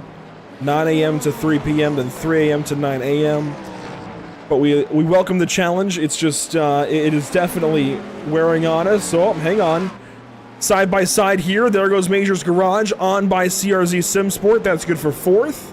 Glad we caught that before going to a commentary break. And here we go for the race lead. Pit stop. Nemesis comes in. So Nemesis is coming in with an hour 20 to go. They are playing this perfectly to 40 minutes and 40 minutes. And there's not much wiggle room on fuel for them. Pure Motorsport Yellow is going to go another 3 to 5 laps, somewhere in there, before they pit and earn themselves some wiggle room on fuel. And I like that strategy a whole lot more. So while things die down for a very short moment, we will go Pit Stop TV Sounds of the Sim and leave you with the onboard of Pure Motorsport Yellow on the racetrack for just a few, and be back in a moment.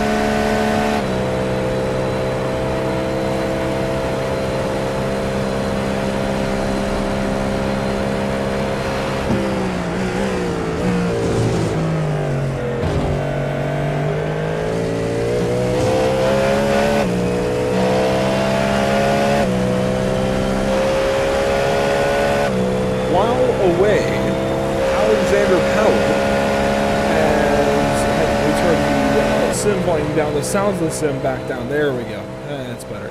Alexander Powell has taken the reins of the Pure Motorsport Yellow Machine. A short pit stop has put them out in front after a pit stop, and they're on their out lap.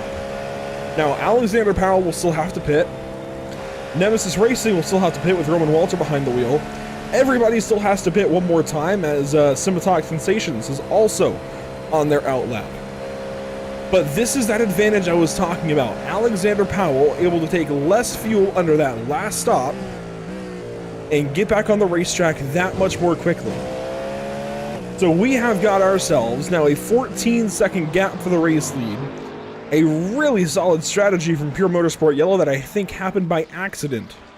And a race that can be turned on its head at any point in time with just a virtual safety car. I want to welcome back the one and only Bryant Lucas to the broadcast booth. Bryant, you've been helping with some more race control duties. And now as we pop in here, less than an hour to go, finally we see no number in front of that middle digit. I'm refreshed, ready to go. This is going to be one heck of a finish. Oh yeah, we gotta get energized, ready for the finish. All right. Here's that energy. Yeah, gotta bring it to the booth, guys. Man, I tried to do some race control, but I keep getting called to the booth. Got called to Grid Vision again, and then I got a call for here. So I was like, all right, I'm gonna come here, and I'll deal with the consequences from Mike later. Sorry, Mike. We'll just set it ahead of time. Well, I'm glad that Mike has allowed you to go on loan here for the last hour. This is going to be a really cool battle. So what happened while you were away was a massive, absolutely massive shunt for the 110, the V10R eSport machine. And oddly enough, Dylan Madeleine behind the wheel made a small mistake, overcorrecting for a driver ahead that was having an issue, and absolutely destroyed that car along with the CRZ Motorsport or CRZ SimSport 2. I believe it was that car. Yeah, I believe it was their LMP2 car. So okay, a massive, massive shunt has completely reshaped this race. We've got two Cadillacs racing for the win now, 13 seconds apart, and a Cinematonic Sensations is back there with their Acura, another 8 seconds back, 21 seconds back in the lead total. They've been quick, and Maxime Dumoulin has got some pace. Yeah, and that Acura, we have the top split's all Acuras. It has an advantage, whether you want to admit it or not. Back in third place, definitely don't count it out. We've seen them there all day, and CRZ, they've been great all day as well. And once again, one thing to turn this race around is a safety car. Do not count it out. Mike is crazy. He will throw a safety car if he feels like it. So just keep that in mind. Looks like Vermilion and Orbit DBM are still in a good battle. DBM being 11 seconds back from Vermilion. That battle was fantastic when I was in the booth for that 3-hour stint. Doing great. We got a couple more cars on the lead lap. Altitude Esports LMP2. It's about 1 minute, 1.5 minutes back. And close to him is that North Sim Racing P217. Is 1 minute and 36 seconds back. So those two are decently close, about 10 seconds apart. And then the last car on the lead lap of LMP2 is going to be the not so gritty boys. Being back 2 minutes and 30 seconds. Looking at GT3. .exe is still in the lead from when I was here 3 hours. Well, feels like 3 hours ago. Let's be honest. 2 hours ago, yeah. 2 hours, long times ago. And there's more cars on the lead lap in GT3. That's good to see. The French Formula team in that Beamer is 33rd, and the 36 Banana Racing team is just on the tail end of the lead lap. So they need to pick up some speed here in order to stay on the lead lap here. They do have a car behind them, but it doesn't look like they are very close. Give a little recap there. Sorry, I kind of took over for you there, Andrew, didn't I?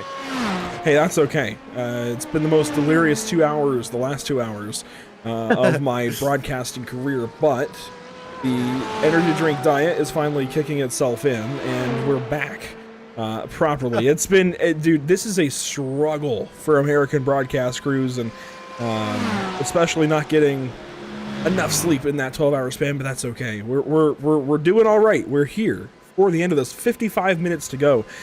Pure Motorsport Yellow leading in LMDH. Orbit, Drop Bear Motorsport, Saturn in LMP2, and as we've recapped, .exe down in GT3. It's interesting because we've seen so many comers and goers in GT3, yet that one .exe car that's been in the top 3, 4, 5 or so through the entire race has just been lurking around and is probably the car that's going to win this race. Yeah, it's been in the lead pretty much since that poor 18 car got destroyed by RPL. Yeah, so they've pretty much been taking up the reins of RPL. Well, after the RPL's killing, we'll just put it simply. Oh man, that's one way to put it. Small mistake out of Luke Grange, absolutely. We've seen three very small mistakes if you count composite yesterday. 3 really small mistakes from LMDH cars absolutely end in disaster for themselves and the car around them.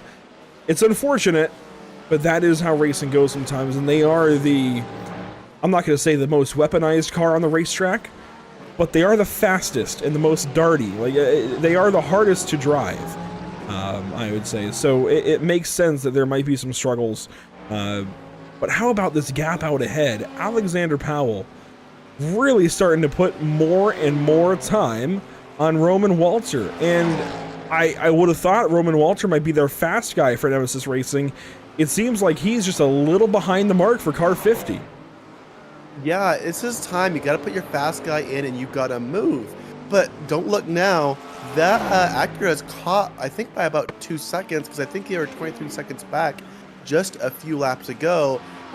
You never can count out this Acura, guys. I know it's an hour to go. I know there's a 21 second gap, but never count out HRC.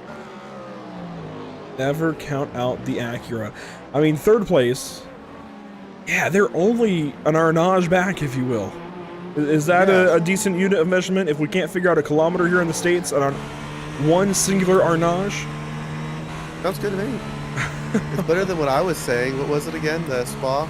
The part of Spa? Eau Rouge? Rouge, yeah. It's better. It could be one of Rouge, too. Who knows? I think Eau Rouge would be a little larger. Long, yeah. I think an Eau Rouge would probably be 3 Arnages. Yeah, probably. But we like to measure in feet and inches here. So. On board with Maxime Dumoulin, Scimitar Sensations, rolling through some lap traffic, and you see the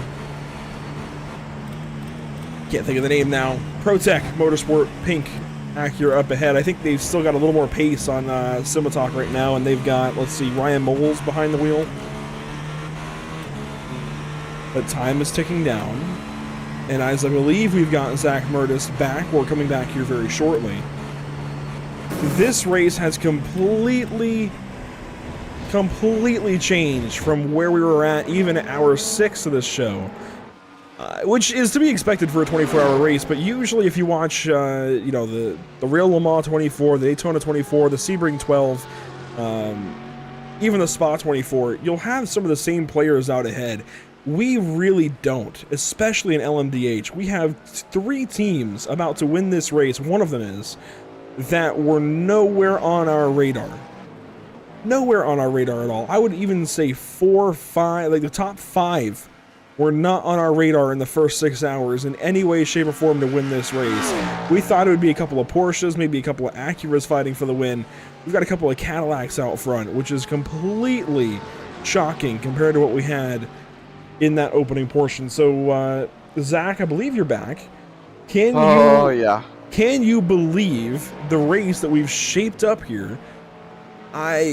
Personally, I cannot. The way that we've had multiple complete manufacturer shifts from Porsche to Acura, and we don't even know what happened in the overnight, other than an Acura leading the way, and that was the 110 car that's now out of the race. We had Porsche, then Acura, and now Cadillac at the end by default because they have not crashed when the others have. Pure American muscle, baby. If we're not gonna get the Corvette, we're not gonna get the Mustang to win. We at least gotta get the Caddy to win. So, can I believe it? Yes. Is it still very shocking? Absolutely. Do I think this race has strung me along with status quo for 23 hours just to throw it all in my face? Yeah. No, absolutely. And Bryant has been up there with race control as well, so I'm sure he's been dealing with quite the load as well with all these drivers. We see Kai Schubert in the pit lane for the CRZ SimSport group. This should be one last pit stop, Andrew. This should be the final stop of the race for them. It's going to be close. We got about 15 minutes left in this race. I can only imagine.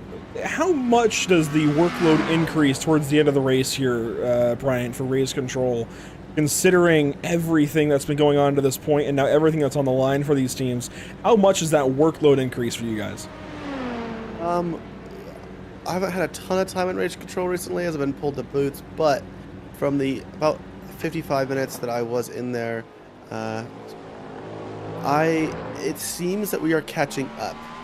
As you would say in, pardon me, Mike, for saying this, but as you would say in a normal race, like a normal endurance race, all the idiots have wrecked out. So there's no more idiots to cause incidents.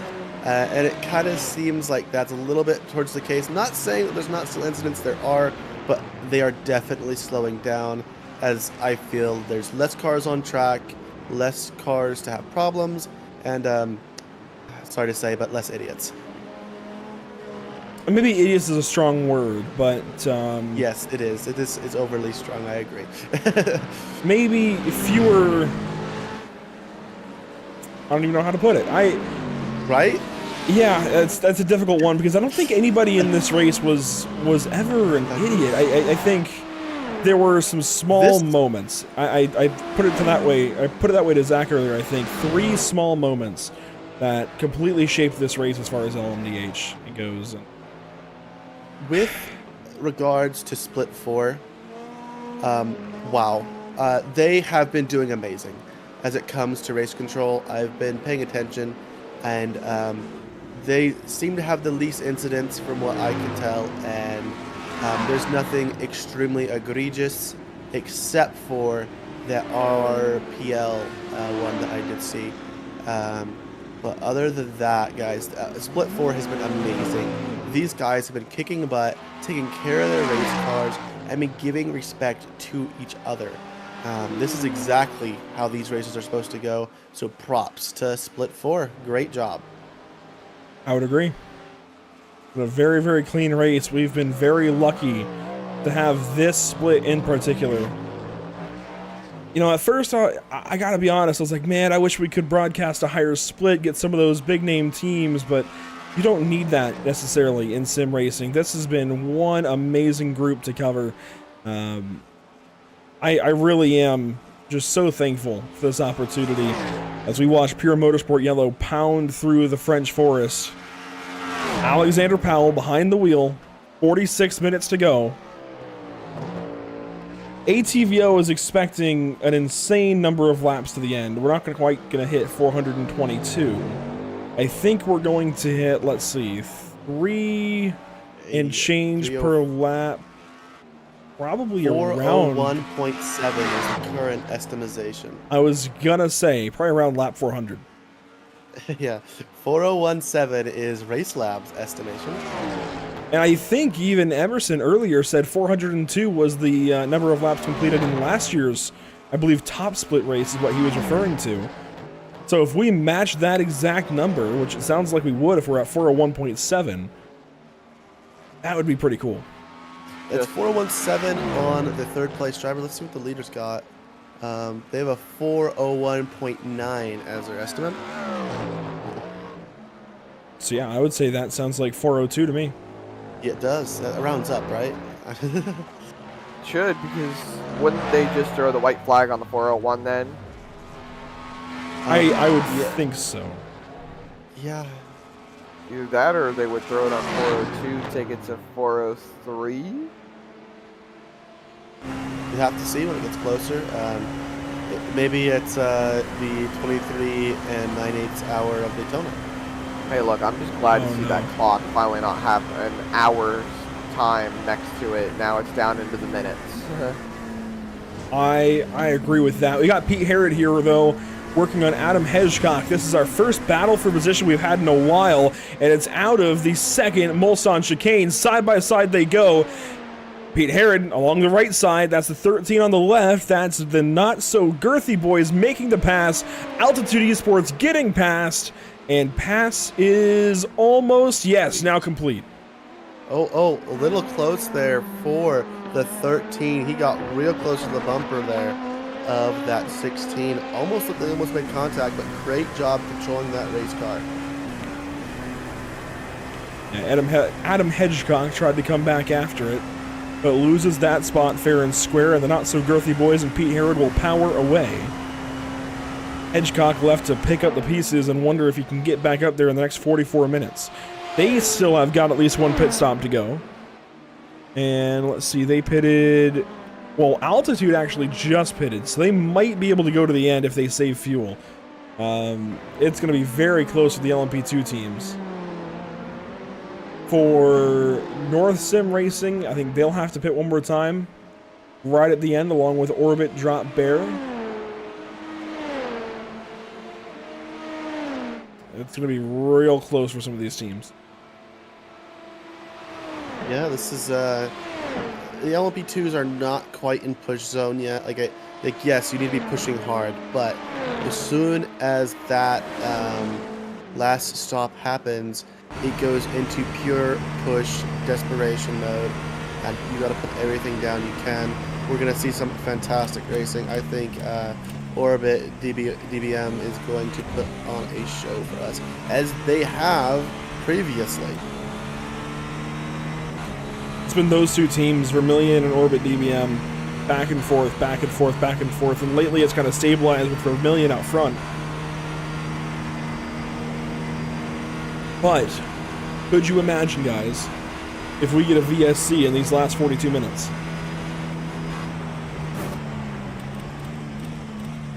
You gotta be careful with late safety cars as a race controller, because you make a mistake and you may not have enough time to recover the safety car. That's true. It takes probably, what, 10 minutes or so? If we were to get a VSC now, I don't think we'd be restarting until probably 35 to 30 minutes to go in this race. I would predict that if there's not a VSC now in the next 5-ish to maybe tops of 10 minutes, I would say there probably won't be one. We're on board with Maxime Dumoulin trying to chase down Roman Walter for second, and the gap from second to first keeps growing here in LMDH. Walter losing. Oh, there we go. Vaporizer Wizard saying no safety cars in the last 30 minutes. That would make sense. But I think that's about what Bryant was kind of saying there. But the race lead gap from Pure Motorsport Yellow and Alexander Powell to Nemesis Racing Pro and Roman Walter keeps growing, continues to just eke up and up and up and up. Now north of 22 seconds as we stay in the onboard camera, the helmet camera with Maxime Dumoulin. What are you seeing here, Bryant, that you do and don't like? On this certain car right here? Yeah. What do I do and don't like? Is Pure Motorsports? No, this is SimTalk.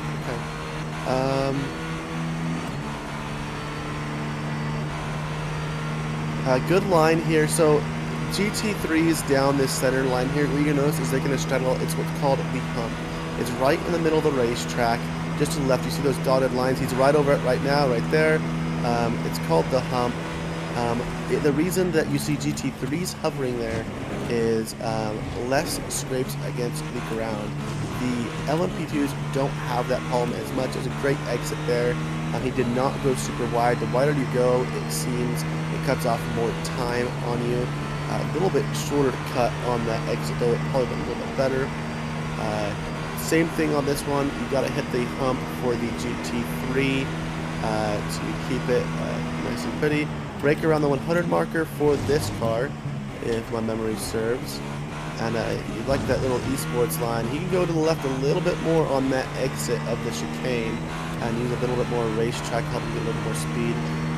Prepped up on the left side of the track here because you're going into the Mulsanne corner. You're gonna see this cone on the left, and you kind of use it as a guide to when to let off and then start braking right at the kink there. You're gonna aim wide at the cone, turn in sharp, perfect, great exit. A little bit wide there, a little bit of gas, got the rear end a little bit loose, a little bit of wheel spin, but great job coming down towards Indianapolis. That's good. What I've noticed here that I don't like from Maxime Dumoulin is he's lost a second in this lap, if not more, to the car ahead, Roman Walter. Roman Walter's actually been picking up on our race leader 2 seconds in this lap. I wonder if Pure Motorsport is caught in traffic. We can go up to their onboard. I think that Cadillac is not as good in the corners. I think that's what we're seeing here. A little bit of the Acura is better in the corners, I'm thinking.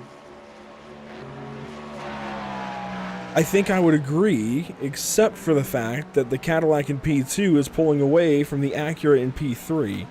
Nemesis Racing with that Cadillac doing something really, really cool here right at the end and flipping the script of who's fast and who is a little off the mark. Or lap complete. Closer and closer.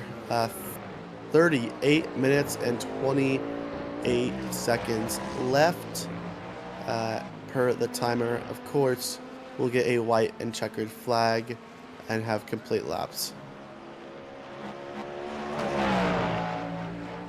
Battle for fourth, Altitude Esports and North Sim Racing. This is an LMP2, and North Sim Racing has just gone by Altitude, so Altitude is sliding big time here at the end, guys. I don't know where their speed has gone, but Altitude very much on a downward spiral. They've got plenty of time back to the next position over a lap, so they'll probably stabilize in 5th, but some big problems for the 13 car. 2 spots in about 2 laps. That's not the direction you want to be going.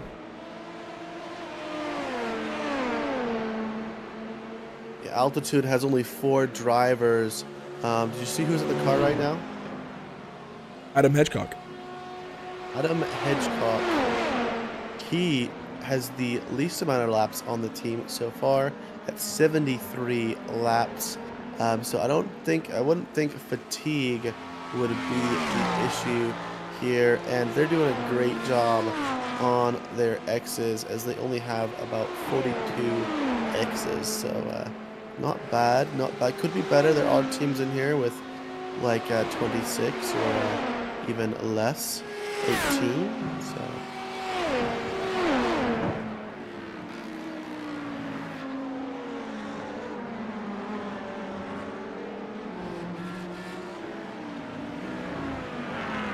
CRZ SimSport is starting to slide down the order. They are in the pit lane, it looks like. I don't see any damage on that car.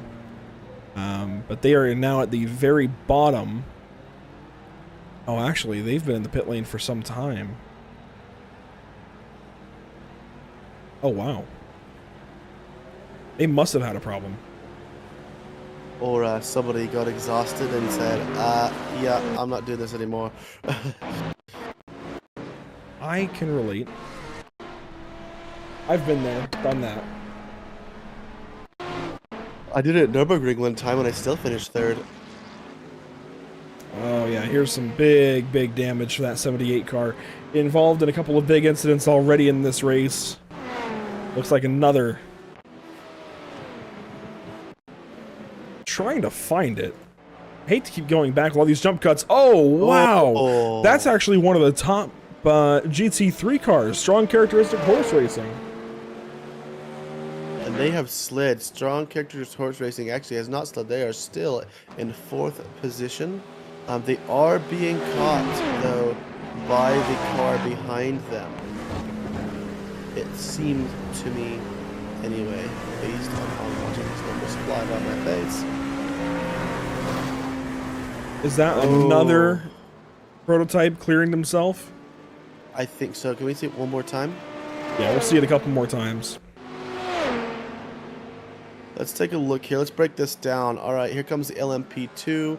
He is going to grab the draft of that Mustang. He's going to poke. Where does the Mustang go? Mustang turns. Okay, yep, good. Going through the first chicane here.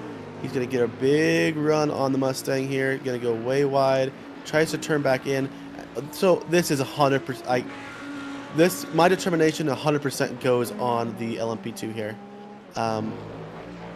You gotta expect that GT3 to ride the hump, especially in these splits. So watch the GT3 here. He immediately goes straight to the hump, see, and he stays there and holds his line, and the LMP2 just turns down into him. So as a prototype driver, you gotta remember those GT3s like the hump, and it is mentioned in a pre-race meeting. At least it was last year. That hey guys, keep in mind. The GT3s are going to ride the hump, and you guys got to be prepared for that. And they did not prepare for that. ZRZ SimSport 2. So, what do you think? You think that's accurate, Andrew? I would say that's accurate. That's 100% on the P2 car. Hate that for Hayata Asaga and Strong Characteristic Horse Racing. Their car, you can see that. Yeah, it got that going quickly, but you see all the wheel damage. Oh yeah, sorry for interrupting you. Oh no, you're fine. That's just unfortunate stuff for each car there, and that's another case. And I invite all prototype drivers to give their rebuttal. But what are you gaining from moving over like that? Whether it's into a corner on a straightaway, what are you gaining versus what are you risking losing? Yeah, apparently you're risking it losing a lot, Andrew. I guess so. We've seen it happen multiple times where somehow now it's a better idea, I guess, to cross over a nose. And I get it. You're in the moment. You aren't necessarily always going to be exact. It's very difficult to make that determination on the fly, but just unfortunate. We are on the outlap now, though, for Roman Walter. They have pitted and are headed back out around the racetrack with a new full tank of fuel. Just within the fuel window, so it makes a whole lot of sense. It was a somewhat shorter stop. They didn't go too aggressive on fuel filling. Roman Walters so far has gone 109 laps. Total or consecutive? That is how many total laps. I don't think that's consecutive for him. He's that would be a killer. Yeah, that would be a lot. That is his total for the race so far.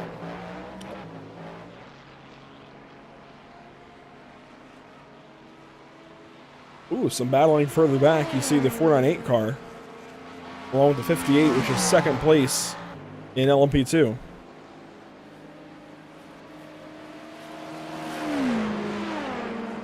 Pit stop. Pure Motorsport Yellow now comes in.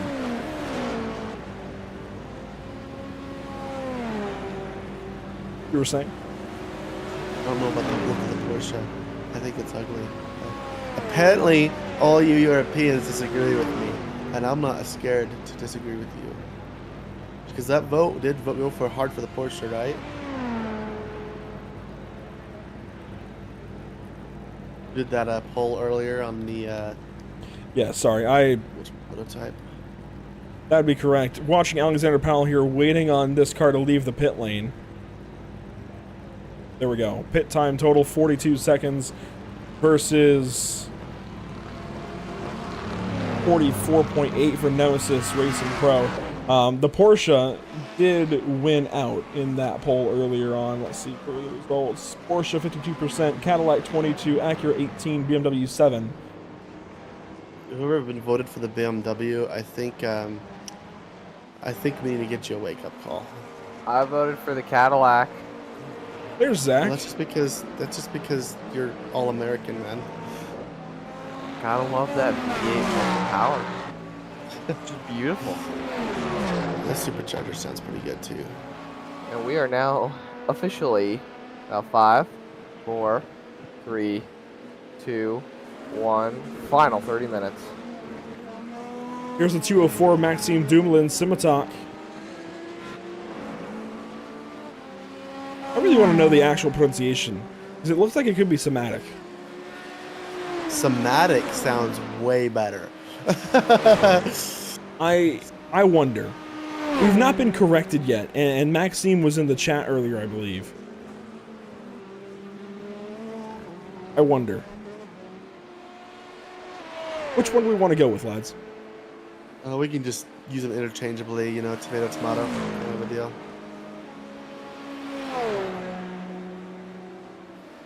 I'm just going with whatever at this point.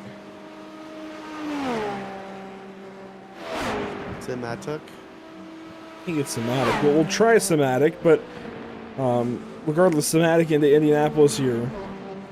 Yet to pit. We'll have to pit probably... Well, we'll probably pit this time or the next. The longer they go, though, the better chance I feel like they have at minimizing how much fuel they take on this pit stop.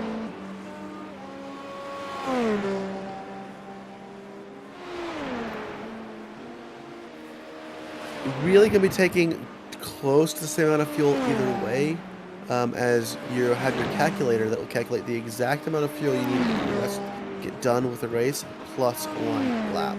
So it's I guess you're right, less fuel time. You're right, Andrew. You will have less time in the pits filling up the race car. I guess that does make sense. Yeah, you're still targeting however much fuel left to the end to match the rest of these guys, but under this pit stop, they're going to take less fuel and less time in the pit lane, and where they have a 46-second lead. See, the pit lane time, they're still going to lose first. So Pure Motorsport Yellow right now looks like a lock for the win unless something happens, and I think we're clear of any virtual safety cars. So... then it comes down to second. A run down the pit lane looks to be about 1:13 unless that stop is faster. So even if it's 1:84. Not 84. See, now I'm mixing numbers. Trying to think 84 seconds or a minute. Anyways. Numbers are numbers. Numbers are hard, words are hard. We're getting there, guys. I promise. Almost there, guys. We got this. Well, if they can try to cut the fuel number to come out between first and second, I should say, between Pure Motorsport Yellow and Nemesis Racing, or close to Nemesis Racing, they have a solid shot for second. I think they're faster than Nemesis Racing. I think Maxime Dumoulin is faster than Roman Walter. And go ahead. You'd have to have a short stop for sure to make that work. It's possible. Is it probable? Probably not. It's gonna be really. I think they come out behind Nemesis by about 6 to 7 seconds. If they can cut that down even just to a couple of seconds. If. That's a big if. That would be a very big deal. To just put pressure, and then if you catch one group of lap cars at the right time for you and the wrong time for them, for example, if you're in Somatic's position, that could be all the difference.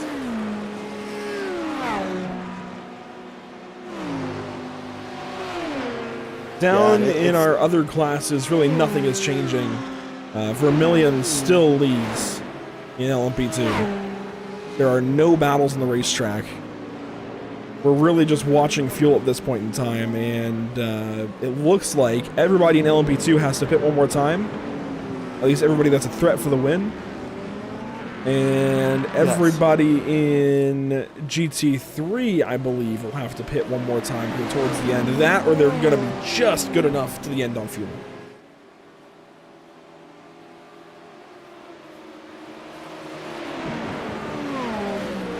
I think they're going to be good here.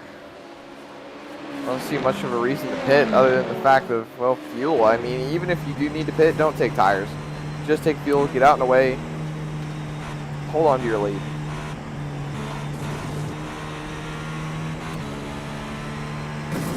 On board here with Maxime Dumoulin, Simotalk Sensations. Will he pit? No, not this lap. They're trying to run it all the way down to the wire, and the other thing here that they can do is run more laps on lighter fuel and try to get just every little bit of time on the racetrack here, Bryant. Running lighter, they can technically run a little bit faster. It's going to be a relatively negligible difference, but anything is something, right? Negligible, hardly. There is a big, decent speed difference on a empty race car and a full race car.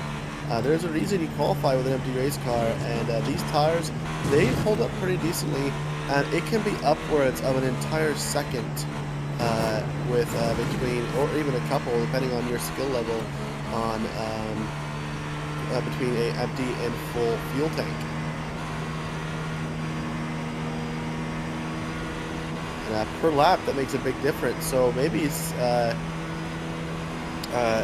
Somatic Sensations is playing some strategy here to get some fast laps in and maybe kind of pull like the NASCAR overcut, you know? Yeah. I just wonder how much it's going to save them per lap. I don't... Like, they are definitely quicker. I mean, last lap they had a 10th on Nemesis Racing, just a 10th. Yes. Yes. I'm sorry, not just a 10th, 5/10ths, so a half second.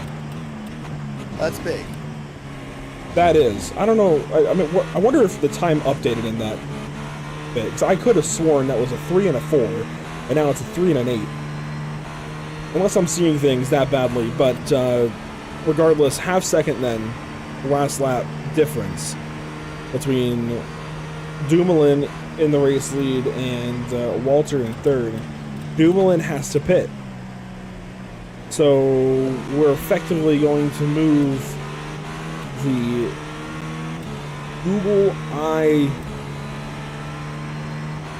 Hold on.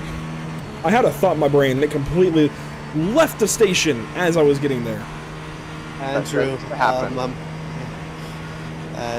you're seeing things. I was in race control over an hour ago, and I was hearing things.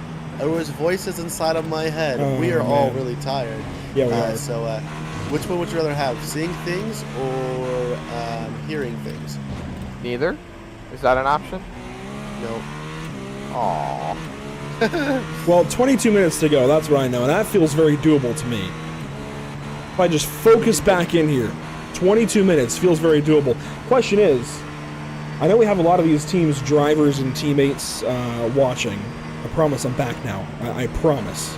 I was gone for a second. I truly was. I'm back now. Are we going to get you guys in for interviews? And if you are watching and you don't have a Discord invite link, do you need one? We will get you one. So we do want to talk to at least the winner from each class, if possible. At least one of you drivers from each of you teams. Oh, that was an aggressive pit stop. Oh. Maxime, you mad lad. That was incredible. He refuses to lose any time. What a job. Can we get a replay of that, please? That Absolutely. That deserves a replay. And I think that was the Mercedes they passed coming in, right? That pit's Yes, right it behind is. him. That's incredible. For neither of them to miss a beat there. Let's see. This ended up going a little far back, but watch this run. Left To the then pit right. lane. Watch this. The left of the Mercedes. Swings over. Oh. Yowza. It doesn't look as crazy from the drone camera there. That was insane from the onboard. Oh no, that looks crazy. That definitely looked crazy. Jacks are down on the 204. I expect those tires to start spinning here in a second. So we're going to watch here first from the 204, then go to the replay for the Tatum car. That's how quickly that happens. You say Jack's down, that means that 204 is going to be down and away shortly, if not already. The Civitalk Sensations car, yep, has exited, and they have jumped over Nemesis Racing by 12 seconds. A 31-second stop, 1 minute and 3 in the pit lane, saved them 13 seconds in the lane overall. Genius. Do they have Beautiful. enough to get back to the lead, though? That's the other thing here. I don't think so, but they just took is second only- in the Majors 24. It is only 10 seconds. They have fresh tires. Fresh tires does help, and they have a low fuel load. It's time to put down quality laps. All right, your best driver is in the race car.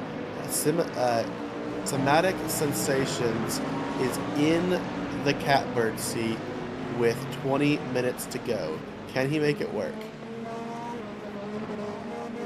We'll see. Pit stop here for Orbit Drop Bear Motorsports Saturn. Lockhart Brownie in the car. Should be their last stop, I'd imagine, at 19 minutes to go. I would certainly hope so. Really ready to go there with those rear tires still spinning. Spinning while on the jacks. Well, maybe they just put the gun on, leave it there, and have them rev it to loosen it. Although I That guess makes sense. you have to rev it in reverse to loosen the nut. Anyhow, Lockhart Brownie down and away. They're down, Brownlee down and away. There we go. And that will just give the lead back over to Vermillion, like I think you were about to say. Yes, Vermillion takes the lead. They're going to go about 10 seconds, it looks like, in those Delara P217s. Back to Somatic Sensations. They've been floating right at the 10-second mark. They came out around 10.5, I believe, and they are down to a 9.8, depending on, that is what my live timing is saying. From GT3.exe is gone and far away. 23 seconds on the French Formula team, and 3 minutes on Banana Racing. Banana Racing still has not gone down a lap. Vermillion P1 in LMP2. Orbit P2, as we were talking over, 8.3 seconds back, and North Star Racing is far back. But he is with some friends, as we've got some racers back here in LMP2. 3rd through 5th is only split by about 8 seconds. 4th and 5th are split by less than 8 seconds. Just on board quickly with Mathis Bruno. He has closed this gap by about 16 seconds recently. The .exe. I say recently, within the last hour. I don't know exactly how quickly that's happened, but last lap they were still faster by over a second. They don't have enough time to be a second a lap faster and get there. But I've seen crazier things than 24 seconds being made up with a mistake somewhere, as Twin Turn Sim Racing has to come in right at the end. Nearly 15 minutes to go. That's not what you want to have happen. You want to have your fuel figured out by now, but they're not alone in having to pit. We might see 1 or 2 more LMP2s have to come in still. They are going to drop down, it looks like, to the 8th position if Team Red X can get there. Red X has come to the pit entry now. Oh, we've got a spin. Oh, I don't know what that was. There's a spin from a GT3 going through the S's. That was a pretty hard spin. Do we have a car number? Let me go find that for you. As, oh, well, here we go. French Formula team's in the pit lane. They were closing big time. They have to pit. I wonder if they were closing because .exe maybe is saving fuel to try and hit the fuel number to go to the end. Maybe French Formula team realized they couldn't. But I really have to believe that Porsche is still due into the pit lane from .exe. Oh, it's our poor friends in the 18. They're back? They are back. Satellite is back, and they spun out on their own. Unfortunate. Well, glad to have them back. Hate that they spun around. Meanwhile, we're on board with Altitude Esports briefly. While we go on board here and watch this, because this is a fight for position with the not-so-girthy boys directly ahead. Want to mention Simotalk Sensations, Maxime Dumoulin has dropped 2 seconds from when we last checked in there. Slow down for Old Turtles on the right. They go past the .exe Porsche. Here we go. 4 position in LMP2. This is for 4th. Down the Mulsanne straight into the Mulsanne corner, side by side, an LMDH right behind, and that is nearly a pass completed. Now a pass completed by the 13 car of Mark D. Hutchinson from Altitude Esports, correcting all of their slip-ups from just the last couple of hours. They have really dropped down the order and are now rising back up into the 4th position. Too little, too late, but you might still be able to get a token here, chasing down north at Sim Racing, but don't count out Not So Gritty out. He's going to catch drafts here, and he is now right behind him as we head into Indianapolis. Ooh, just slinging the right rear out into the dirt. That was pretty cool. That should be that battle mostly completed for now. Want to jump up to 2nd place overall. Simotalk Sensations. This is the gap, bottom right of your screen. Onboard helmet camera. Gap continues to fluctuate. See it shrinking and now back to growing. I don't know. I know the car's lighter. I know they got French tires on there, but I don't think it's going to be enough to be able to catch up to that 50 car. Sometimes for a short run, Brian, you might be able to agree here, the hot tires might have actually been better because they're up to temperature. You don't have to work those tires back in. That is true. You don't have to work the tires back in. They stay hot and grippy. So I do agree. That does make sense. I wonder if maybe that would have helped Maxime here. It's not a long enough run. He probably should have done no tires. I wonder if it would have saved them any time in the pit lane either. It wouldn't have. They got dropped and they were still waiting for fuel. Gotcha. Worth a thought at the very least. I see the Nobilizer. We're wondering about a winner interview. I'm going to post a Discord link in the YouTube chat. You can join that Discord link, join our server, and just pop over to the broadcast waiting room, and we'll talk to each of the winners.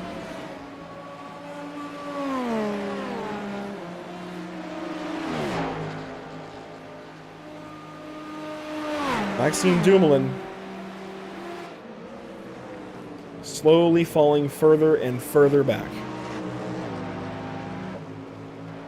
As disappointing as that might be for Somatic, how about the triumph that we are 12 minutes away from potentially having for Pure Motorsport Yellow out front? They're still doing a stand-up job, Andrew. They have executed ever since the whole incident, we'll say, that happened with the V10 Racing Group. And this Pure Motorsports Yellow Group, they started from 17th in their class. Right behind them, with the Simotalk Sensations, they started 18th. So they're both those teams are up a considerable amount of spots.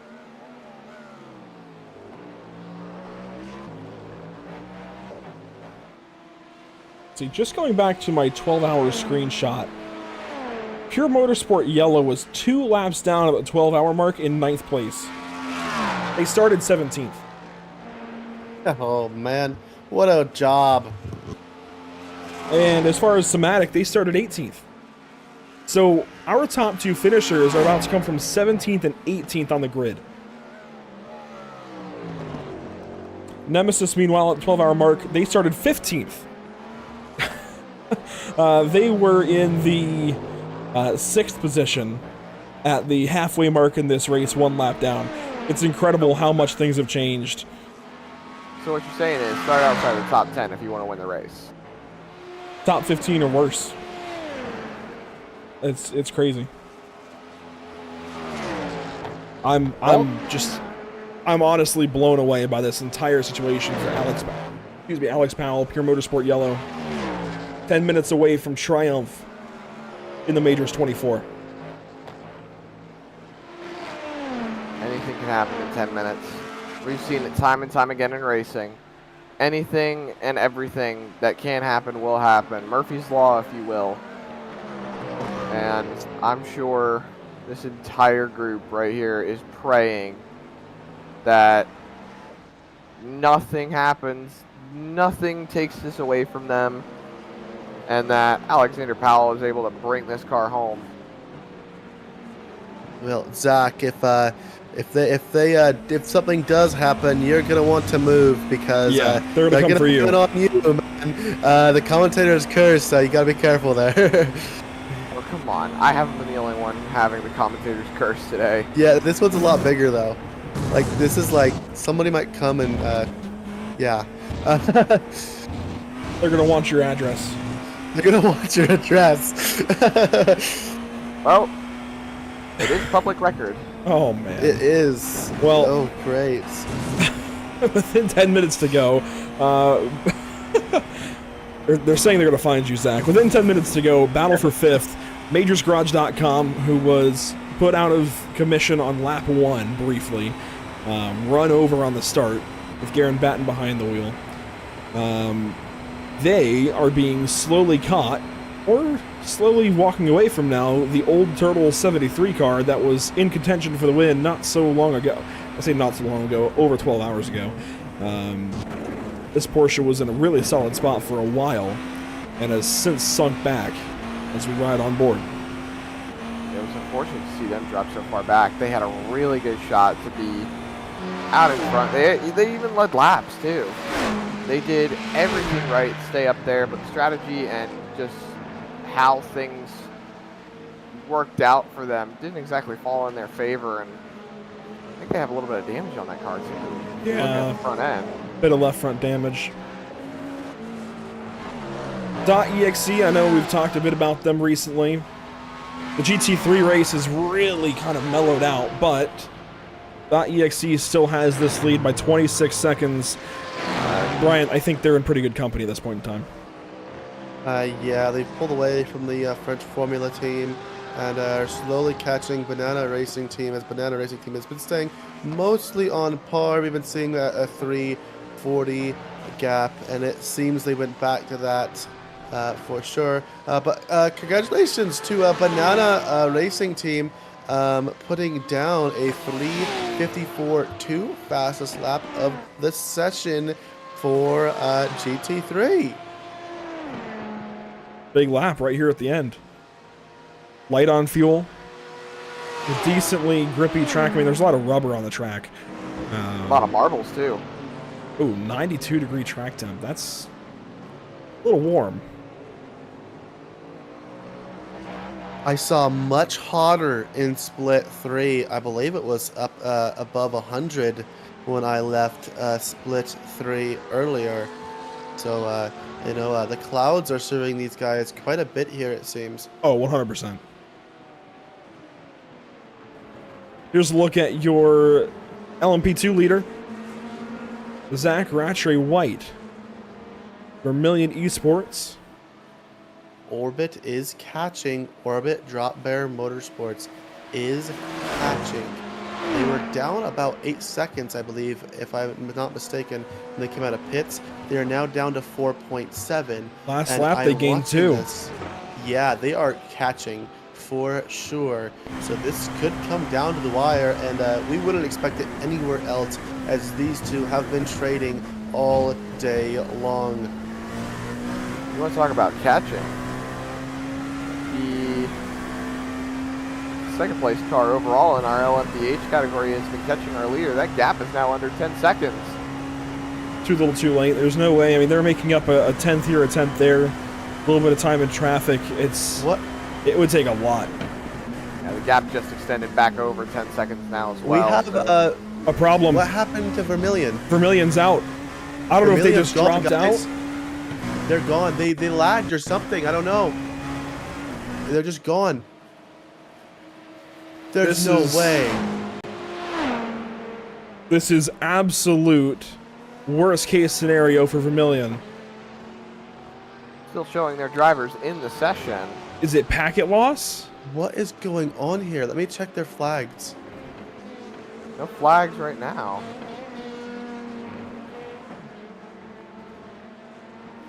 Following along, this is the replay coming up to the moment where they disappear. And if they just suddenly aren't in the world anymore, I think we know what's happened. Oh, look at the blanks. Oh no! Oh my gosh! That's going to hand the win right away. Unbelievable scenes in LMP2. Orbit Drop Bear Motorsports Saturn going to inherit the race lead. Lockhart Brownlee, all he's got to do is maintain a 32-second lead. Maybe more than that. It's a lot more than that. It is a minute and 43 second minute lead and 43. for Orbit Drop Bear. We got to real quick before we hit these last few laps. We got to give Vermilion a shout out. Zach White, Rob, Jacob, and Ben. We are so sorry. We were rooting for you in heart, but not out loud because we're not allowed to. Yeah, that's a shame. That's another car that dominated this race. It is not going to go to victory lane. I think that's the lesson. Don't dominate Le Mans, apparently, here in 2024. Trend so far today. All three cars that have outright dominated this race in their own class have had some catastrophic issue. One of them happening within the last 5 minutes now in LMP2. That is unbelievable to me. And Zach, make sure you move. You need to move, Zach. You are screwed, man. Get up and get going. Get packing right now. I might have to. My goodness. Well, we're working lap 400 currently for Pure Motorsport Yellow. It'll be 401 this next time by. So they should get right to lap 402. This might actually be... This might be white. It is hard to tell. No... White flag is in hand. Oh, yep, there we go. Okay, so there are times where the white flag isn't displayed, but by time it's like a second to the good on being the last lap. This might be the white flag lap if the white flag is in hand. I think he was just slow enough getting to the stripe. This might be the last lap. Would also like to point out Bjorn Schumacher in the number 15. They have a pit for repair flag. Not sure what happened to them, but they are in the pit lane now. Unfortunate for them. All eyes, though, on each of our class leaders. Pure Motorsport Yellow by 12 seconds. .exe by 23 seconds in GT3. Orbit Drop Bear Motorsport by 1:45 in LMP2. Feel a close battle in LMP2 for second place, but all eyes on the leaders here. 12-second gap, as he said, for Pure Motorsports Yellow. Somatic Sensations was not quite enough there. Nemesis Racing Pro back behind as we see this GTP make his time. Well, Vermilion's back. Vermilion lagged big time. Hang on, is Ben Faulkner on that team? Yes, he is. So they're saying that they still see themselves in the lead. According to live timing, they are one lap down. Oh boy. So it was a big, big lag for Zach White.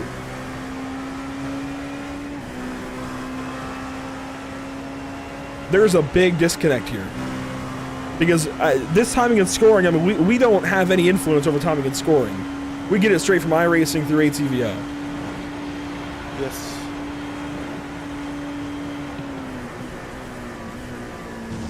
Your Yellow Motorsports is coming towards the Indianapolis for the last time here. Alexander Powell finishing off this stint here for that Cadillac Big Block V8. Final run down to the Porsche curves, potentially. I think this is going to be it. I think this is the white flag lap. Oh, that blink scared me. That Dude, scared me my right there. If we check the flag stand, I see white flag in hand. I think this is going to be the end of the race. I thought Zach was going to have to carry higher bodyguards. I was pretty Oh worried. my gosh. Security Excuse me? detail. Here we go. Porsche curves. This is absolutely going to be the end of the race.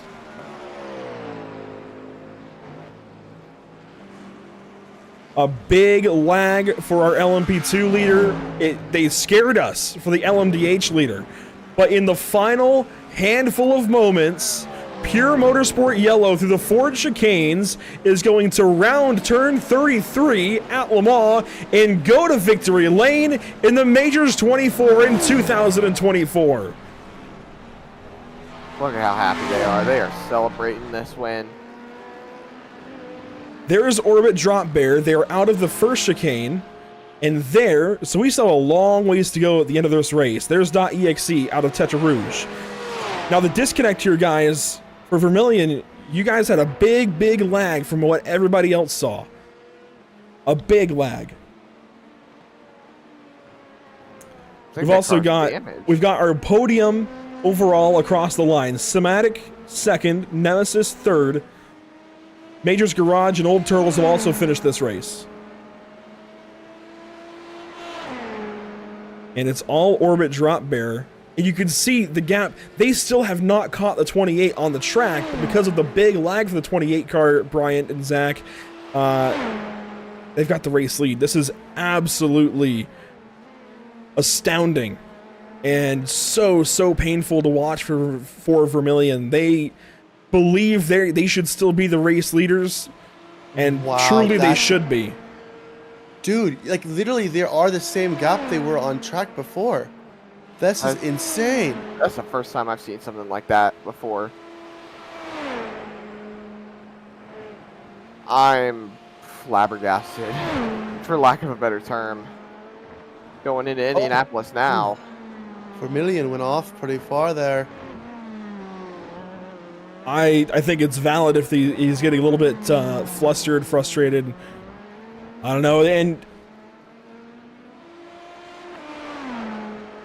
I don't know. This is uncharted territory for me. I've never seen something like that, where they're just gone for a lap and then come right back and they're still in the same spot. Can you protest this? I don't know. I'm on race control and I don't even know. I don't know if that can be protest. That's a real big gray area potentially, unless there's a rule written about it. I doubt there is. That's the kind of thing that gets a rule written about it. Yeah. Well, through the Corvette curves, we at least believe this is going to be the run to the checkers for Orbit Drop Bear Motorsports Saturn. We hate the situation, the circumstance for Vermilion. But for Orbit Drop Bear, what a dream come true. They're going to power around to a checkered flag for themselves and the win in the 2024 Majors 24. Meanwhile, .exe leading in GT3 by 22 seconds. And yeah, Vermilion saying they're going to save the replay and submit that. I'm not sure if the result can be changed. They would still have been the leader. It is possible because we Majors does not release official results for a couple days later, so they'd have to see maybe see what Mike was going to say here. But for .exe esports, they're coming through the final Ford chicane right now, and it's been dominance ever since the 18 went out, and they're going to win here at Le Mans. It's a Majors 24 checkered flag for car 168. They're one of the final teams to get to the checkers, beating out this 112, the Frenchies, the French Formula team. A job really well done. They put together a fantastic race, but not quite Good enough for the race win. Still, P2 a solid day. You see the 18 car behind him. And that will just about bring the full field home.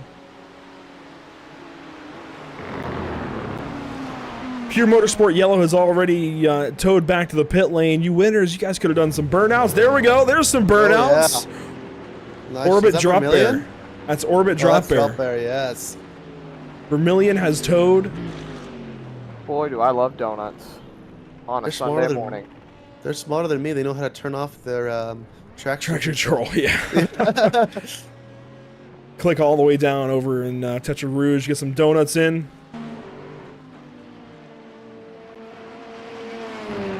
Well, unbelievable circumstances. I really don't know what to say.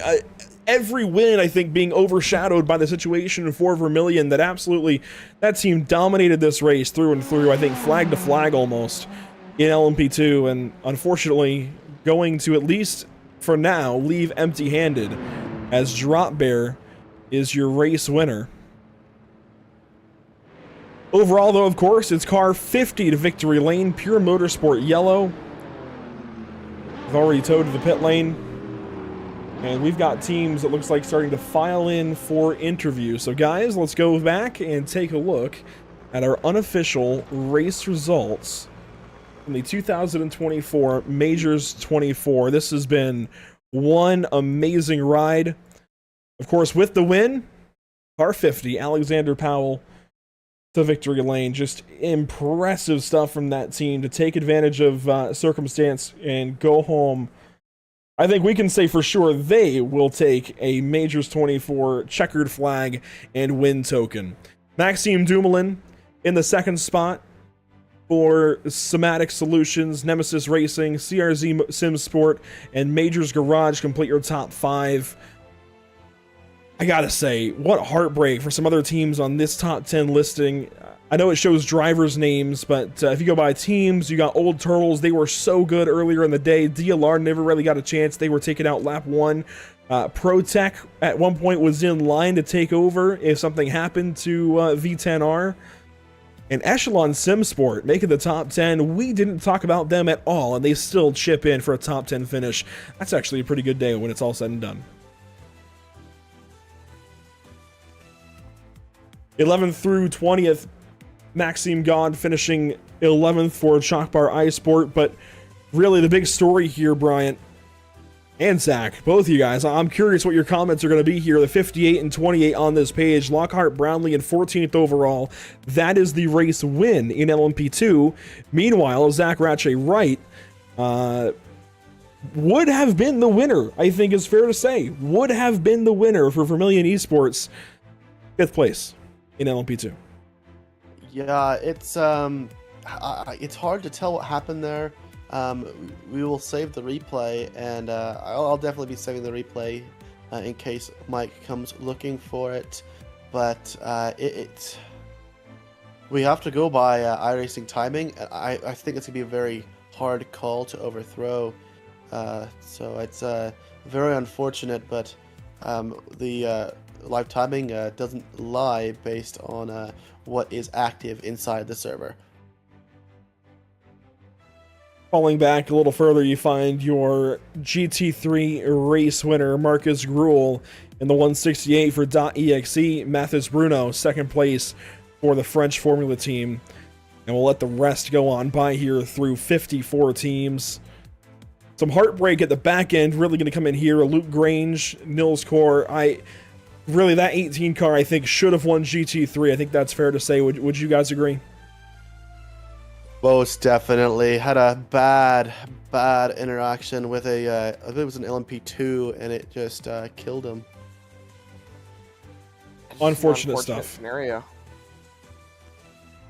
See a couple of teams being sent to the rear. The 77 of Ryder Engineering and the double aught of Mercury Setup Shop. They did not meet fair share, so they are DQ'd to the back end of 401 laps complete here at Le Mans. Well, drivers looking for an interview, make sure to join the broadcast waiting room. I see a few of you guys filing in. While we wait on them, guys, which might be a moment, We can take a look at what's upcoming at Pit Stop TV, and Bryant, I'm sure you can fill us in on what's upcoming for the majors as well. We go out to Sonoma later on today for the Icon Cup Series, then out to Milwaukee for the 1/8 Racing Media National Tour. But Bryant, I know there's racing, it feels like every week, but probably every couple of weeks, every month or so for the major series. Do you know where these guys are headed next? I am literally just a majors driver. That is the one I support, so I am actually not sure where we are headed next. Though, Let's see if I can find out. you give me like 5 seconds, I'm there. So next up is the Summer Cup at Langley. It's the Superstar Summer. They have a, I forgot about this, but yeah, I remember now. They are doing SRX. So we got SRX coming up at Langley on June 8th to the 16th is race week. Newsflash, June 8th was yesterday. So the race week has started for that already. That'll be on this Saturday, I believe. Then Summer Cup Race 2 will be at Southern National. Then they're going to head to Lime Rock in the SRX cars. Daytona, Thompson, Eldora, and they will end it out there on that dirt track. So SRX is coming up. Those are all free events. Go ahead and hop in and join the majors. They also got the World 100 coming up. Make sure you hop in for that. And yeah, I can't wait to see you guys on the track with the majors some more. And if that does not fit your fancy, we will see you next year for the Majors 24 for majors. We want you guys to race, so make sure you guys join for that. Absolutely. I mean, there's this event that I think we can count on for sure in 2025 at the very least for the Majors 24. Still awaiting class winners to join the broadcast waiting booth. It's difficult to stall for too long, guys, so you are going to want to hurry in. But Zach, your first Majors 24, final thoughts here from Lamar. I need to get more bed rest next time. Need to get a little more sleep to be prepared for the long hauls of the broadcast, but it's a lot of fun. These guys put on one heck of a show, and I was thoroughly impressed with the racing that I saw. And I'm very eager to see more. I can't wait to see how these guys tackle the rest of the races they have coming up for their entire iRacing schedule. I think there's going to be a lot of great stuff out of them, and hey, hopefully they'll bring us back next year to help them out with broadcasts and all these big splits. Brantley, I'm going to ask you the same question, even though it's not your first, I believe, but just final thoughts here from the Majors 24 in 2024, from your many roles throughout the day. Oh man, too many roles. Thinking next year, maybe don't do the same thing, but also it's like, oh, it was an awesome experience, and I can sleep when I'm dead. Dude, I gotta say, coming to this Pit Stop TV has to be my highlight. Andrew is so easy to work with up here in this booth. He lets people, he gets out of the way, and he lets people get in the way, and he takes what he needs to take. It's great. Does a great job. But my highlight for sure was joining Pit Stop TV. The opportunity to broadcast the end of the race was difficult. I cannot say that I almost didn't fall asleep a couple times because, I'm tired. But wow, what a broadcast, and thank you so much. Absolutely, it was good to have you here. A pleasure for sure to have everybody here that was on this coverage at one point in time. I think we've got ourselves finally some race winners. Let's bring them all in at once and talk to them each in a row. So I believe this is the full 50-car team. Is that correct? That's right. Yes. Well, it's good to finally have you guys here. What a race, 24 hours. I'm going to go straight to you, Alex Powell. You just got out of the car. Final thoughts, or I guess first thoughts, really getting out of the car after the Le Mans 24 win. I'm tired. That's the perfect way to put it.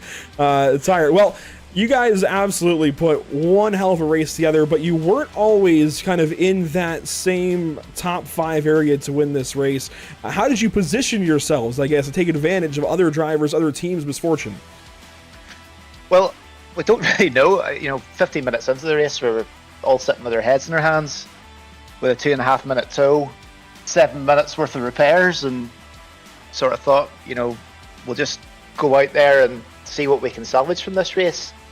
We were sort of jumping between 2 laps, 3 laps down through the pit stop cycles, and first safety car came, got a bit of luck, sort of brought us back to the end of the queue with 2 laps down.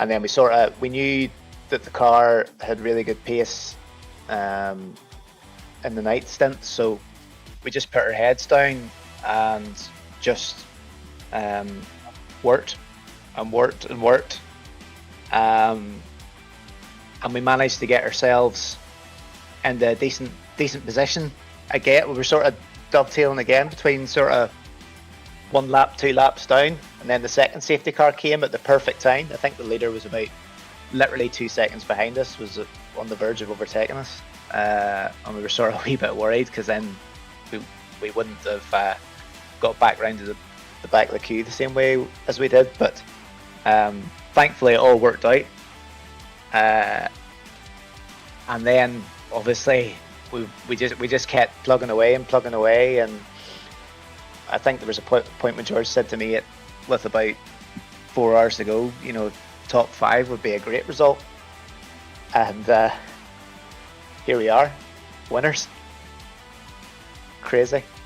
Absolutely. I've been there myself. We're just trying to hope for that top 5, especially when, if you look at the 12-hour mark, you guys were down in the 9th position, 2 laps down, not even the first car, 2 laps down, the 6th car that was lapped overall. I mean, that is a huge mountain to climb, and you guys climbed it. I guess for whoever wants to answer this, how big of a deal is this for you guys as a team to have overcome all of that adversity early in the race, that horrible, I'm going to say horrible positioning mid-race, and still come out with this race win? Well, I think you want to take that one? Yeah, I think so.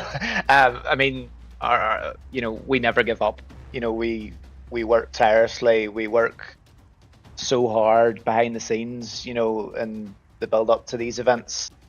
And, we're not just going to throw the towel in at the first opportunity. If we think that there might be something still out there, these types of races, anything can happen. We've got great squads of people, and we all, usually one of the strengths that we have is our teams that we put together are usually so even, across the team. There's a couple of there's a few cars out there that, had drivers that were, definitely faster than us. But we have a really good spread across the team of pace. And I think that our sort of average pace got us to the position that we're in. Yeah. Well, before we let go of our overall and LMDH Majors 24 race winners, Zach, Bryant, do you guys have any questions for these guys? Yes. How far away is your bed? It's really not far for me. Really It's going to be a dolphin dive out of the sim rig. Right? I haven't seen it for about 16 hours at the minute, so It's calling your name. oh, it really is. It really is. It's well deserved, but I don't know. I'm so pumped right now. I don't think I can sleep, to be honest. Oh, you're gonna be getting some coins from majors, some digital badges. What a job by you guys today. The Cadillac got the job done today. Thoughts about the Acuras? They said they have been faster all day, but American V8 muscle bringing it home. What's your thoughts on that? It was something that sort of crossed our mind towards certainly my mind towards the end, where it was 2 caddies at the front when all the talk was about Acuras. But no, the Acuras were definitely very strong. You could see where they were strong. They were running all that the short gear stack, so they were super fast the first and last sectors of the lap. Mulsanne, run the Indy, not so much, especially during the night where we are strongest. We were just breezing past them with our setup, which the boss Chris Cash worked tirelessly on. So thanks to him. But yeah, we love the Cadillac. We've used it. We used it at the at Le Mans last year, and got a feel for it. And no, we think it's we still thought it was a good car. We knew that the Acura was going to be the favourite, but we stuck to our gut, and it brought us the win. Yeah, Zach, you got anything for him? No, I think you guys covered everything beautifully. And again, congratulations on your win in the overall. You guys put on an absolute outstanding performance. Well, Thank you. guys, I think we need to give you guys your opportunity to give your shout outs that you guys want to give to anybody who helped you guys out, or anybody you guys want to shout out here on the broadcast. We'll shout out to all the guys at Pure Motorsport. They all do a fantastic job. I believe the white car can home in P2 as well in Split 5, so congrats to them. 2 great results for the team, and yeah, many thanks to all of them. Well, guys, thank you for joining the broadcast waiting room. Thank you for talking to us when it's all said and done. Congratulations on the Majors 24 victory here in 2024. Hopefully we see you in 2025. Absolutely. Thanks, Thank guys. you, guys. Cheers, guys. That's George Streetley, Alex Powell, Keith Stewart after a Majors 24 win. That is a big deal for those guys. Congratulations to each of them and Pure Motorsport Yellow. Let's also grab our LMP2 winners over at Orbit Drop Bear Motorsport. Obviously, the circumstances aren't quite ideal for you guys, but you get the race win no matter what. You were right there with Vermillion the whole way through, just seconds back, so it was a battle regardless. How do you sum up a day of racing gone to victory lane? Yeah, very, very long.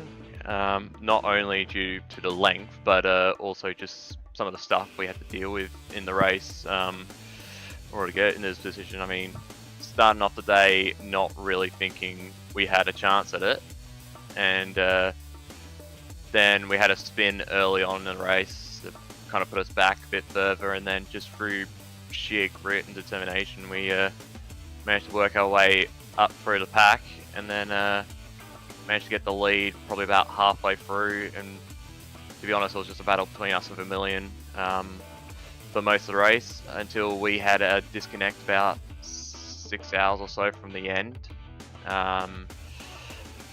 which put us back. We had about a 50-second lead before that point, and then yeah, obviously then safety car punched it up. Then yeah, obviously Vermillion had their own sort of internet dramas, which, you know, it's just the luck of the draw where those happen. You know, we were fortunate ours happened with quite a bit of time left in the race, and unfortunately theirs happened within the last few minutes. Yeah, I was going to say, I recall when you guys had that disconnection right when we picked coverage back up at 3 in the morning Eastern time. The positioning, I talked with the race winners overall about it as well. Positioning to put yourself in the right spot to take advantage of these kinds of things. There is an art to it, and there's absolutely a set of determination skills that you have to stick with. You can't just be off to lunch for 23 hours and suddenly fall backwards into a win. You guys were there all race long, grinding away, even when you had the disconnection. Clearly, there's some teamwork there. There's some really strong, I guess, bonding going on. What is that like as a teamwork aspect to make sure you stick your noses to the grindstone and stay in this race no matter what happens with a chance to win? That's what we was both saying all along. From the get-go, we was just saying you got to keep your noses in it, and you never know what can happen. And Lockie done a superb job all day, and the support from the other two and myself was just awesome. So I'm just so happy. As you should be. You guys are Majors 24 winners. I get why you sound tired. I think we all are at this point, but I'll pass it over here. Brian, what do you have for these guys? I love LMP2s, and you guys put on a show for me. Thank you so much. Between you and Vermillion, you guys put on a show for me, and I appreciate it. I love endurance racing. I love watching endurance racing, and you guys gave me the entertainment that I love. let's talk a little bit about Vermilion, if you don't mind. Seems like you guys had a lot of respect for each other. I never saw you guys hit, even with all your battles. Kind of talk to me the respect that you guys could feel back and forth, possibly. Well, I think it's just a matter of, at certain points when we were battling, we just recognized that there was still several hours in the race left to go, and we didn't really want to race anyone too hard too early, because then they could do some really unexpected things to us later on in the race as well. So it's sort of us as a team, we pride ourselves on racing hard but fair, and also very smartly as well, and choosing when to pick your battles, and basically knowing when to defend and when to just let guys go at times is part of that, and part of what we really work on. And can't thank the other three that did it with me as well. Yeah, and just think to be in Vermilion's shoes right now. I know you saw at the end. Sorry about that. I know you saw at the end that Vermilion lags out, but suddenly appears right back in front of you. What was the thoughts going through your guys' heads? And was there any VC communication, or how would you guys feel if you guys were that car? Well, we were in a frenzy trying to figure out exactly what the scoring was going to be, because obviously they dropped pretty much a lap, and we were trying to figure out whether the scoring was going to update and they were going to appear back in P1, or if they had actually lost the lap. So we were just trying to figure that out, and then as soon as we saw that that they didn't get the lap back, then I was like, okay, we just got to make sure Lockhart brings it home. And obviously it's I can't imagine what those guys are going through. They must be crushed. I mean, all the prep plus the 24 hours, and to have an internet issue in the last 10 minutes, it must be really hard. Well, guys, thank you so much for your time. Congratulations once more. Hey, you're the beneficiaries of some really odd circumstances there at the end. That's okay. You have won the Majors 24. There's some tokens headed your way. Sound a little more happy. Come on. I know we're tired. Pump up a little bit. But, I mean, I've only had 90 minutes of sleep the entire race. Yeah, I think we're all shattered, man. I think we're all in that same boat, but definitely you guys outlasted. Congratulations, and hopefully we're talking to you guys in 2025. Thanks, boys. Thanks for the stream. Thanks, boys. Thank you. Absolutely. Thanks for joining the broadcast waiting booth and talking to us. Thank you for your time. Congratulations once more. That is Orbit Drop Bear Motorsport Saturn, one of the most unique team names I've ever seen on a race car. Congratulations to you guys. Thanks, boys. Thanks. And Bryant, Zach, that does it for us. Looks like we won't have the GT3 winners this evening. I say this evening, it's this morning. It's bright and early, 9:32 a.m. I'm usually not awake at this time unless I have to go to work. Yet here we are. I suppose we are at work, if you will, but a little bit. One more time, wrap things up here. How do you even try to wrap this up? You can't. It's 24 hours of pure endurance and grit. Oh man, what it would be like to win the Majors 24 and not the Global Endurance Championship in August. It's just such a privilege to be able to work with you guys here and to work with the Majors. To wrap this thing up, though, we saw a fantastic race at the end with LMP2. We saw it coming down to the wire, and then tragedy struck for Vermilion. The 18 had a great race all the way up until a prototype took them out, and it was heartbreaking for that Corvette. And well, the GTP field decided to flip around on its head, and that's the only way you can describe it. It decided to flip upside down, and wow, what a job by that team to come from the back and go to the front. I'll try to go do some B-roll. There we go. We'll get the B-roll up eventually. Once again, congratulations to our race winners. What a day of racing, and a big thank you to the majors and everybody involved for having us here for this broadcast. It has been a long one. We are finally going to bid everybody adieu. Thank you for watching along. It has been a pleasure as always. One more look at what we have upcoming here at Pit Stop TV. The Majors 24 has concluded, so you can forget about that panel. Later this evening at 7:45 Eastern, we go to Sonoma Raceway with the Icon Cup Series. Thursday, we head out to the Milwaukee Mile in Wisconsin for the 1-8 Racing Media National Tour. And the following Thursday, June 20th, we have more road racing on the channel. We go to Spa with the North American Racing League and their GT3 series with a pro and amateur category, respectively. Thank you so much for tuning in. Make sure to follow along on social media everywhere that we are. It would be appreciated for sure. Make sure to like, subscribe, all that good stuff if you wouldn't mind. And a big nod as well to our partners with the channel, Whiplash Simcams, ATVO, and CC's Business. This has been the 2024 Majors 24. Bryant, Zach, thank you guys so much for joining us. It has been a pleasure. Finally, that bed is calling all of our names. We're going to go hop in and cover up for the next 12, 24, 36 hours, who knows. Again, thank you all so much for watching, guys. Thank you for being here. We'll see you next time here on Pit Stop TV. Bye.